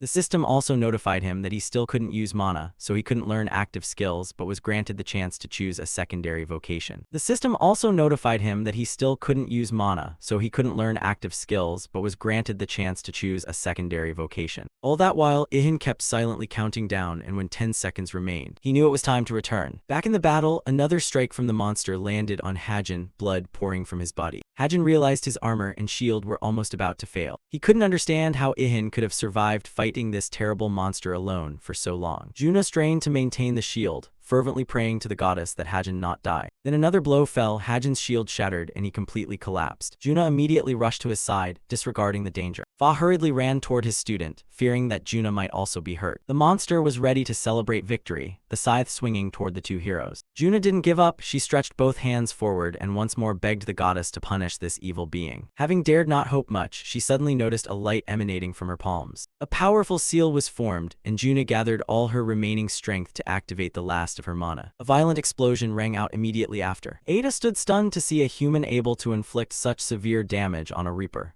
She truly had extraordinary potential, and Bai Tha couldn't hide his amazement at humanity. As for the Reaper, he was exhausted after the blast but would soon recover. Nearby, Juna tried to rouse Hajin, but he was completely spent and didn't move. The monster regained consciousness and continued to roar that it would kill them all. This time, everyone was truly terrified, a bitter belief rising that they might die right there. But at that dreadful moment, Hajin heard a voice say, "Form a party." The system immediately announced that Hajin had accepted the party invite and the current number of members was 3. The group was shocked to see that the third member was a giant question mark. Stepping to stand between the two, he had finally returned. Hajin realized they truly now had a chance to win. Ihan simply placed a finger to his lips, signaling everyone to be silent. The Reaper had by then fully recovered. Hajin gritted his teeth, knowing it was about to attack again. Ihan calmly told his new teammates that they had held on well, and now he had enough strength to finish off the monster. Saying that, he dashed straight at the Reaper to confront it head-on. Everyone froze as they watched him, but their eyes shone with renewed faith. Hajin watched Yan's every movement, a thought flickering through his mind. The moment I saw that back, I knew we were saved. With that, he collapsed onto the ground, exhaling a long, relieved breath. Hajin told himself he'd never realized how weak he'd been until today. At first he felt awful, but the moment the man appeared he felt an enormous relief. As the hero approached the monster, Ihan heard a whisper, a new record for the human race. He realized the monster had not noticed his return because it was lost in rage, and that was his advantage. It was time to activate his superpower. Ihan decided to tap the extraordinary strength of his second vocation. In that instant, his muscles hardened like stone. The monster immediately realized it. Its eyes flared even more fiercely. While Yan's gaze also glowed, a cold, icy blue. This was the end for it. He lunged like lightning, the spear in his hand piercing the enemy with deadly precision, delivering a critical blow that sent dust rising in a choking cloud. But then he was stunned by the sight that followed. From the monster's body fell the severed head of a young woman with long, glossy white hair. Her beauty was marred by wounds, and deep cerulean tears streamed down her jade-like eyes. She let out a weak thank you, which astonished him even more. Still, Ihin's hand did not tremble. He finished the enemy without hesitation with a final thrust. Before the hero's eyes, the energy contained within that body shattered and dispersed throughout the air. At the same time, the system notified him that he had gained nearly 32 million experience points, reached level 55, strength increased by 4, and agility, stamina, and spirit all rose by 2. Ihan exclaimed in surprise. She really was freed from the curse, and he had never received tens of millions of experience like that before. The system logged a record for Litakari level 157. At that moment, the Death Harvester skill activated, and the hero absorbed and preserved Litakari's life force. His comrades rushed over. Hajin cheered that thanks to Ihan they had leveled up and fully recovered. But when he met the other's gaze, he was struck silent, unable to utter a word. Juno was shocked to realize the monster had actually been human. Ihan ignored the chatter, took out his corpse processing tools as usual, intending to finish the job. Now it's time to get to work. But before he could take half a step, Ada hurriedly stopped him. So you really intend to flay her, huh? The hero had assumed the body before them was that of a monster and needed to be processed as usual. However, the angel insisted it was a human body. Ihan remained unconvinced. He stepped forward and said these were simply necessary tasks. If that girl's flesh is tough, her bones hard, and there's mana stone, I'll only take those. Seriously, Ida's mouth dropped open, speechless. However, a moment later, Yan also stood motionless. What occurred before him filled him with horror. The maiden's body began to dissolve, and he had never seen anything like it. He fell to his knees in despair. The beautiful body was gone, nothing remained. Suddenly, Ada broke the silence. She uttered a single word, the boundary breaker. Ihan turned and asked softly, Ida, what is a boundary breaker? He was afraid the others would realize he was the only one who knew nothing about these dungeon things. The angel explained that those who consume mana stones and become possessed by demonic entities are called boundary breakers. When they die, their bodies dissolve into nothingness. He wondered whether that reaper had once been real, and Ada replied that she might once have been an intelligent creature like the fair folk, though the Fae originally descended from humans. Ihan took a few minutes to think it over, once again disappointed that he couldn't process that creature's corpse. But it didn't matter. Haha, because when he flipped back the monster's cloak, he found something like a gigantic mana stone, and there was also armor and weapons. Suddenly, the silence was shattered by Fa's shout. She said the dungeon exit had reopened. The angels rejoiced that their powers had returned. Ada concluded that Litakari's mystery was the cause of the disappearance, but lamented that they couldn't hear the explanation from the girl herself. Ihan was startled as the whole group turned to look at him. Were you all going to blame me for everything? Of course not. When he heard Ada say that, Ihan relaxed, thinking he'd been accused unfairly. Heh. As for Ada, she remained troubled. Although the Reaper had been defeated, nothing had truly been resolved. This high-level dungeon suppressed the power of even the supreme beings. Equally strange was that the Destroyer had been granted a third tier, a rank that shouldn't exist on Earth at this time. The matter of the Forsaken World also piqued the angel's curiosity. She looked up at the sky, unable to fathom what was happening on Earth now. Still, one thing she was certain of. The one she protected, the strongest human, had won. At that moment, Hajin stepped forward to sincerely thank him for saving them. He bowed low to Ihan, which surprised him greatly. But then Yan said, no, I should be the one thanking you. If you hadn't arrived in time, I wouldn't be here now. But you helped us more than we helped you. We surely couldn't have escaped this dungeon without you. After a moment's hesitation, Yan realized the other was right. If that's the case, you don't mind if I take this, do you? What shameless, this guy's the best, Hajin. Hajin pressed his lips together in silence, but then sighed. Of course, take it. Juna agreed to the deal, but requested one other condition. She asked for the other's phone number as she parted. Naturally, this time was no exception. The single big word no was Ihan's answer, leaving her stunned that someone of her beauty could be refused again and again. In Ihan's mind, he thought, she truly has an angelic appearance, but I'm never suited for extroverted people. Leaving her stunned that someone of her beauty could be refused again and again. The girl clasped her hands pleadingly for his name, a divine light radiating from her that startled him. Then somehow she blurted his name out, Du Wai Han. Hajin watched silently, thinking this was the first time he'd seen Juna so determined with a man. And it was also the first time he'd witnessed someone genuinely push her away. He told himself neither of them were beings he could understand, with the mindset of an ordinary human like him. Finally, the gate back to Earth opened before the group. Ihan glanced at Ada, but saw a different super creature. A female angel in shining armor, her face hidden behind a visor, demanded a report on the dungeon incident. Hajin and Juno were stunned, an angel at the teleportation gate. Ada was a little flustered, but showed no fear. She nodded to agree to report, and the two began conversing in some high-level language no one else understood. Everyone, still shocked by the arrival of a high-ranking leader from the heavens, wondered if she was Ada's superior. Soon after, the female angel turned her gaze to Yan, and declared that because he had rescued an angel in an emergency, they would discuss a reward for him. We will deliberate on this matter and inform you later.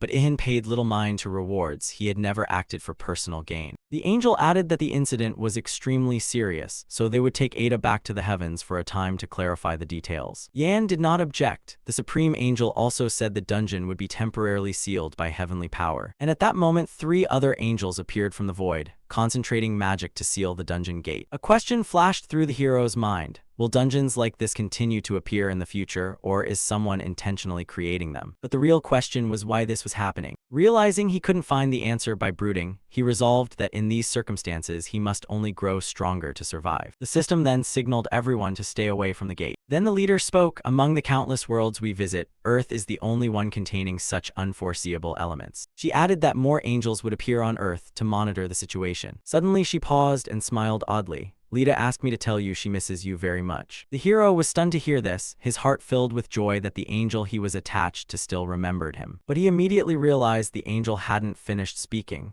She must tell me what else she said. Yet there was nothing more. The female angel ascended into the sky, leaving only blessings for Yan and promising to return Ada as soon as possible. Unable to ask more about Lita, Ihan called out, but she could no longer be heard. It was truly a way to torment someone, stopping mid-sentence and leaving the most important thing hanging. A few days later, the group continued their journey back to Korea by plane. Upon landing at the airport, Juna and Hajin quickly passed through passport control and stepped outside. Immediately, Juna noticed a black limousine waiting for them. The rear window slowly rolled down, revealing a bespectacled girl sitting inside. "Welcome back, both of you. Did you get that thing?" Juna was overjoyed to see me, while Hajin frowned at the chilly greeting. Just met and already asking about work. Unbelievable, he thought. They quickly got into the car. Han said he'd retrieved the item, so there was no need to worry. Juna hurriedly recounted that Hajin had been beaten badly in the dungeon. Mi was eager to hear the adventure's details, and Juna proceeded to tell everything. The black car sped along the highway away from the airport, and Mi was astonished to hear about a Korean man wielding a spear who slew monsters. Juna chirped that he was unbelievably strong. Compared to him, Hanji would be nothing but a toenail. Juna's tale made me suddenly recall the silhouette of Ihan with the mask and spear. Hajin noticed the smile on her lips and asked softly, "Do you know him too?" But Mi only smiled again, insisting she didn't know the person. "Anyway, thanks to you two, I can change my job class a second time.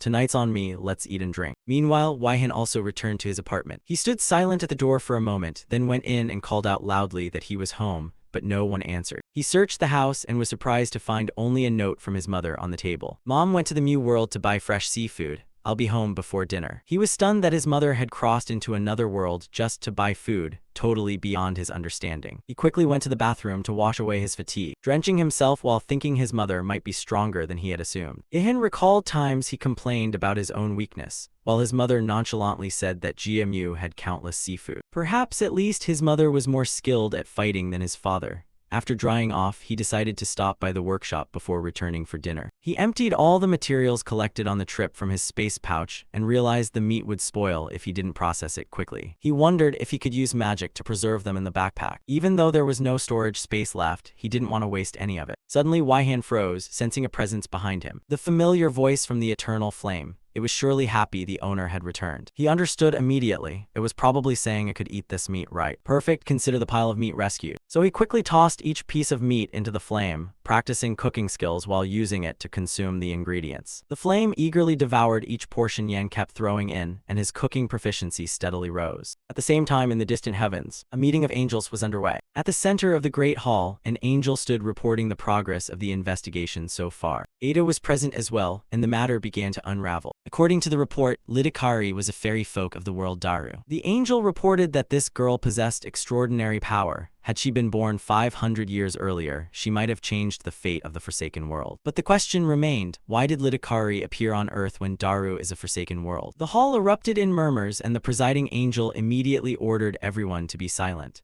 Up to now, there are two critical questions. First, how could a Forsaken World pierce space and time to connect with the lower realm of Earth? Second, why did this occur inside a dungeon riddled with overlapping, destructive traps? If it weren't for the human Ihan defeating Litakari, we might have lost Ada and Fa, and Earth could even have been at risk of merging with that Forsaken World. At that moment, an angel snorted coldly and tauntingly asked how, only 2 months after the catastrophe on Earth, someone could have single-handedly overcome a level 3 world breaker. This is truly absurd. Fa retorted angrily, insisting that the ward she protected, Juna, had also fought alongside Yan. The other angel sneered, asserting that was impossible and even suggesting why Han himself might be behind the incident. Words that made another angel furious. She sprang to her feet and shouted angrily, "Enough, no one is allowed to slander Waihan any further." The female angel declared that her ward had endured grueling training to attain the strength he has now. The speaker was none other than Laya. She would not tolerate any words that insulted Waihan. All the angels in the hall turned their surprised gazes to the beautiful young woman, astonished by her fierce reaction. The presiding angel spoke. "The angels who have been beside him are all present here, so there is no cause for suspicion.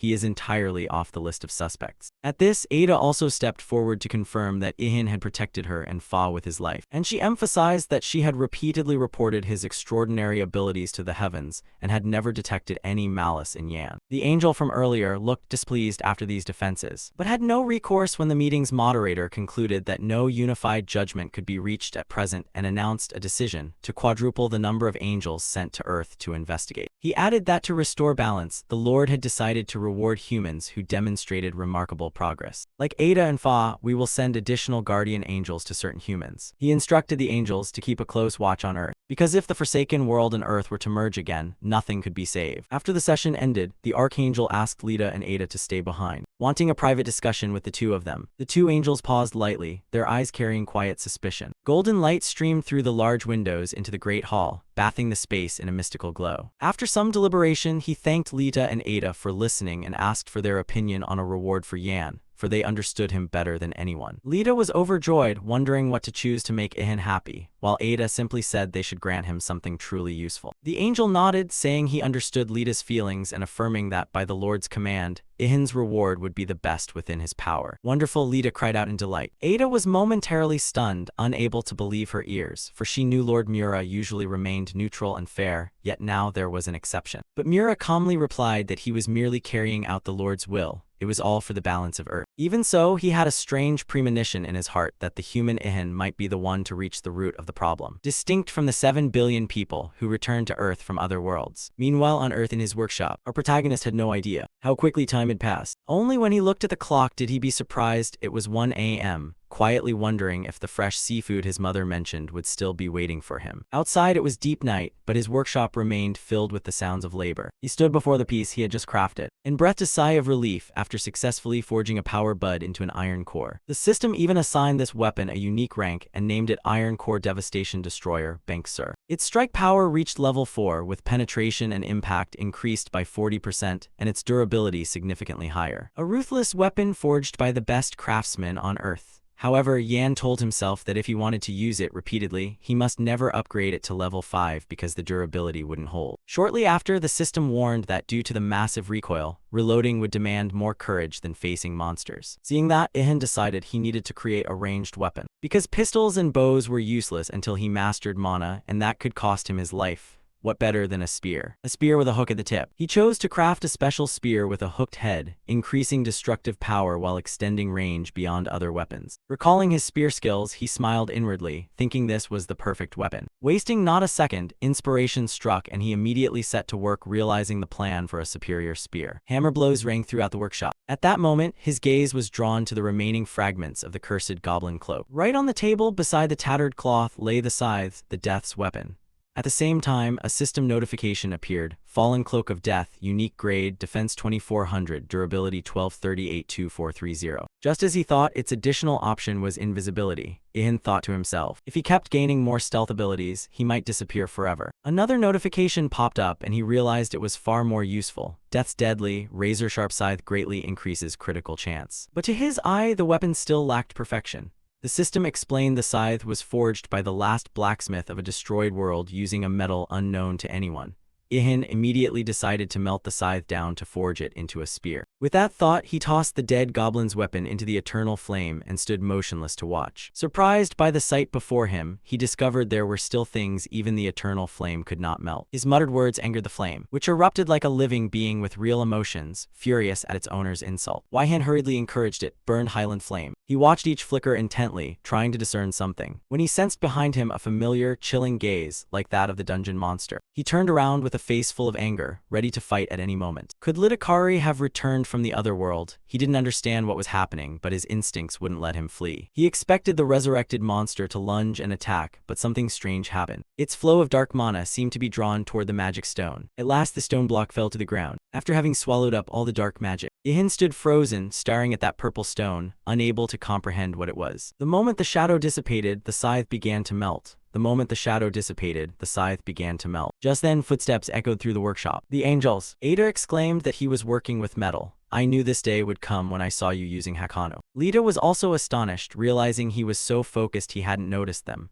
I'm truly proud of you, my Ihan. Before long, a new extraordinary spear appeared. The system named it Thorn Spear of Destruction, legendary rank, attack power 3700, with an option to increase critical damage by 70%. It was a durable masterpiece, crafted from a weapon of another world by a supreme master on Earth. but the system considered it incomplete and Ihan agreed something was missing. Only through mana forging would it be perfected. Thinking that, he suddenly saw Lita in his sight. He rubbed his eyes, thinking he must be too tired and hallucinating. But when he opened his eyes again, he was completely stunned. It wasn't a hallucination, it really was Lita. A radiant smile of happiness lit her face. Surprised, I'm back. The two of them were silent, just looking at each other without a word. Ihan could not contain his emotions. He had dreamed of this moment, but never imagined it would actually come. The angel could not hold back her tears, moved by his reaction. She threw herself into Ihan's arms and sobbed. Though it had only been 2 months, it felt like 100 years. Ada crossed her arms over her chest and looked annoyed at the pair dispensing public displays of affection.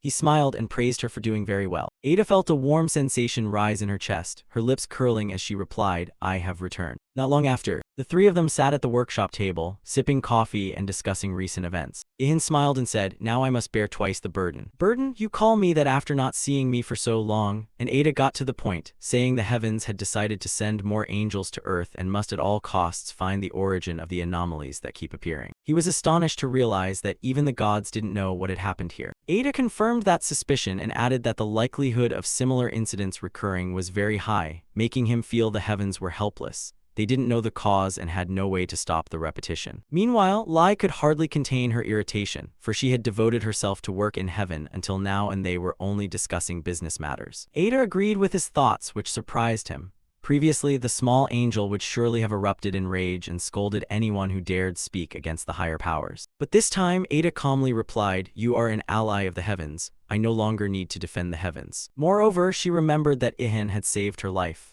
In that moment, his relationship with the heavens changed dramatically. He immediately recalled that the heavens still owed him a reward and asked, what about that reward? If possible, please enchant my miracle bag so its contents won't be damaged.